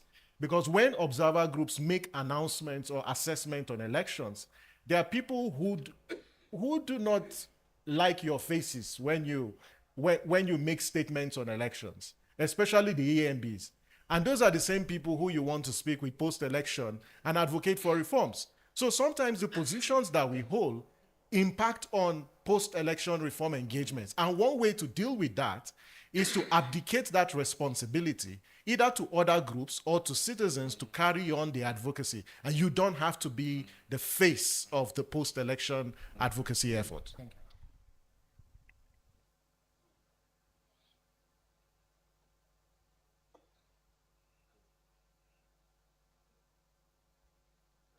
We will ensure everyone speaks, so only to the extent that lunch will delay, but I can see everyone speaks. So can you make it very brief and so that we give everyone an opportunity? Yes. Sure. My name is Xavier Joy. I am Ugandan, working with an organization called Action Aid. This question goes to Luis. Perhaps other panelists can take it up. You made a number of references to observation being professional. I want to add my voice to the colleague who spoke before me. So professionalism, capacity building, strengthening observation, working within frameworks is really important to ensure that we are able to, as observers, act independently and ensure that there is objectivity in the patterns that we're observing throughout the election cycle. However, as you know, that election observation too has limits. I think it may be a time when we need to concede that everything is not about election observation and that there are limits within what an election observation can achieve in an electoral process. And many times, I think we oversell the role of observation. I think that it is important to acknowledge that at a certain stage, we cannot hold out and say that this is that's something that we can fully attribute to election. Why do I say that? You know, the processes of accreditation of observers and many of the observation missions are sent by for intergovernmental bodies, SADC, EAC, the African Union. These are really member clubs, and you can already tell that that observation many times is actually on invitation of the host country that is conducting elections, and it's in their interest to see that they manage behind the scenes, in front of camera and so on, what is going to come out of that report, let alone commit to the implementation of that process. I think that considering that that is the case, the question would be, who can hold the state that organizes elections accountable?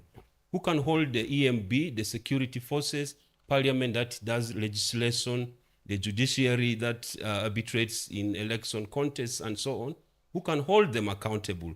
Can election observers led by civil society organizations, led by interstate organizations, hold them accountable? I think it is important that not just when we are implementing recommendations, but also consider in observation the role of citizens, placing them at the forefront. An American politician once said that elections are about citizens. It is their decision. If they choose to turn their backs on the fire, they will burn their behinds, and they'll just have to sit on their blisters. Thank you. All right, before we give the next, just have your hands up. Before we give, I just want to, it is now 1:30. It was the time we were supposed to break for lunch. So I would like to seek your indulgence, the moderators, if we can extend by 10 minutes. So the 10 minutes would then accord the plenary 5 minutes, and let me finish. The members of the team here 5 minutes, and another 5 minutes for the team here to wrap up. Is that okay for everyone? That means now our lunch is reduced by 10 minutes. Are you okay with that? Yes. Yes.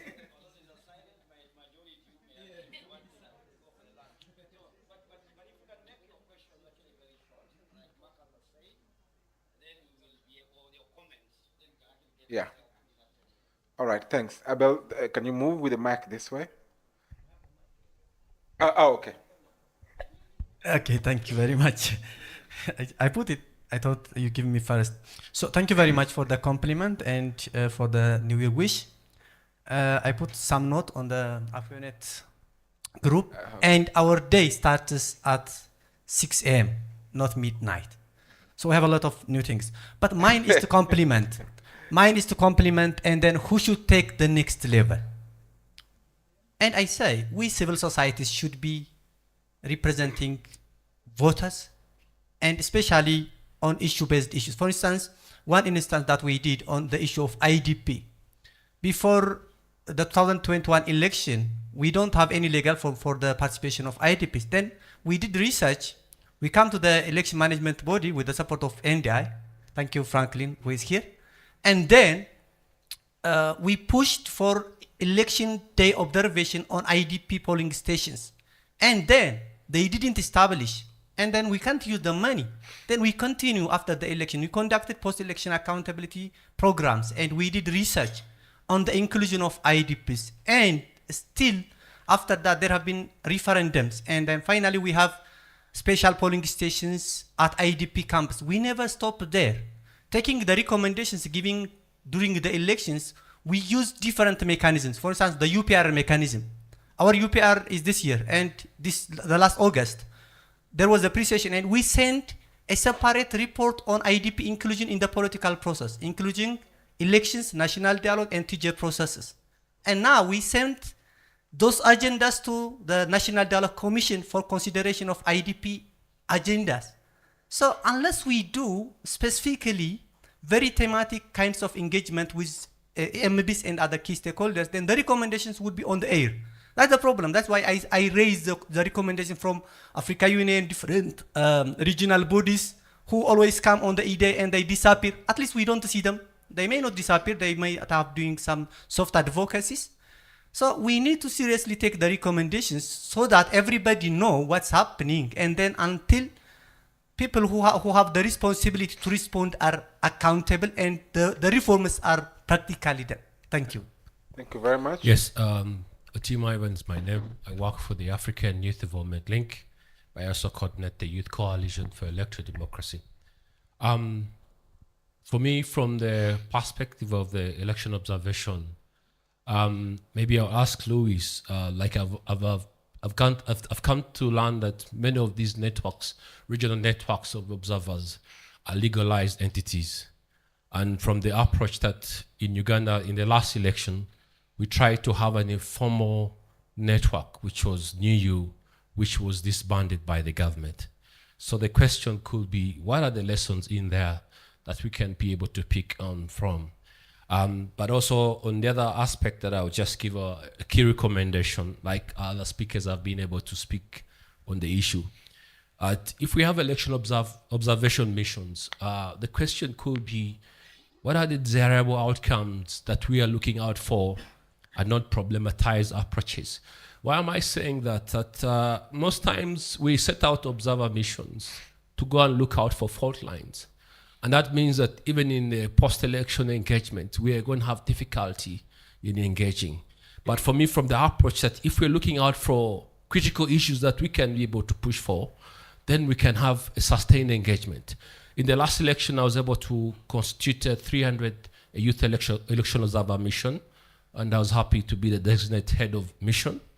And in that aspect, one of the things that I put the mission to go out to do is that, one, we're going to look out for voter turnout. We're also going to look out for voter invalidity. We're also going to look out for election inclusivity and also youth participation. For me, those were the main 4 parameters that I told my observer mission to look out for.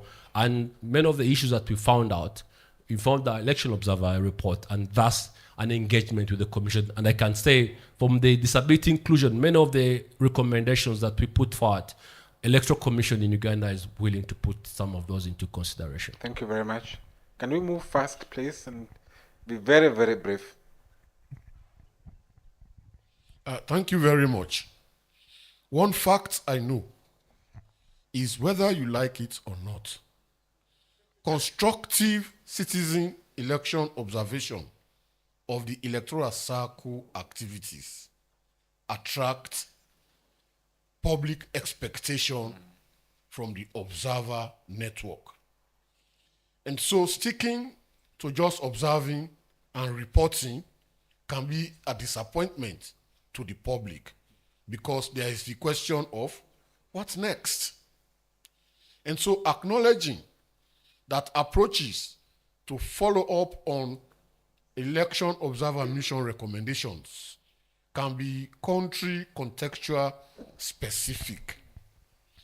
What are some of the cut-across steps that citizen election observations can take to ensure that they follow up on election observation mission recommendations for them to be actionable so that the subsequent election will not reflect the same gaps as the previous election that was observed? My name is Benson Ekiochen. I work with the Public Affairs Center, Uganda. I think mine is an addition. There has been a talk about how do we bring citizens on board? How can we have the voices of citizens to bear on these observation reports and post-election actions? Uganda National NGO Forum, I'm happy Chris is here, came up with an interesting and a beautiful, to me, a beautiful innovation, what we call the citizen election audits, which we conducted across the country. In my own sub-region, we reached out to over 72 villages, picked up their voices, synchronized a regional citizen election audit report, which presented to the regional leaders, including Electoral Commission.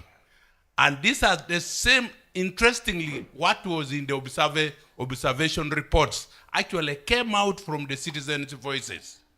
And it was so strong that when EC organized regional election evaluation meetings in our region, I was invited actually to present the regional citizen election audit report with very powerful recommendations and observations and voices from a citizen. So I think, in my opinion, if we are bringing this out, we need to see how we factor in the citizen voices. And I see this coming up every day, that election is about citizens. Thank you.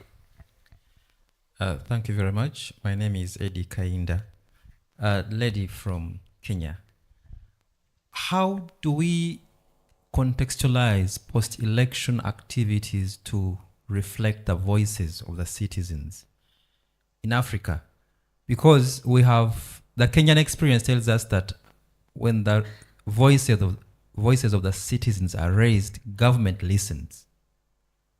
And I can assure you, government of Kenya has listened, and the rest of the governments in Africa must listen. Secondly, how do we make sure that the observation recommendations are viable in the context of politics, economics, and the social structures of these democracies that are emerging or developing? Because we are looking at some of these observation recommendations not contextually viable in these democracies. Thank you. All right. Thank you very much. I'm Robert Kakuru from KIK Corruption out of Uganda, so I'm a Ugandan. I've just been wondering, Mr. Moderator, and my question goes to the honorable lady on the panel. My question is, yes, we have been going through identifying, routing of election observers and having all that network, but towards elections. So if you come to different countries like where I am here, the way we come up with the structure of election observers, is it really sustainable for us to maintain these discussions that reflect on these recommendations that we have?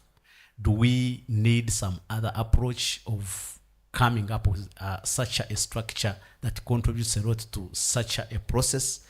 And also, if we come to ourselves internally here as CSOs or even other, before we shift to the other side of the regulators, if we are doing our own elections internally, how do we observe them? How do we come up with our own leaders? Because we see some people manipulate our own internal governance structures that come up. And these are the people who are, our colleagues at times cross over to government. Don't you think what we practice here is what is shifted to the government? And how do we mitigate such? Thank you very much.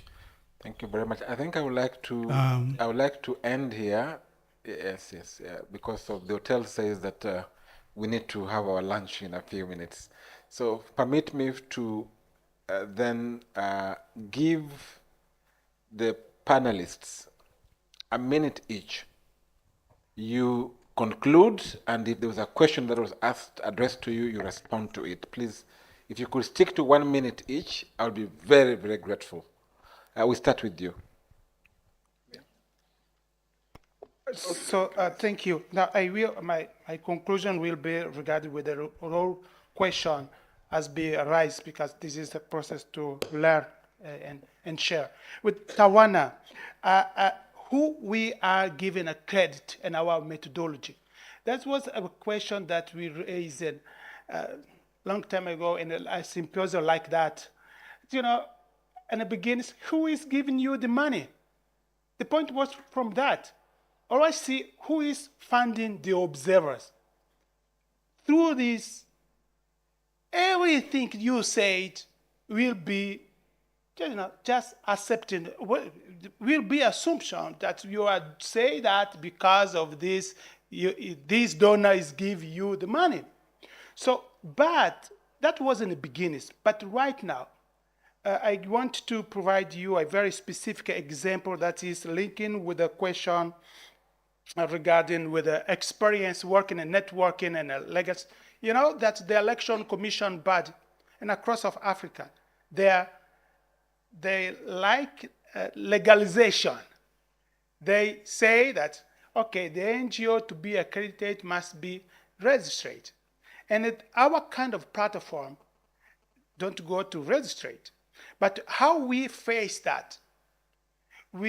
To be a member, your organization must be registered. And no one go alone in an electoral commission body to requesting the accreditation. All we go together. And we force the electoral commission to accept us because he was refusing us. Say, no, you are not legal. We bring all paper legally of our 63 NGO.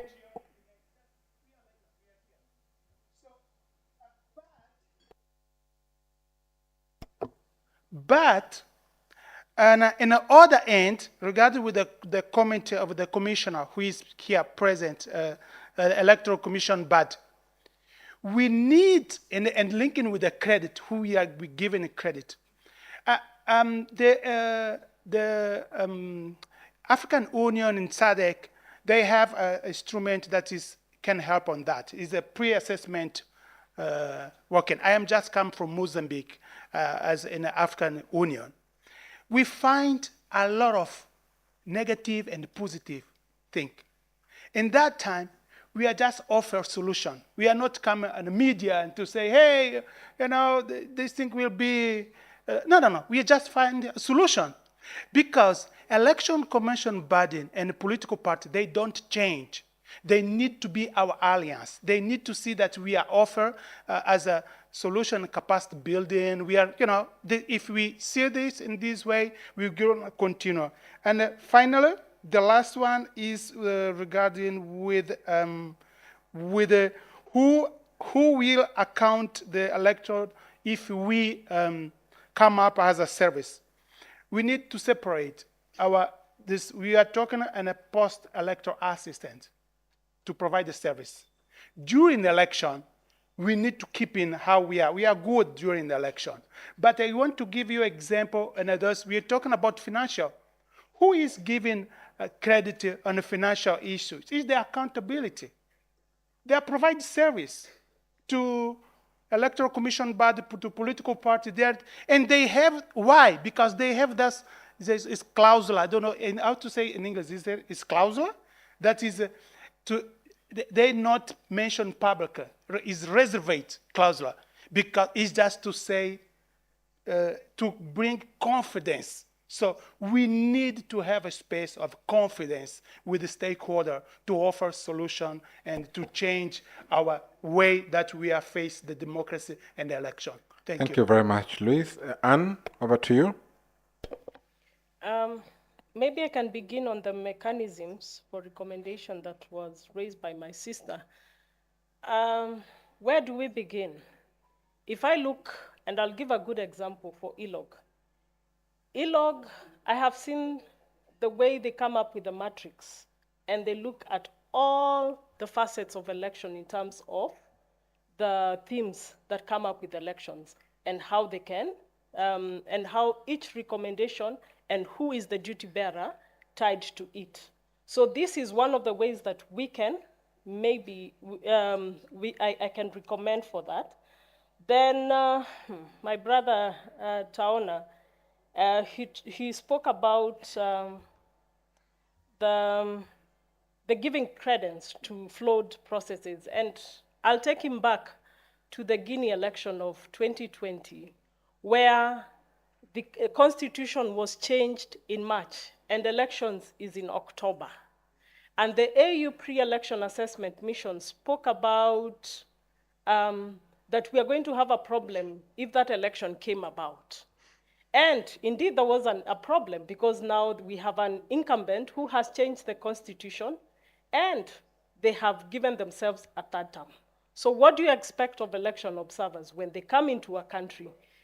They raise these issues, they go back, and not long after that, the country, what do we call it? There was now the coup that came about after that. So is it the law that was the problem? Is it the incumbent that was the problem? Or was it the report? My brother Samson talks about how do we structure our reports? Maybe should we go back to our checklist? Maybe that's where it begins. How do we structure our checklist? Because our checklist is what mirrors what comes from the final report. So if we can synchronize our checklist, I believe, then our report can speak about it. Then you spoke about the funding of follow-up missions. And this is where collaboration comes in. Can we identify a partner who can work with us once we are gone? Domestic observers, and we keep on saying the next phase of election observation is funding of domestic observers. So if we have partners within the domestic observation platform who are going to follow up these mechanisms, then we can look for means and ways on how they can be funded so that they can be able to cover the whole election cycle, as it were. Then my two brothers from Uganda, you spoke about the recommendations and the social economic, and this one I will tie it also with the structure of election observation. Maybe, can we find homegrown solutions on how we get observers coming on our platforms, for example?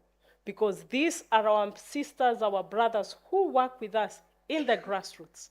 We are not going to have someone from the moon to come and observe our national elections, for example. But how can we work and complement the work of our domestic observers? So for me, can we find homegrown solutions? Thank you very much, Anne, for those remarks. Then I move to you, Peter. Okay, since the previous speakers have already touched on most of the issues, I would just like to touch on what my elder brother from YAG Africa mentioned about observers removing their faces from the advocacy and the push for reforms after elections because of the enemies that they create during the observation process.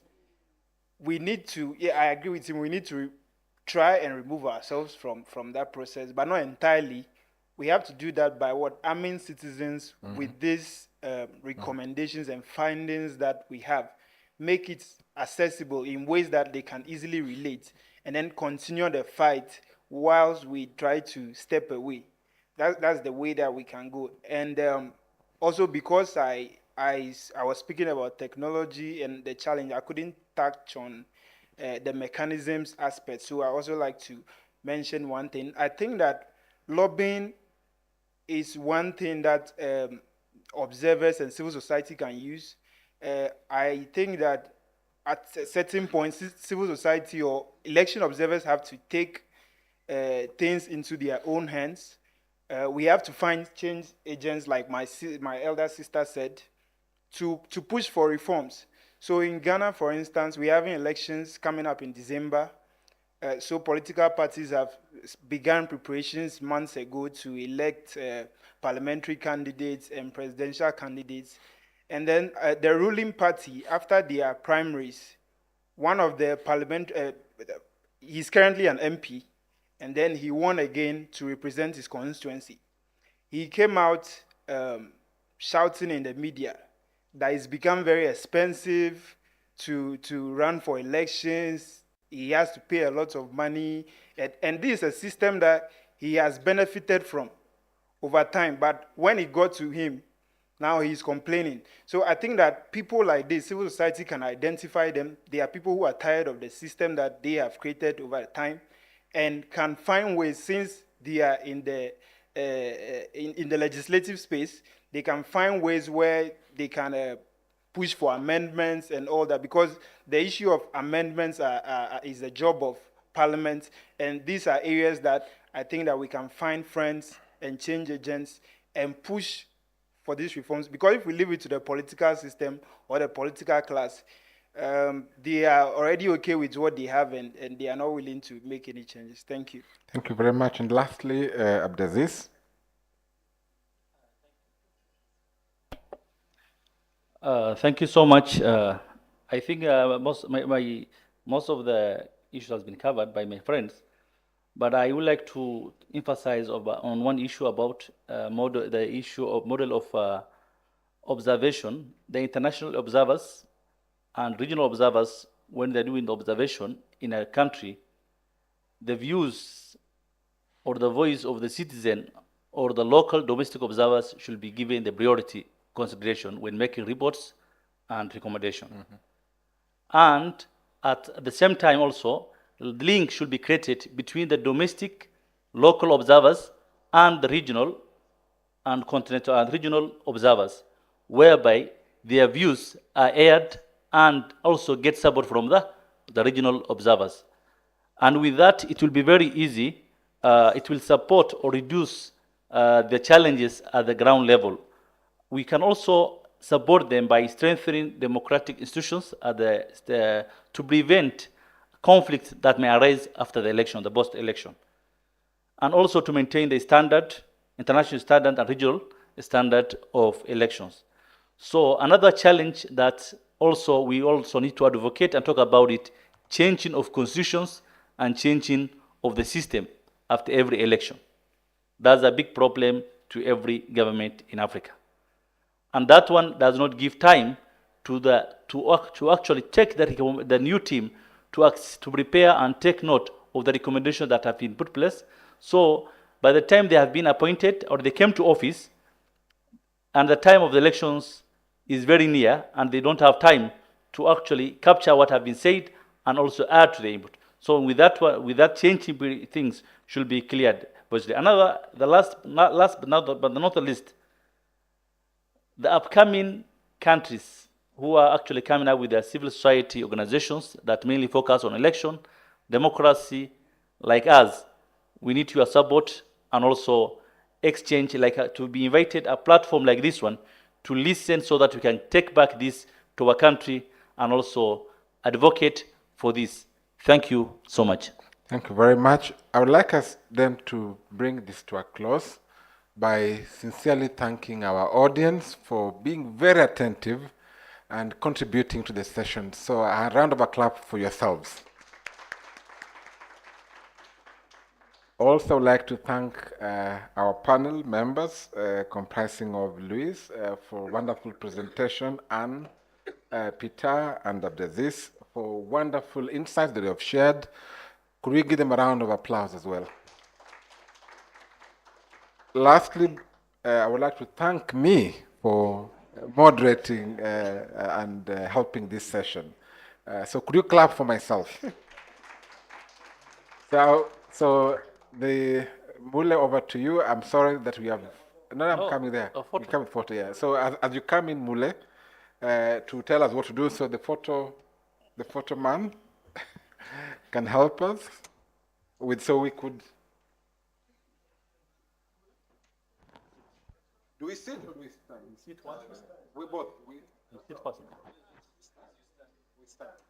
So Mule, you can announce.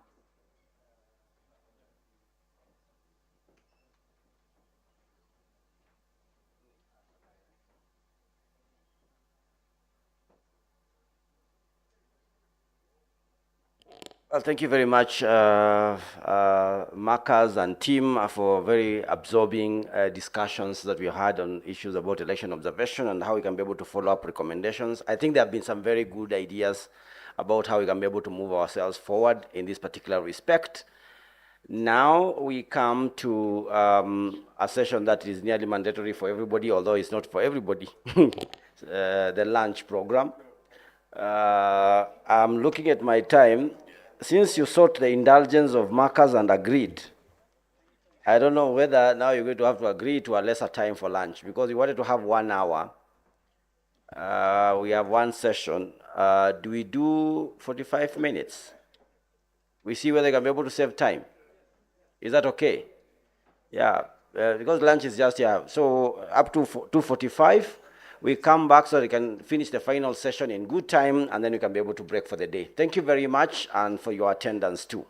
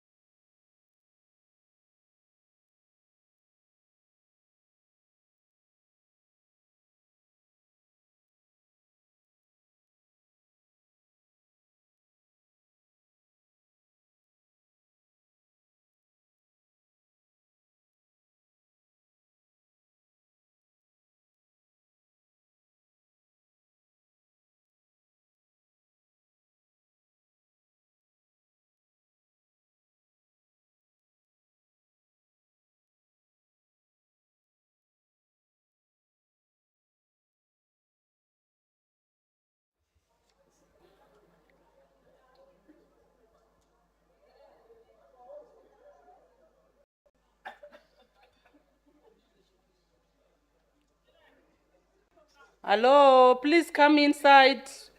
We are about to start.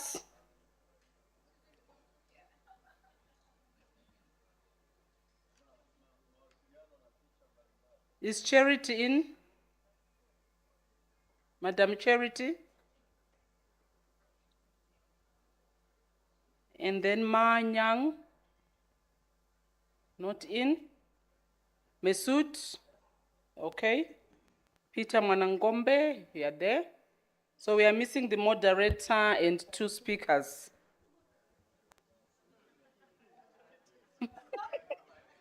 They have vanished.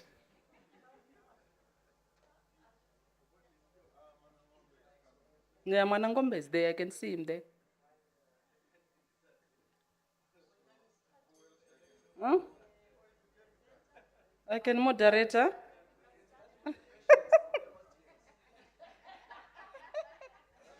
We start with questions.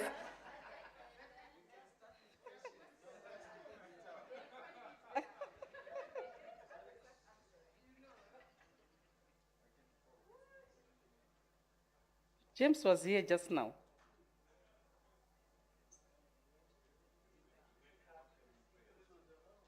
Uh-huh.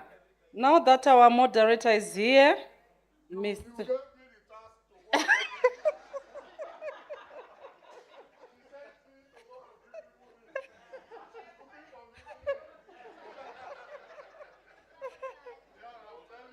I can see you brought so many people. Thank you.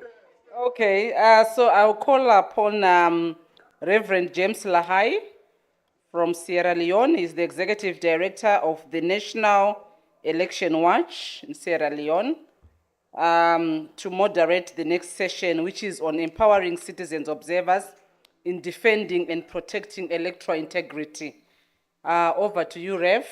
Please come forward and introduce your panel. Thank you.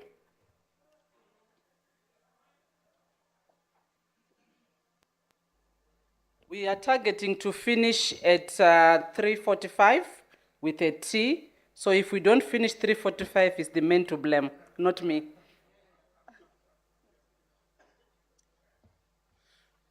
Ellen, if you be a military commander, you are very good at coup d'etat.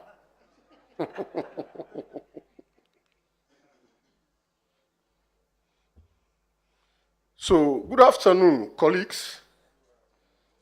We must acknowledge that this is a session after lunch. And so we have to adopt strategies that will keep us active. My name is Reverend James Lahai, but interestingly, even colleagues I've worked with for the past 10, 15 years were asking me after the prayer yesterday that, are you actually a reverend? I was like, how does a reverend look like? You know? But actually, I am actually an ordained reverend. But I don't believe in moving around with a solemn face, with the face like this is God on earth. Possibly that's the issue. You know? I have been trying to learn how to pronounce the names of my panelists, but anytime I attempt, I fail. So, with your permission and permission from them, I want to limit myself to the first names. Those ones I have mastered. Yeah, if you want the surname, please read at the session. You will get that. So can I please call on Charity to take her seat? Is it her or he? Oh, her. Charity? Is Charity around? Or is she going to be virtual? Henry, can you guide? Is Charity going to be virtual? All right, she's not here yet. I'll call on Ma from the Gambia. Charity is from Uganda. Good. That's promising, you know. And then I want to call on Masood. She has been very active and vibrant at other sessions. Now we want to see you on stage. And then Peter. Peter.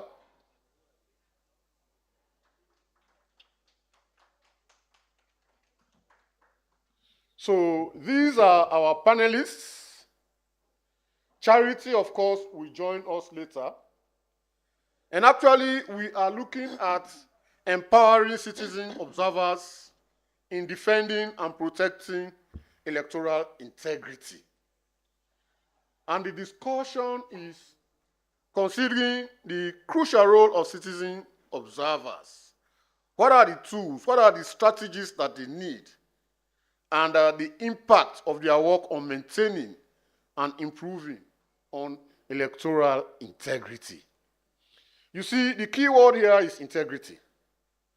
And I want us to focus around that. One thing I like about electoral environment is that unlike the police officers on the streets who would say, I will use my discretion, there's very little room for discretion in the operations of elections. Every activity has a rule, and everybody is expected to know the rules. And so the integrity component is all about whether people are following the rules, whether elections are conducted according to the legal framework guiding the operations, the processes, and the roles and functions of all players in the electoral process. And this is what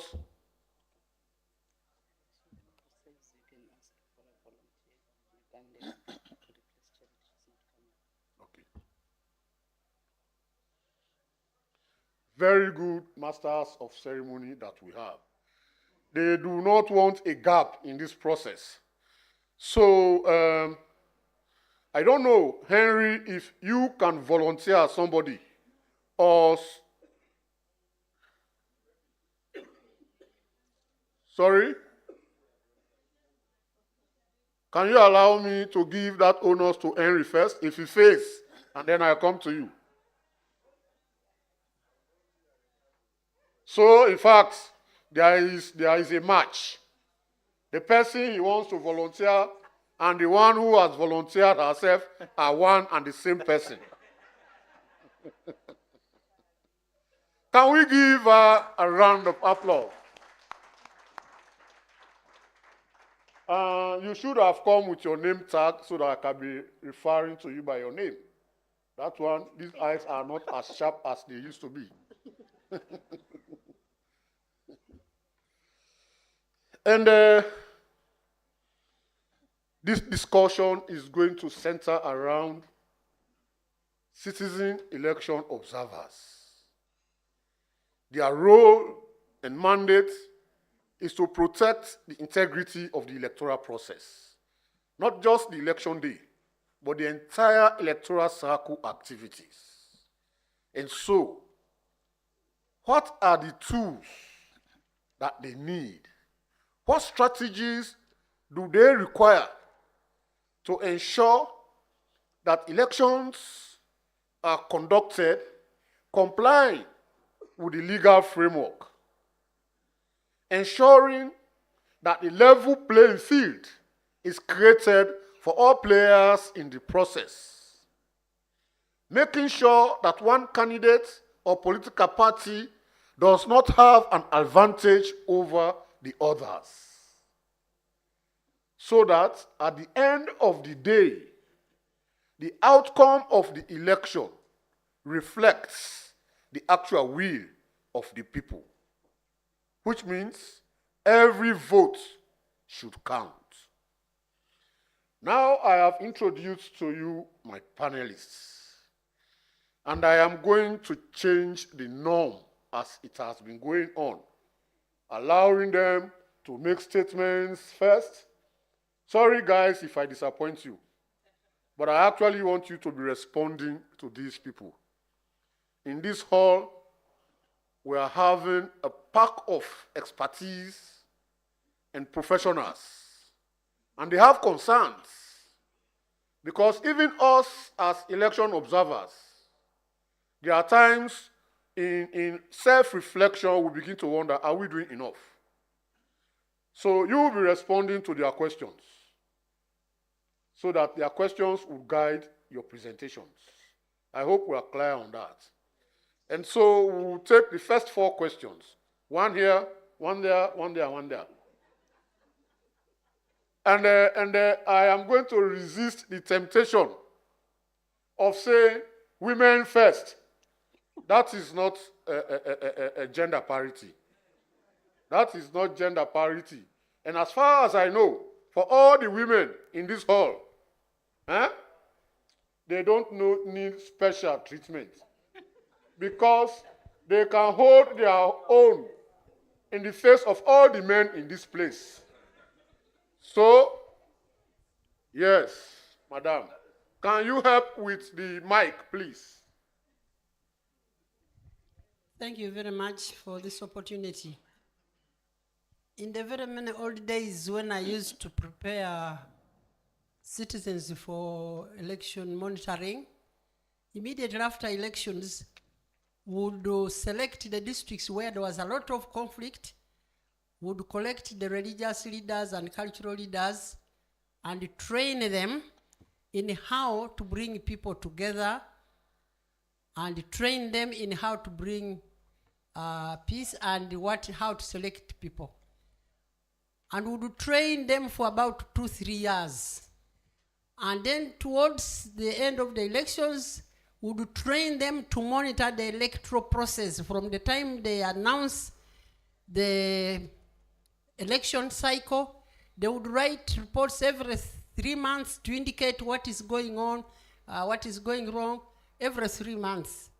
And then before elections, would then train them in election observation. And in those districts, would deploy an observer at every polling station.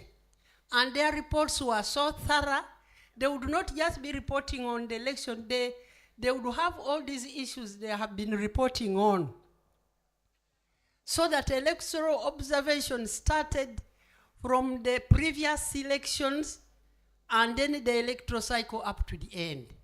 But that was the old days. Now these Gen Z days, I would like to know from our panelists, how you think we can use the technology and the advancements made to empower these citizens to monitor the electoral cycle from the time the previous elections end until the next one. Thank you very much. The question here is simple. How can tech help in election observation? You have skipped one lane. Please don't skip. I want to appeal. If we want to make this session very useful, that's why I have stopped the panelists from making statements. Let us avoid the statements. Let us ask the questions. And then we hear from them. And then we now can come in with our comments and fill in the gaps so that this becomes very useful for all of us. Is there nobody in this role? Okay, so we go to that role. We have moved. Okay, we'll come thank later. Thank you. You tell us your name and the country you are coming from. Okay. My name is Nafa Haji from Tunisia, from Mourakiboun. My question is, how can we protect our observator? How can we ensure they have their accreditation? How can protect them from violence? How can protect them from threats, intimidation? I would like to announce you that Mourakiboun now is accused to receive suspicious foreign funds. And there is a process now in the court against Mourakiboun. How can we do to protect our observator all over the country? Thank you very much. Next row there. Yes, the first hand that shot up. Yeah, it's you. Can you give him a mic, please? Yes. I like people when they are assertive. When you stand, everybody knows it's you and nobody else.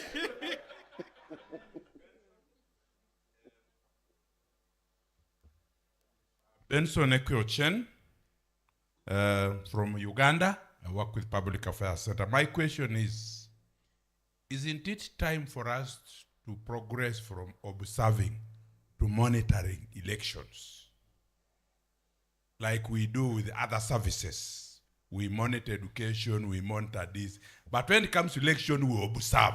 Is it time we progress to monitoring and be able to influence the outcome and the reporting after monitoring? Thank you.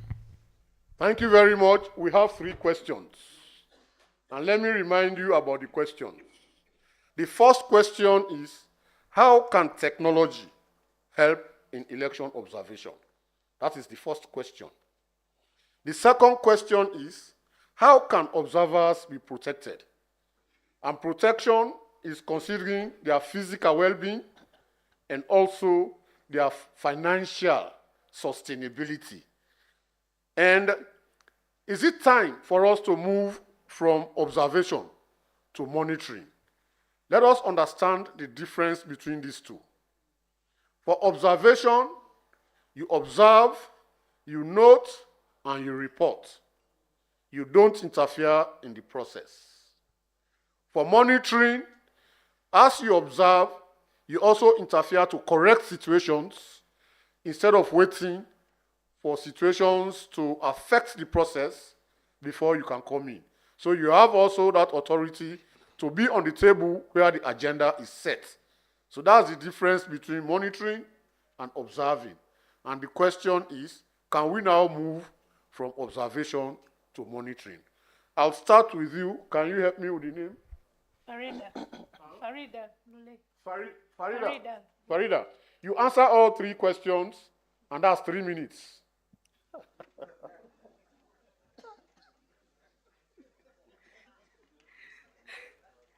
Good afternoon, everyone. I am Farida Ule. Thank you, Reverend, but I doubt you, Reverend. You are more of a general. I'll start with the last one from Benson. Is it time to shift from observation to monitoring? I will partially agree with you, but it takes,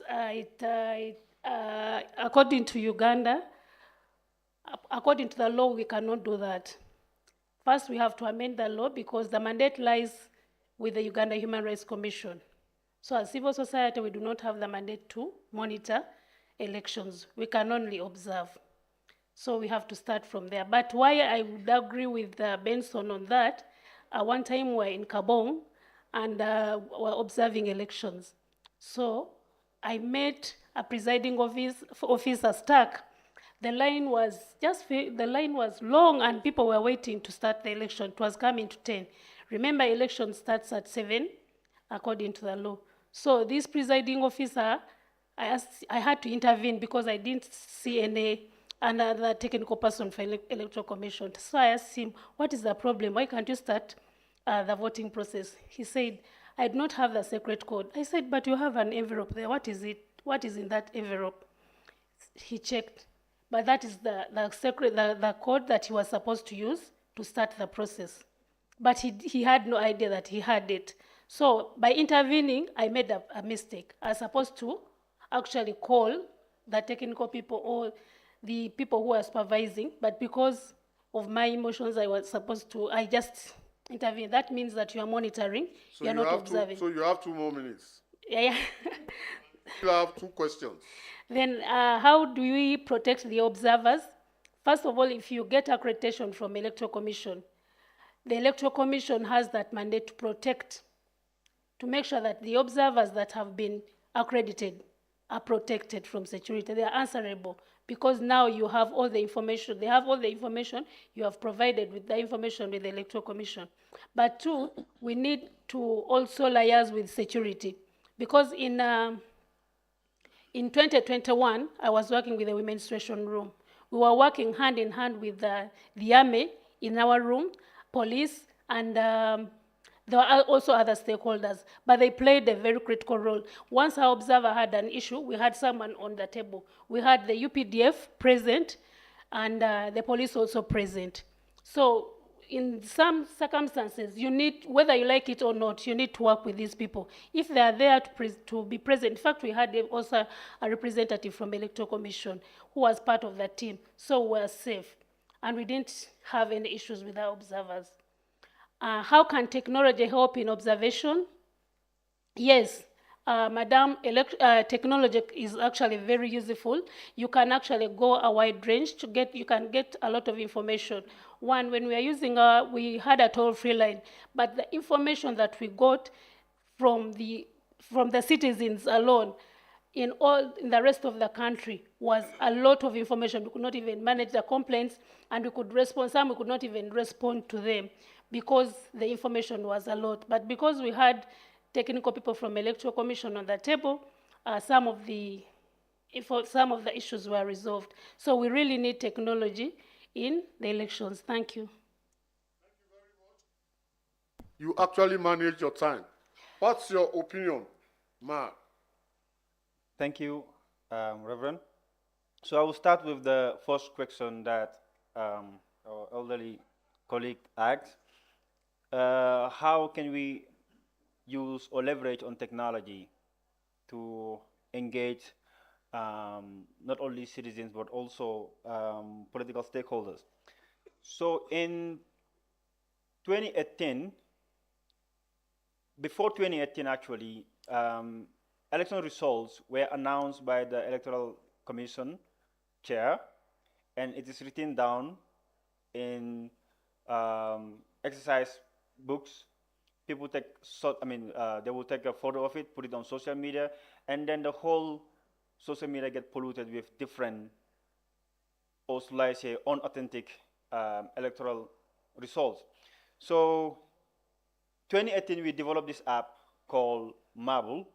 It's actually on Play Store and Apple, where we provide live certified election results in collaboration with the Electoral Commission. We could actually publish the results before the Commission, but we end up having an MOU with the Commission because they don't want us to publish before them. And this was an initiative. I'm glad that Madam Robina is here. 1 year in her office that I arrived, I presented this idea. It seemed so ambitious at the time, but I'm glad that today we are here celebrating it. It's widely used, and it's only the mobile application in the country which gives live certified election results as they're coming from the Commission.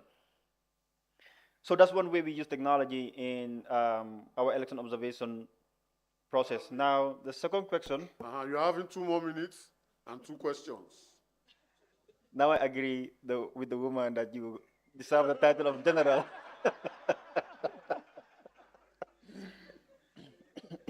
Now, how can we protect our citizen observers from violence and attack? I always like to give reference. In 2021, at the height of our presidential elections, one of our election observers in our capital city, Banjul, was attacked by the main opposition because they believe he was campaigning for another young independent candidate during the parliamentary election. So they attacked him. So when we got someone else, a CSO colleague took a video of it and then sent it to us, said your observer is being attacked. So we contacted the observer to ascertain whether the event was actually true, and he confirmed in the affirmative. So we asked him to lay off. Go home. But while he was also at home, he got attacked and stabbed. Right, with a broken bottle glass. So we asked him, do you want us to file this to the police? He said, there's no need to do so because the family, like in our culture, the families are discussed and they let it go. So I think that is one of the challenge. We, to some degree, cannot 100% guarantee the security of our election observers, especially when we ask them to lay off, because we don't have the security apparatus and the means to protect each and every one of them. The only thing that we can give them is the security details and how to actually protect yourself. Now, the last question monitoring instead of observing? This is a very good question, and then sometimes I'm perceived to be a radical. I go outside the way of observing elections. And the same 2021, before the elections, our election commission issued accreditation lancing to the mayor, who's an elected officer. So accreditation is if you don't have any national identity card, a local village head can attest, actually attestation, can attest that you are a citizen of the Gambia and you could be issued a voter's card. But the electoral text did not mention the mayor. So the election commission delegated that power to the mayor. Now, while we were observing the election, we said, this is not right. We wrote to the electoral commission. They said, if you are not satisfied with what you're doing, go to court. So we went to court. We challenged it. And the court said, in fact, it is illegal for any citizen to be in Banjul without a national identity card. It's a 1950 act, a colonial act, which make Banjul a colony, but every single citizen that is born from Banjul must have a birth certificate or a national ID card. So it's illegal to be a citizen of Banjul without those identity documents. So issuing attestation is a no-go area, and then the judge made it clear. So that was the first time that we did that, but it was not conventional because, but Robina is here, he can attest to it. We were nearly declined accreditation to observe the election. We were attacked by the election management in every corner, and in fact, we were told you have to observe, not to interfere. So for us as accountability, because one of the things that we do is anti-corruption, we believe in accountability. We don't want to wait like conventional observers. You observe, report, we recommend, blah, blah, blah. We said, no, this has to change. And that's exactly what we did, and it has changed. And to wrap it up, there's currently electoral reform that is going on. That issue of attestation now has been totally scrapped off from the criteria of one to be given a voter's card. So which was also a milestone achievement for us. Thank you. Thank you very much, Mar. You see, I need to give additional introduction of Mar. Mar is coming from Gambia, and Gambia, they are still using the marble to vote. Do you know what that means? Yeah. They don't have ballot paper and marked ballot paper. No. If they have 10 candidates, there will be 10 boxes, each for every candidate. You go into the police, they give you one marble. Yeah, their photos are on it. They give you the marble to go and drop, and the presiding officer will lean on the door to listen. So that when you drop the marble, a bell rings. And the bell must ring only once. So the presiding officer's job is to listen if the bell has rung. So yes, Peter, let's hear you. Thank you. Peter, the questions are, how can tech help in election observation? How can observers be protected physically as well as financially? And do we move now from observation to monitoring? Thank you, James. I must say, I wish I didn't say that we start with the questions when we were here, but so in terms of the use of technology, I think I'll just follow what Ma said. Really, that really goes a long way in terms of helping citizens to follow what is going on, but also it kind of tries to help to validate, because many people want to follow elections in the wrong places, forgetting that an election starts and ends in a polling station. Therefore, the results announced at the polling stations are the final results. Forget the totaling center. And so if you can collect those results and be able to see, I think there's a lot that goes in terms of helping the tension. I'll leave it at that, and I've ended myself 30 seconds to the, yeah. So the next question in terms of observer safety and security, as an organization, this is something that has really bothered us. And so we've had instances where, for example, as monitors are going about their monitoring or observation, they have accidents on motorbikes and things like that. Others get sick, you don't have means to take them to the hospital. So what we are doing now in preparation for 2026 is that we are partnering with a sister organization. So I also work for Caritas Zambia. So Caritas is a church institution. They have an insurance company within the conference premises. So we are partnering for them to provide us with insurance. Now, the difficulty with that is that insurance can be a lot of money that you pay out. So we want to have a special package that allows us to get back some of the money that we invest if the claims are not exhausted. So that is one way that we are doing that. But in terms of security and accreditation, again, what has worked for us is recruiting observers from the polling stations where they are registered and where they are actually going to vote from themselves. At least they are a bit known within the locality, but you never know. Sometimes people would attack people that they know, but so I think that is also something that we have to then think about. Accreditation is a matter of engagement with the EMB responsible, secure the accreditation of the observers or monitors. If that doesn't happen, you put up your case in terms of why you feel you should have been accredited and yet not.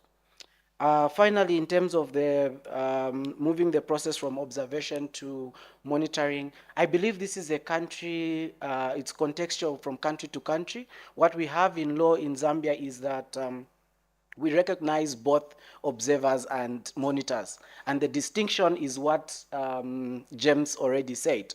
And for us, I think an observer may not intervene because of the issues of sovereignty, as it were. So I think that is why the lineage or the leaning is towards having local citizens as monitors. Therefore, each one of the CCMG observers deployed have the right to intervene in the process. We have the right to engage the commission immediately and deal with the issues as they come. So for us as a country, that is already very clear.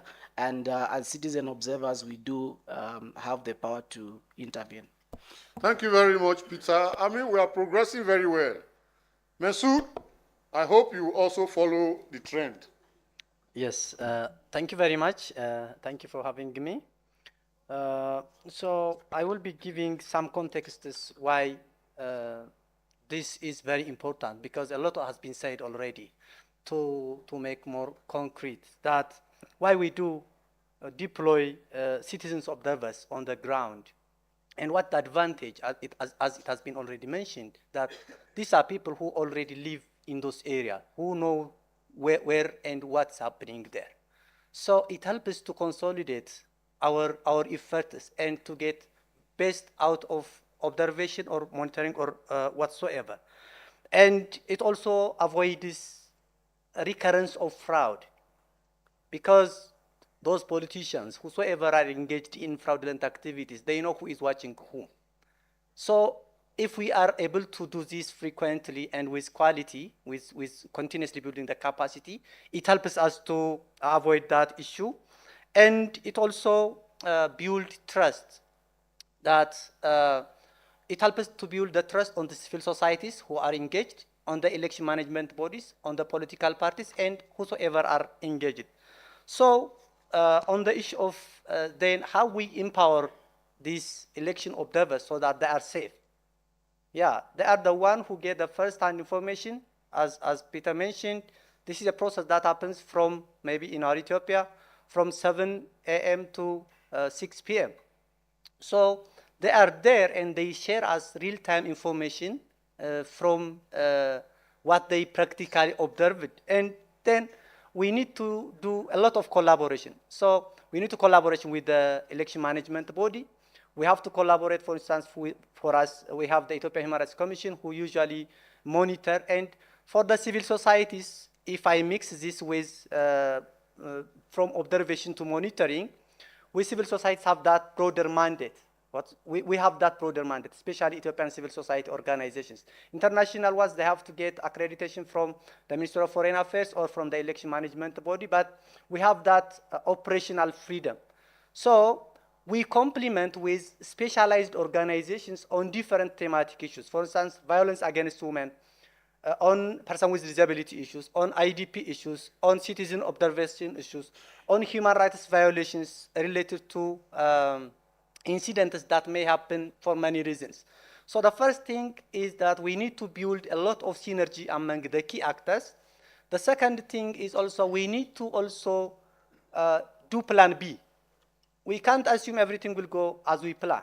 So we need to have plan B, that we need to try to engage with security people, we need to share, we need to have support letters or whatsoever. And in case that happens, even there are, for instance, civil society who are engaged in legal aid provision so that they get immediate legal assistance and support so that they are rescued.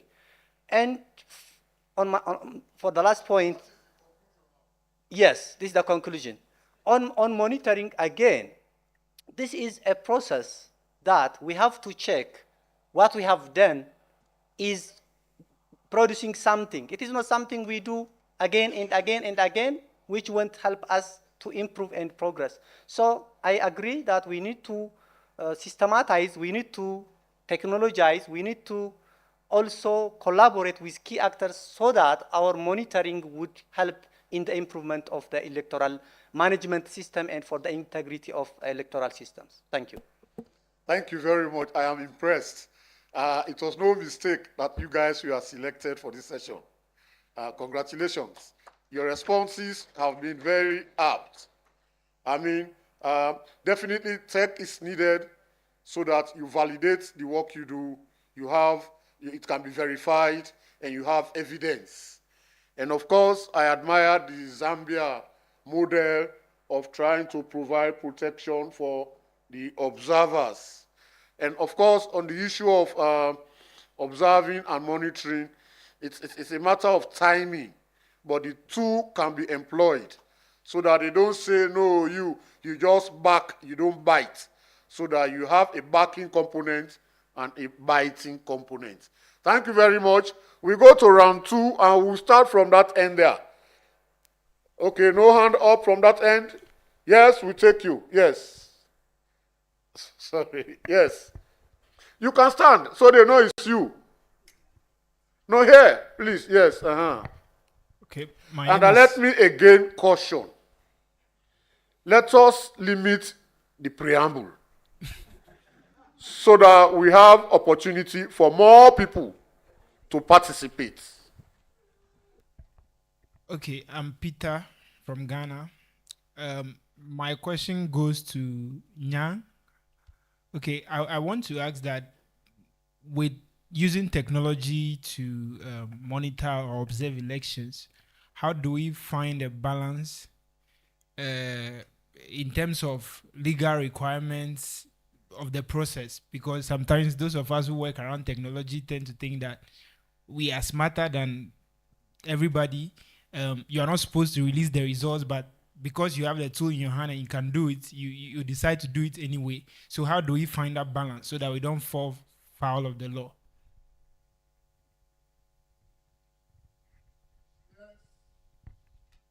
My name's Gerald Pade Ahuku, and I work with Transparency International Uganda. My quick one is, how do we engage the citizens to desist from selling their vote?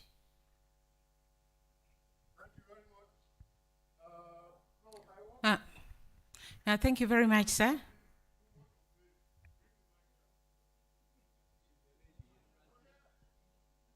Thank you very much, sir. My name is Josephine. I'm from Uganda.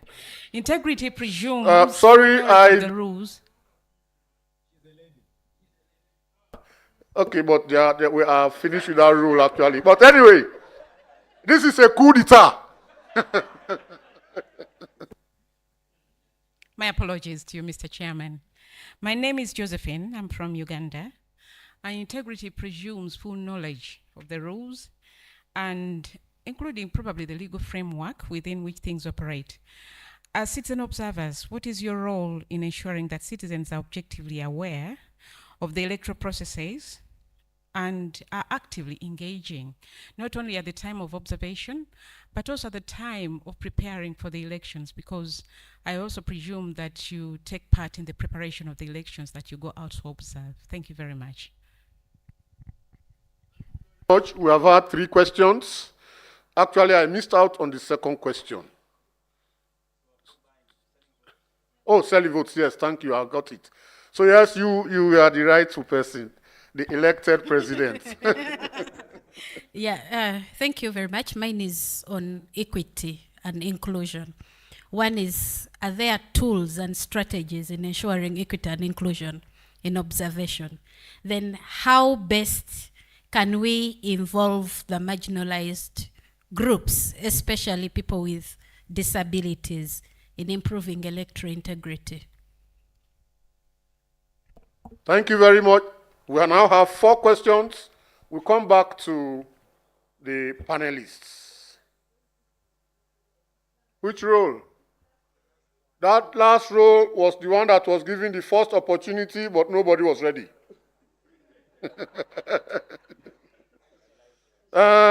So we have 4 questions. So because it's 4 questions, let's use our expertise in making sure we stay within the 3 minutes. This one is specifically for you, Ma. How do we find a balance in the use of technology and compliance to the legal provisions of any country? That's 1. 2, how can we discourage vote buying, which is betraying the actual will of the people? And how do we ensure that observers are informed and knowledgeable about electoral processes? And then finally, what can be done to ensure inclusivity, especially with people living with disabilities and also minority groups, marginalized groups? So I'll start from you, Masood, and we'll come this way. Okay, thank you very much. Mine very concrete engagement is on the issue of inclusion. Especially, we have been doing a lot of work on IDP inclusion in Ethiopia, and indeed we do also engage with other specific interest organizations like person with disability organizations, women groups, and others. So I think one of the things that we as civil society need to do is issue-based advocacy and engagement. For instance, when people are registered, those people who are working on person with disability, they should get the disaggregated data. And even we have a very best experience from the Nigeria election. Samson, Franklin, and Kojot, we have been all together. And we went to very specialized organizations, how they develop a system. And even they know which county, how many persons with disability candidates are there. And they deploy their observers to those places. And still they demand that these things are not there. For instance, are the places accessible? Do they have some visual displaying, things like that? So I think to ensure equity and inclusion, we need to have more specialized kind of engagement. We develop tools, we develop applications or whatsoever. And on the legal framework issue, this is also very important. We have to comply with the law, despite we always push for the continuous legal reform to comply to best standards and international should also look into that. If you are yearning to have the PVT or to follow that framework, we need also to take seriously the experience in Kenya, because for you who are in Kenya, you could not maybe understand, but for us who are this side, you are totally confusing us. Then on the issue of how can you discourage vote buying, as I think we can do a lot of messaging. Some people pay attention to it, others will not, but because of the poverty levels, but we have to do, we have to insist on messages because they run across, like we used to do, honor your vote, don't vote issues, don't vote holocaust. So some of those messages, and people are actually speaking to them. Then economic empowering, We have to empower our citizens to make sure that they desist from that small money and they look at issues. We also have to strengthen our laws to make sure that if they find you receiving a bribe from a candidate, you definitely go to prison. So people would be fearing to go to prison because of those small bribes. Then when it comes to inclusivity, ensuring observers are knowledgeable, I think she was referring to citizens. I'm not so sure. She wasn't referring to observers. Is it? Citizens, yes. She was referring, how do we ensure that citizens are actually knowledgeable of the electoral process? Yeah, we need to do a lot of campaigns, and SEDO has done that. Previously, we have done a lot of empowering citizens, going to different radios, engaging citizens on community dialogues, and also engaging stakeholders. I want to share one experience. I was working with the Women's Station Room, and these are the women who have been commissioners. They know the law, but I was shocked to learn that they did not know the registration process. I was just looking at them. They were just giving another information about the registration process, and these are highly educated women. So I was wondering how to react because they were my bosses. But given the fact that this is Farida, I just said, no, this is wrong. I want to take you through the registration process, how the form is filled and so on. But still they were arguing. I said, let it be in my heart. But it kept me wondering whether we still have a long way to go. If people who are highly educated, who are professors, doctors, do not even know the registration process. So, and inclusivity of PWs, Uganda is actually still performing poorly because both when it comes to the display exercise, you'll see that the people with disability will come to the commission to actually see. And also when we are drafting, most of us, all civil society organizations, even Electoral Commission, when you are drafting messages, they do not specifically target the people with disability.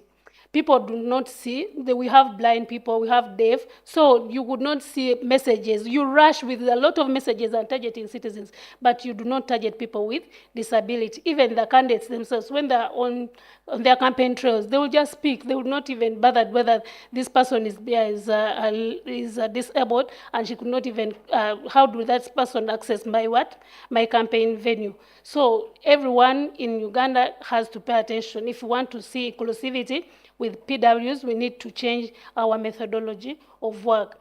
I would like to respond to Haj. I think we didn't respond to him properly, according to my analysis. I want to share with you one scenario. Exactly. Yeah, thank you so much. When we were going to observe elections in Kayunga, I received a call from the security. Farida, where are you? I said, who is this? This is CMI. I said, okay, what do you want? I said, we want to see where you work, your offices are. Okay, I directed them. In 5 or 3 minutes, they were already at our offices. So they phoned me there with my other 3 colleagues.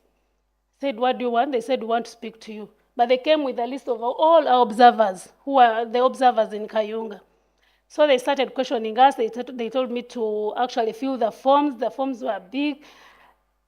Then in my mind, then they told me, all these observers, give me their telephone contacts. I said, where did you get that list? From Electoral Commission. Said, okay. And the way the list we had submitted to Electoral Commission, these people had it. So I told them, you are supposed, since we already have national IDs, you're not supposed to come here. You're supposed to look at my database and know who this person are and why this person is in Kayunga. So they said, why are you going in Kayunga? Why do you have to go to Kayunga? But because we are going to observe, and we have sought accreditation from Electoral Commission. So they went ahead and said, we need this information. We are going even to go for those observers in Kayunga, all of them. I said, now, what am I going to do? So what I did, I had to call my friend, Hajati, the deputy chairperson of the Electoral Commission. I said, Hajat, I'm receiving threats, and this is not good for my observers. Then she said, what is happening? So I explained to her the whole scenario. Immediately, she called the chairperson. So the chairman also swung into action and called the security people. So these guys, even in that small time, these guys had already reached Kayunga. And my observers had already started calling me that these people are already questioning, following them up. So they had to pull. I think the boss didn't know what was the depth of this incident. So the boss at the security called them and told them to actually get back to Kampala. So, and they all had actually promised to come back to my office by midday. The next day, they didn't come. Thank you very much for forcing your way to give us a case study, but it's very important. I think this is another A+ on my team as well as our team. Yes, yes, our team. You see, the issue of finding balance between technology and the law. Let's forget about the mistake we do. We as observers, we don't talk about results. We actually talk about data. It's data that we collect. So we publish our data. You know, they wanted to take us to court in Sierra Leone. They said we have announced results. And we said, okay, take us to court. They said, why are you so confident? I said, because we did not announce results. We only publish data. You know?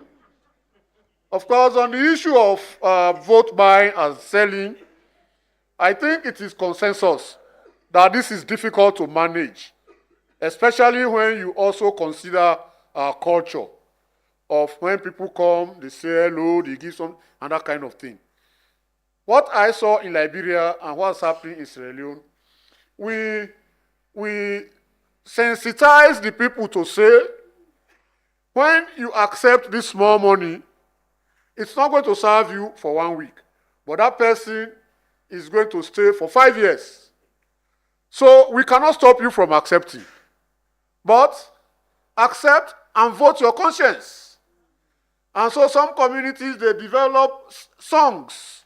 They say, I have where I take the money, but I have where I vote. That's the interpretation of the song that they develop.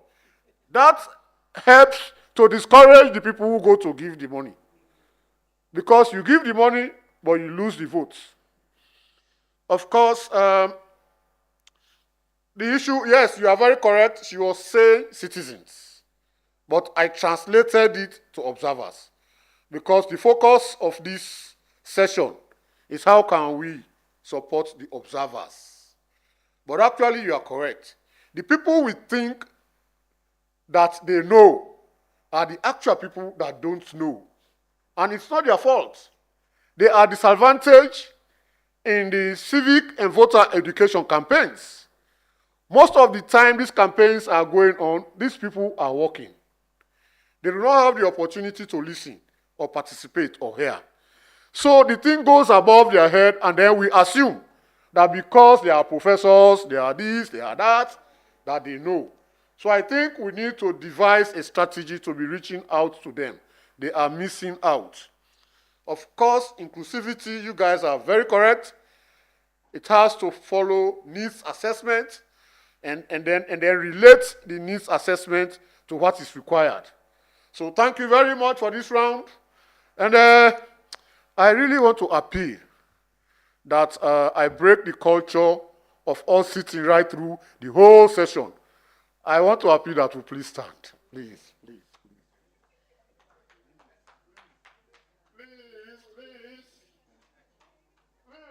stand because we're just coming from lunch and just stretch a little. I mean, we are not moving from the hall, but just stretch.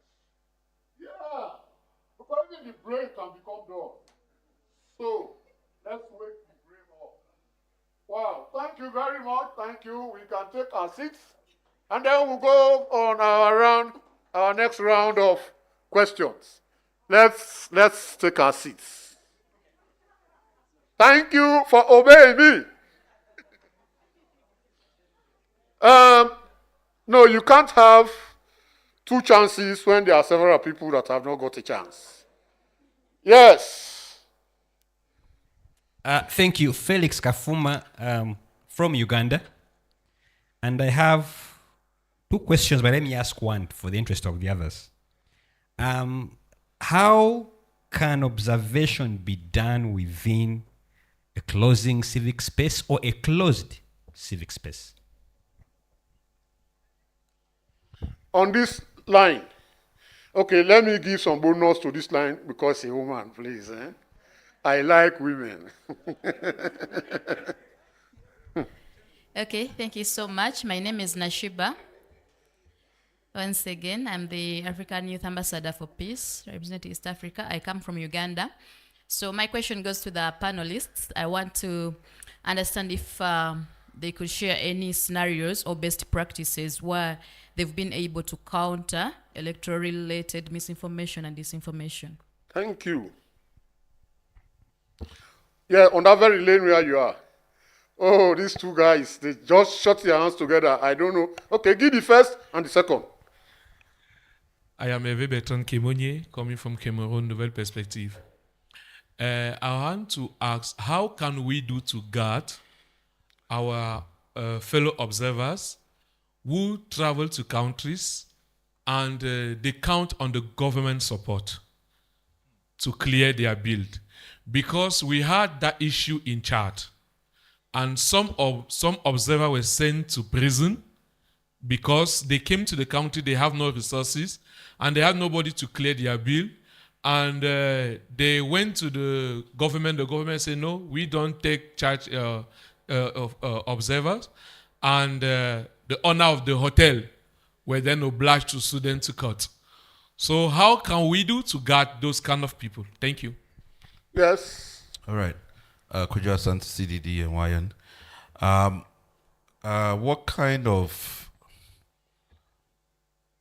legislation or rules can we develop to guide observers to monitor or to observe technology-driven processes of the EMBs? Because there are processes now that, and as EMBs are becoming more technology-driven, there are processes now that are driven largely on digitally by the EMBs, but have serious implications for the credibility of elections that we don't have any access at all. So what rules can be developed around that to allow for citizen observers to have access to that and to monitor and to assess its credibility? Thank you very much. That lane, no, not that one here. This one, this lane. Okay, no hands. Yes, that one. Yes, the lady. All right.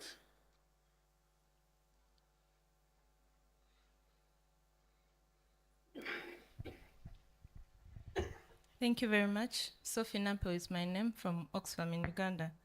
I'll build on what Felix was asking around the civic space.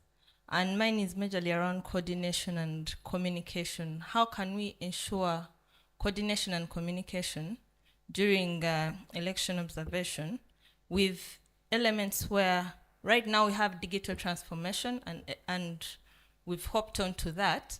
But then if I'm to use the example of Uganda for the last 2 elections where internet is shut down and people can barely communicate, we still have Facebook off in Uganda officially, much as people are using it.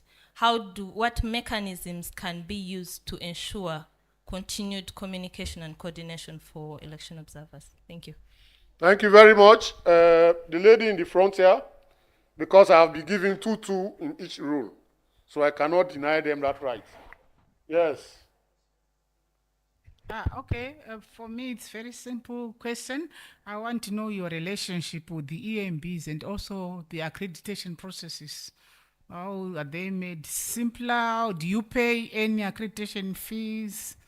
Are there any vetting, reduction in numbers after submission? What is the relationship like?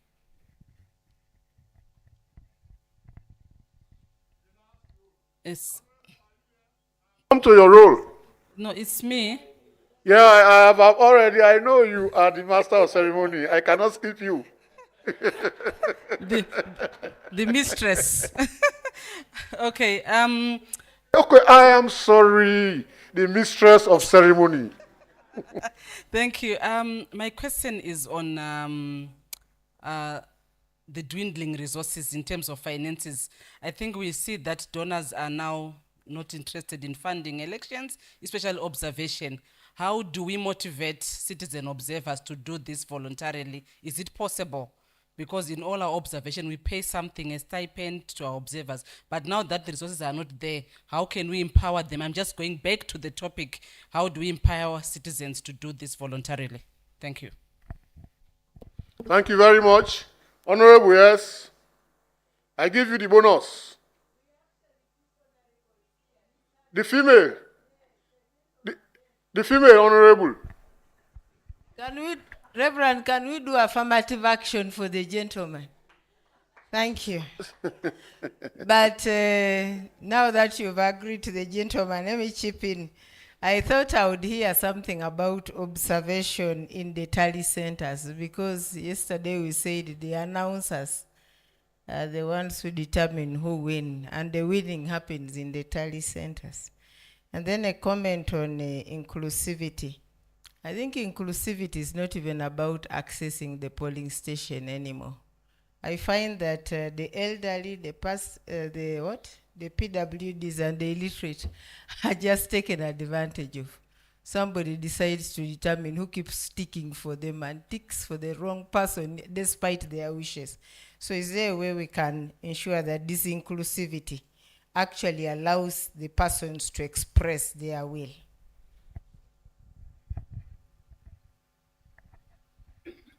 Yes, Mr. Chairman, I almost mooted an idea of... Who am I to stop an honorable from speaking?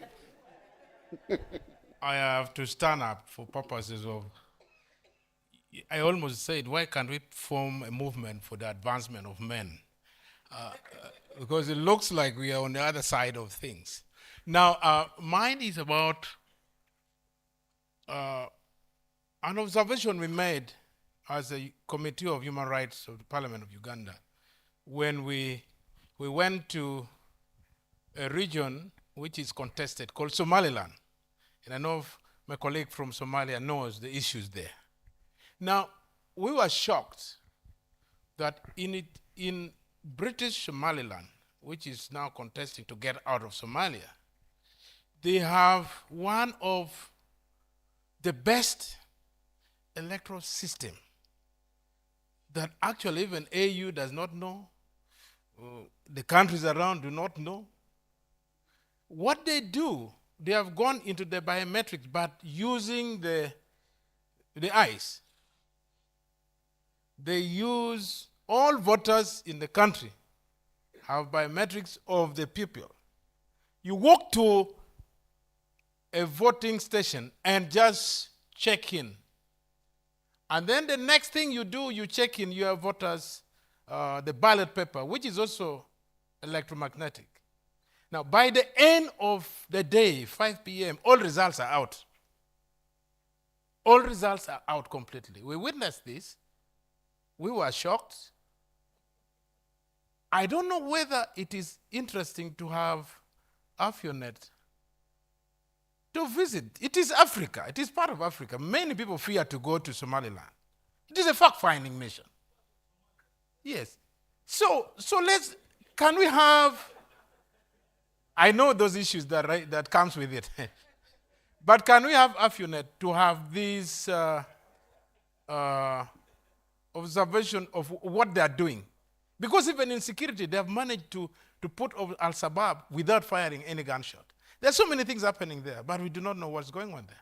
So that is my plea to AfioNet, so that we have a way of, an African way of being actually highly high-tech. Thank you. Thank you very much, and luckily we have somebody from Somaliland here. Let's see what he has to contribute. Somali. Somali, yes, Somalia. Yeah. Somaliland. Okay, thank you so much, Honorable. Actually, I just raised hand to rectify what you have said, that Somalia is made up of federal member states and Somaliland is a part of it. Recently, Puntland one of the states of Somalia conducted one person, one vote to 33 districts. And the processes that was done is the same that has been done through voting biometrics, eyes, and election was conducted very well. So regardless the challenges that Somalia had after the collapse of the government in 1991, we are in the processes of coming together, and the federal system was introduced so that each state at the top and at the ground we come together and solve the issue. But still, if you are interested to participate and observe that election, it is very easy. You can pass through the Ministry of Foreign Affairs of Somalia, and through that, as the same way we have actually facilitated Puntland, we can give you that procedure. So in that, I represent Somalia, and Somaliland is a part of the Somalia as well as other states. So thank you so much. You know, can we give a round of clap to Afionet? You know? Yes, because as a result of Afionet, we are being exposed to valuable information that we didn't know about. And the coordinating committee, they are all in this room. This is information for you. Because by the time we are doing this project, we are not fortunate to have this information. But I think we have areas in our budget that calls for reaching out. So Secretariat, you can relate with the coordinating committee and see how we can take advantage of this information so that we add value to African processes. We'll come to you, but please, if the questions are too many, the panelists may miss out. So now, the questions. How can you ensure that observation takes place in a closed space, in a closed civic space? What methods can be used to counter misinformation and disinformation in elections processes? That is question number 2. And then this other one, I am going to answer it. I will not send it to you. What do you do about observer groups that rely on governments to offset their bids? That one, reserve it for me. That's why it's for me.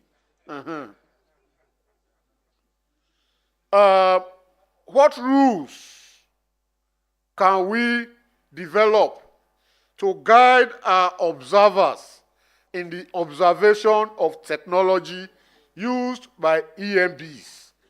How can our observers even access that process? Sorry?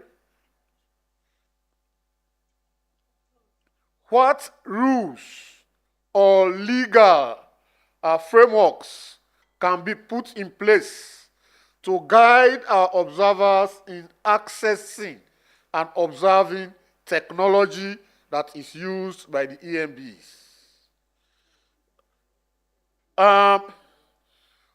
How would you push through your coordination and communication, especially on election day in your observation efforts, when efforts are made to frustrate, like internet and other means of communication on E-Day especially?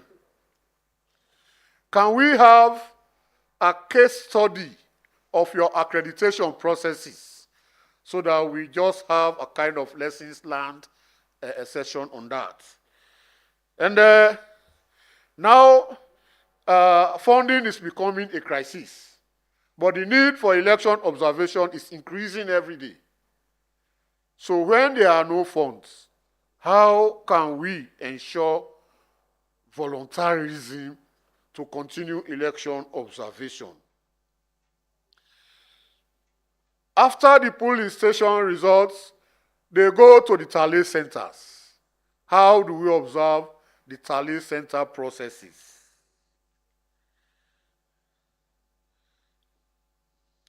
And then, of course, that last one, I have appealed to the coordinating committee and the secretariat to see how they can relate for us to take advantage of the information. But let me answer my own question first, and then I will come to you. Observers that rely on government to take care of their bids, are they observers actually? No, I'm talking to you people because you all have observer backgrounds. If you say you are an observer and you are observing this person, and without the permission of this person, you accrue bees, and then you go back to that person to say, I have accrued bees, pay for me. Are they observer entities? Please talk to me. Are they really observers? Don't be ashamed to say it. No, these are not observers. These are opportunists. Yes, they are opportunists. They have no business in election observation. These are the people who go into countries, and when you would have done your sober election observation and come out with your report, and then they will come out and say, the election was free and fair. No evidence, no report, no nothing. So don't pressure yourself about them. So, we hear now from the panelists, the questions are too much. You don't need to answer every one of them. So, it's your choice which one you will answer, so that we stay within the 3 minutes and ensure that I do not hurt the mistress of ceremony. Thank you very much. Thank you, moderator. So, on the issue of closed civic space, this is the very challenge. For instance, in the last Zimbabwe election, we were supposed to be there, and our details were sent, and we fulfill all the requirements. Mule, you know what happens. And finally, we were denied access to the country, and we were not able to do that. So the civic space situation is the very domain of the process generally, because it affects the political landscape, the media landscape, the civil society operating environment, and generally citizens' space. So I think on such situation, what I personally believe we should do is monitoring that very incident, documenting it seriously, and then continuously advocating is what we can do. If we can't access, then we need to document it and then bring that evidences that we can bring to the relevant bodies, maybe the national judiciary system, the election management body, or wherever. And especially on areas where there are a lot of conflicts, this is rampant. And internet shutdown, communications cut, and these all incidents happen. And that's why we need to monitor regularly and analyze trends, what is happening. So when we know that, then we would have plan B. So we as civil societies, we need to be innovative. We can't complain on what's all happening on the ground, but we need to have also other options that we maximize the impact that we could play. So I think this is how we could coordinate our efforts in the situation where the space is not enabling or where there are communication problems. On the issue of accreditation for Mama Africa question, you remember when you were in Ethiopia? If you fail to answer Mama Africa, you have problems. She was in Addis, and she know what happens for us. And we sent all the documents to the election management body, the Ethiopian National Election Commission. And they didn't give that document on time. And some of the accreditation papers were sent to some areas. And finally, we have the money, we have people ready, we train them, we invest a lot of money, and finally, we were not able to do that. So even if they don't ask that, for instance, in the case of Ethiopia, but the challenge is that there is a lot of logistical issues with the election management bodies. And for instance, what they improve after the 2021 election in Ethiopia, now they ask for civil society to apply for election observation or civic education whatsoever. And they used to do this every referendum, every election comes. And then we advocate a lot, and now they say, for those organizations who were accredited in the 2021 election, And for the subsequent referendum in other local elections, then they can be, communicated and contacted so that they are engaged in the next elections. Thank you On very the much, finance issue, Masood. my last point. Leave some of the questions for your colleagues. Yeah, my last point. This will be my last point. Okay. On the financial issue, this is very important. That we as civil societies, we need to build constituency. We can't always pay per dime. But our members in the village should trust what we do and should value the work we do. And whether we pay them or not, they should be there. And that we need to be very accountable, transparent, and we always show these kinds of things to the constituency. And we have experience from the Ethiopian Human Rights Council, who was doing this for the last 30 plus years. Whether they get money or not, they do that observation and monitoring. So we need to do on that. And I can't comment on the last question. Thank you. Yes, Peter. Right. Observation in tally centers. Again, for me, it's where should we actually, focus our energy? Voting happens from 6 a.m. to 6 p.m. in a polling station. This is where everything That is in Zambia. Yeah. So this is where everything is done. This is where everything is done. This is where your monitor has been the whole night, the whole day.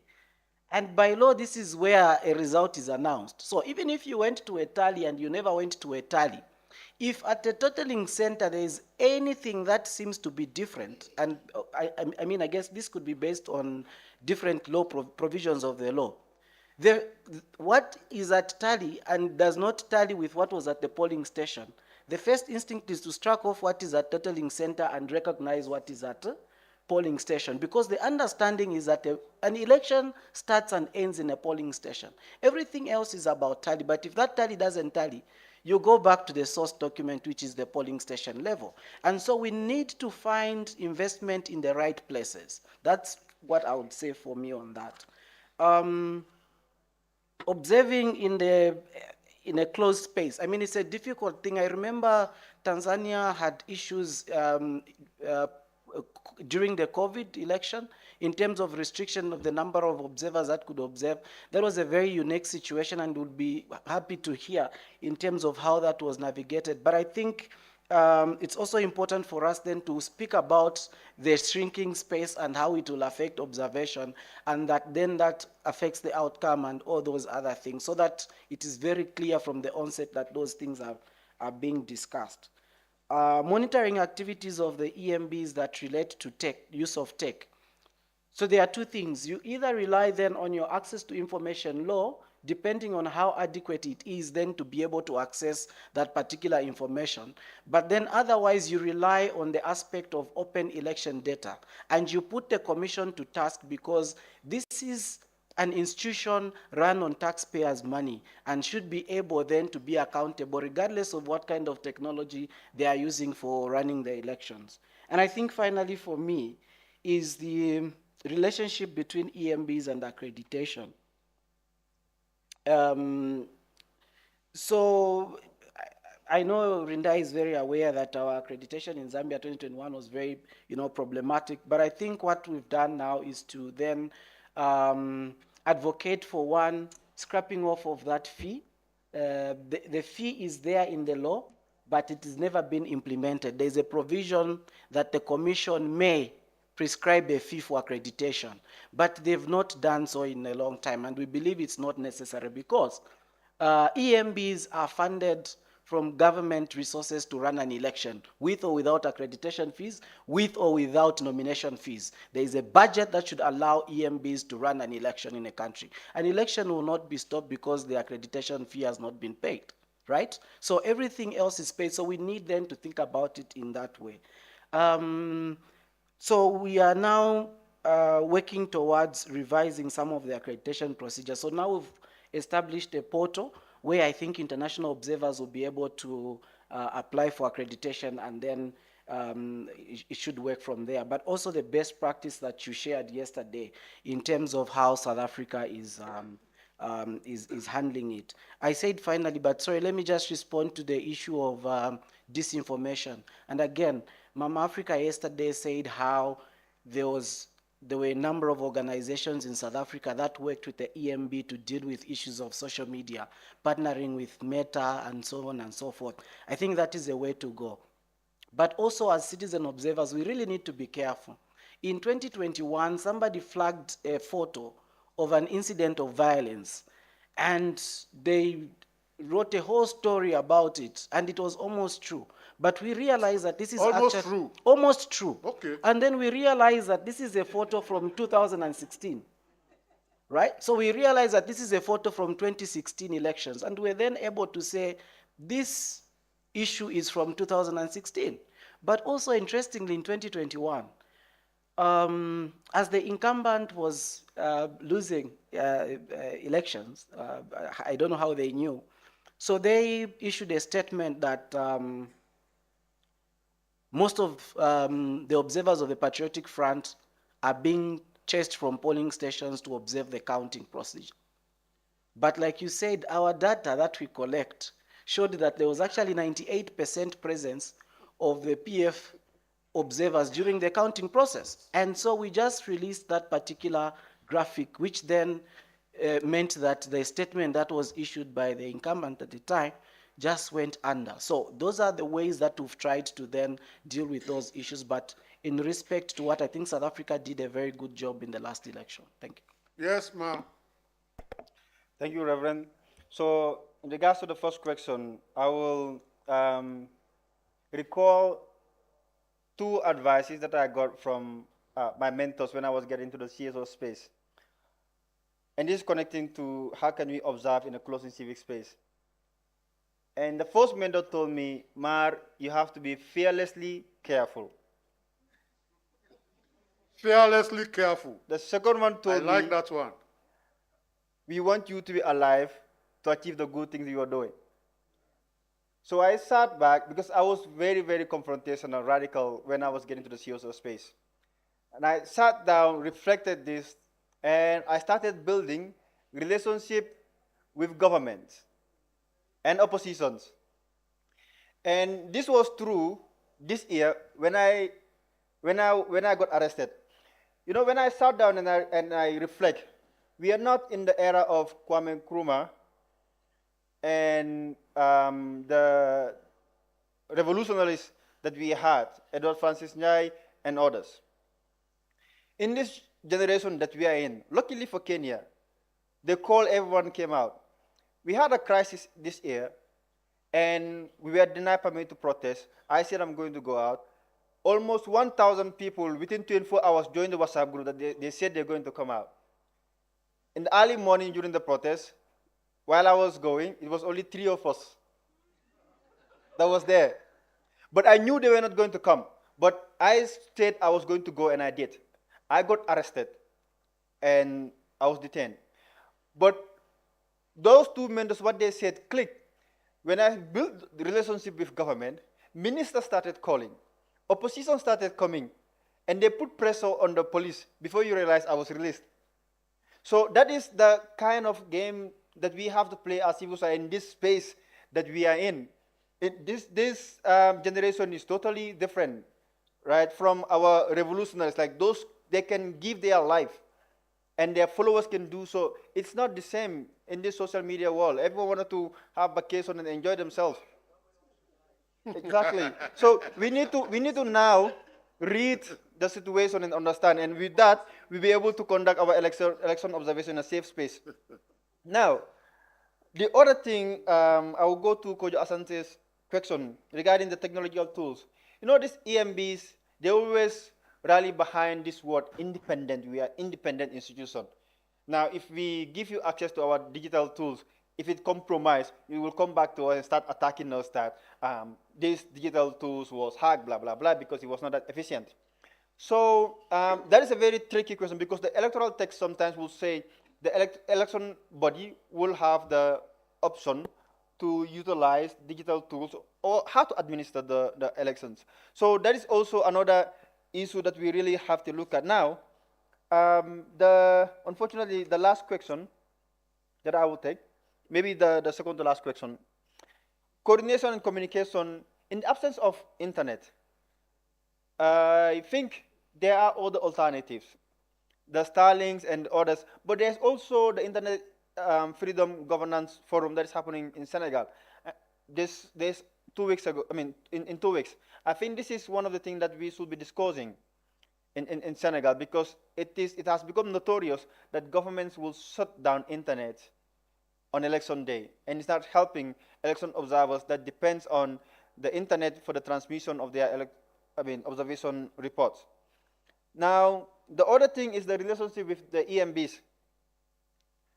Unfortunately, my upbringing, I sometimes do not agree with what we do as observers. And I sometimes see myself in it because my board has forced me to accept, we observe, report, recommend, advocate. I always like to see change. Now, when I took the commission to court, my relationship with the commission went south, right? And like I said, accreditation was a headache for us. How did we resolve that? I had to bring in neutral advocates. And we went to the commission, the chairman, vice chair, and the commissioner, we all sat, and then they told them their responsibility is to observe and then also make sure that the issues work. And the commission sat, we discussed, and we ironed it out. It was in the 11th hour, 30th of October. That's when we started observing the long-term election observation, when the election was supposed to take place in December. Now, the last one that I want to read, this is going to be in 30 seconds. Thank you. I just wanted to go back to one thing that I forgot to mention when the issue of vote buying was also raised. Now, there's also one thing that our incumbent also do. For example, if you have a social net program where there is cash transfer from the government to the citizens, the timing, I also consider that as vote buying, because the eve of election or a couple of days before election, you facilitate those payments in an area where you nearly wouldn't win. That is also another thing that could be perceived as vote buying, but it is made legal because that is already budgeted. So I think that these are some of the things that we have to look at when we are observing issues, looking at the timing, and then what we call ASR. And I guess this is something else that observers should start incorporating in their checklist. ASR means abuse of state resources during elections. I think it is notorious, and it seems to be legal, but it is illicit. Thank you. Thank you very much. And finally? Finally, Farida. Thank you, my panelists again. I would like to start with misinformation because it is key. One, there was a scenario in Hoima. We were observing an elections in Hoima. It was a by-election. And then one of our colleagues, an observer, who stayed back in Kampala, started saying that the election has been rigged because there was power blackout. There was no power at the Tari Center.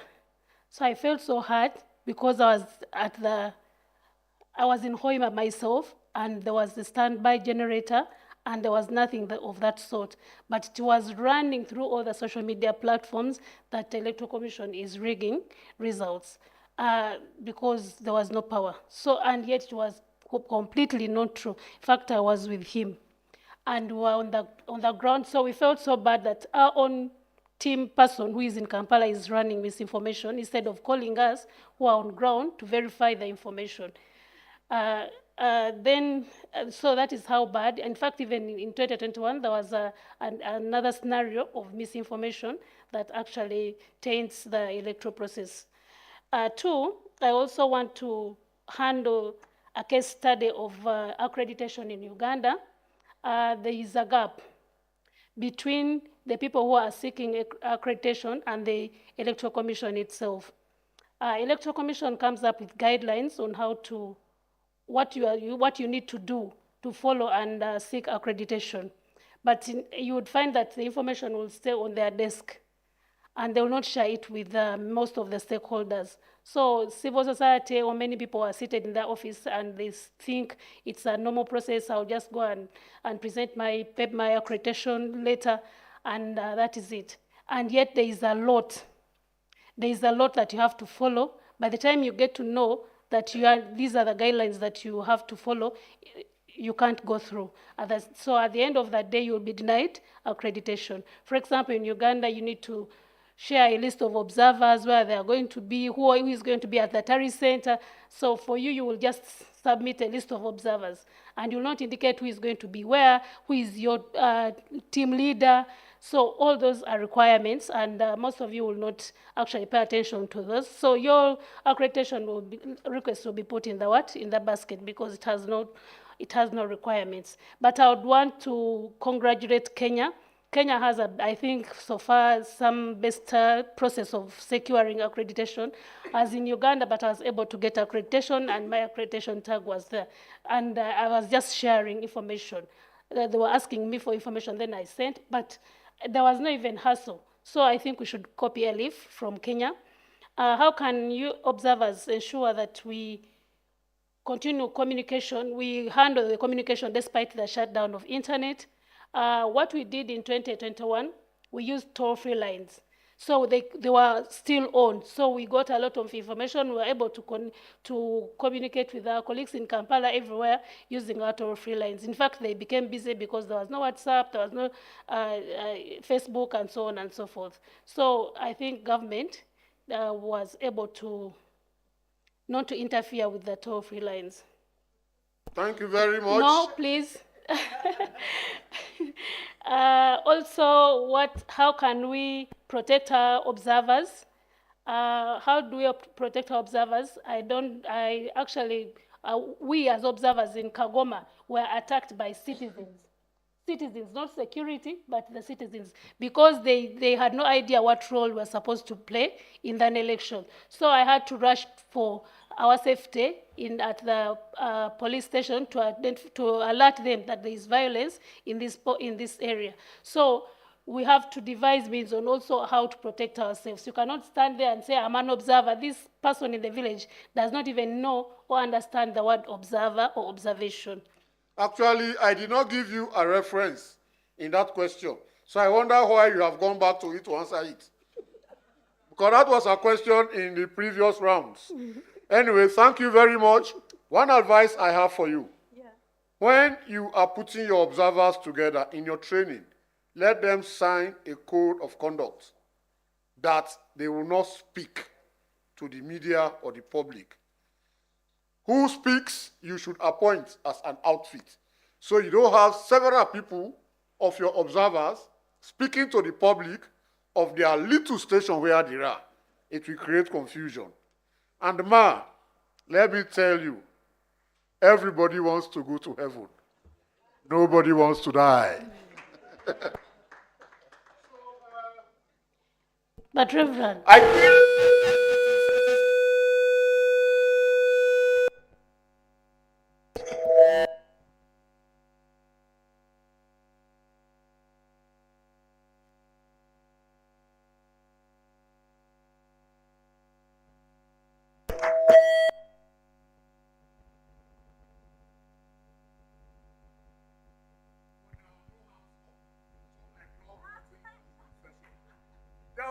up. So we bring this session to a close. So whilst we two are coming to take our group picture, can you appreciate these people, please? Appreciate yourselves too. With me, I'm not going to do vote buying. If you want, you clap for me. If you want, leave me as I am.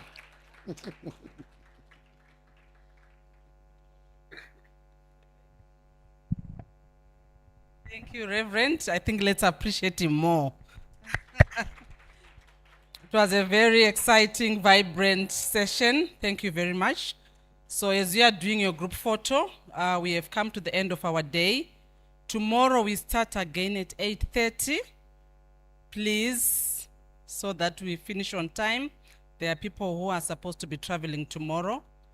There are a few announcements from Henry. Where is he? If he can come over, Henry. Otherwise, from us, the moderators, please enjoy your evening. Henry, over to you.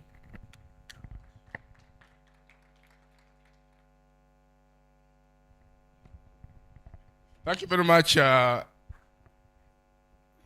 do you call the master of ceremony that is a female? the mistress of ceremonies, madam of ceremony. Thank you very much. I have two announcements to make, please. Two announcements to make. The first one, at Afionet Secretariat, we are trying to track civic space for citizen observers. So we developed a tracker. We would want to know what is happening in your countries. So I have sent to you, your emails, a tracker. That track has 4 pages, but the first 3 pages are explaining how you can score your country. Please, tonight, fill it.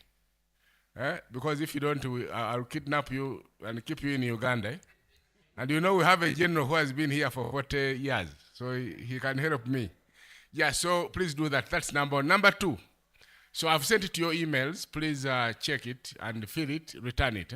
I will really appreciate. We want to know the situation of citizen observers in your own country, the way you feel it and live with it. Because NAFA here alluded to it, we did not give it the attention it deserves. We in Uganda understand when the government comes out and says, your organization is receiving illicit funding from foreigners. The next thing that is going to happen,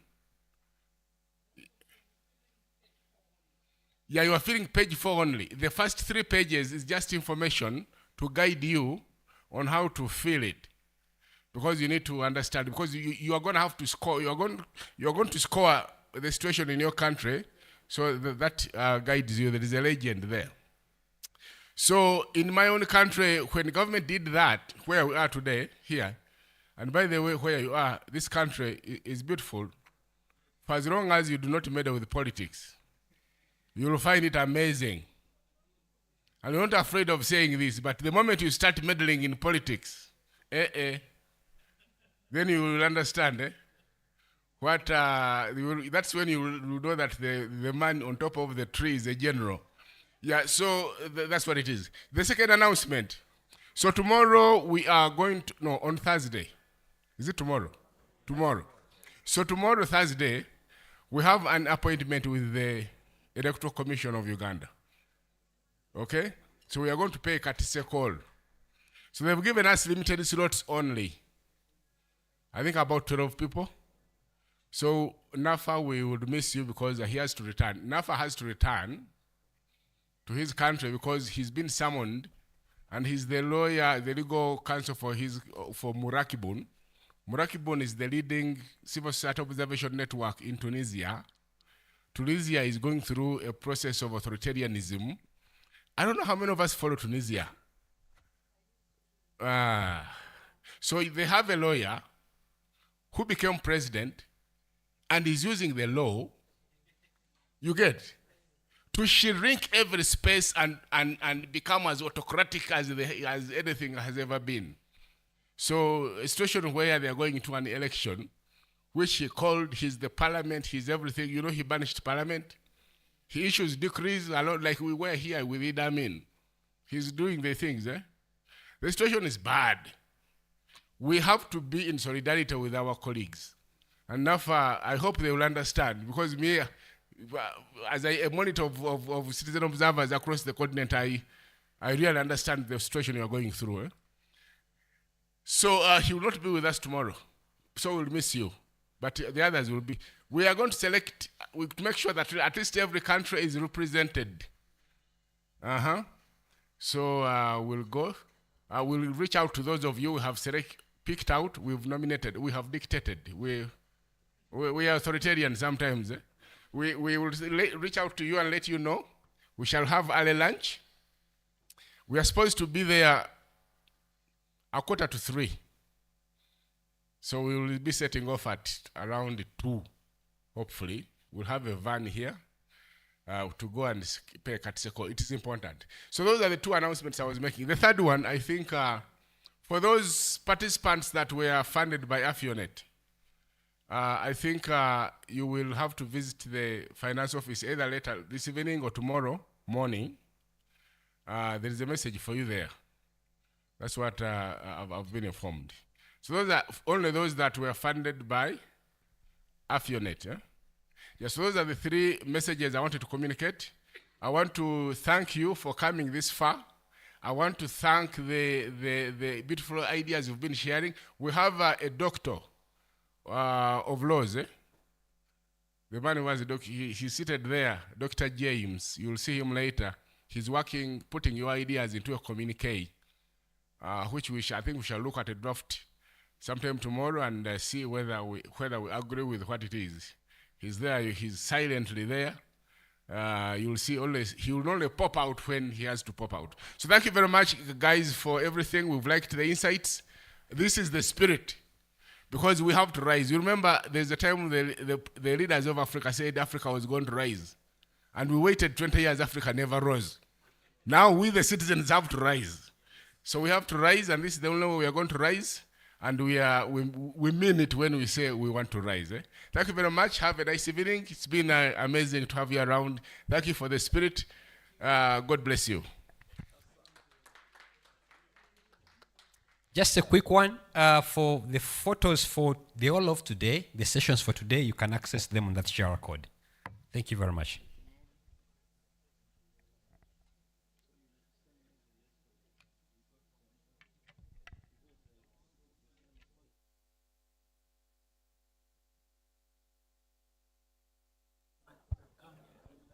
Tomorrow we start at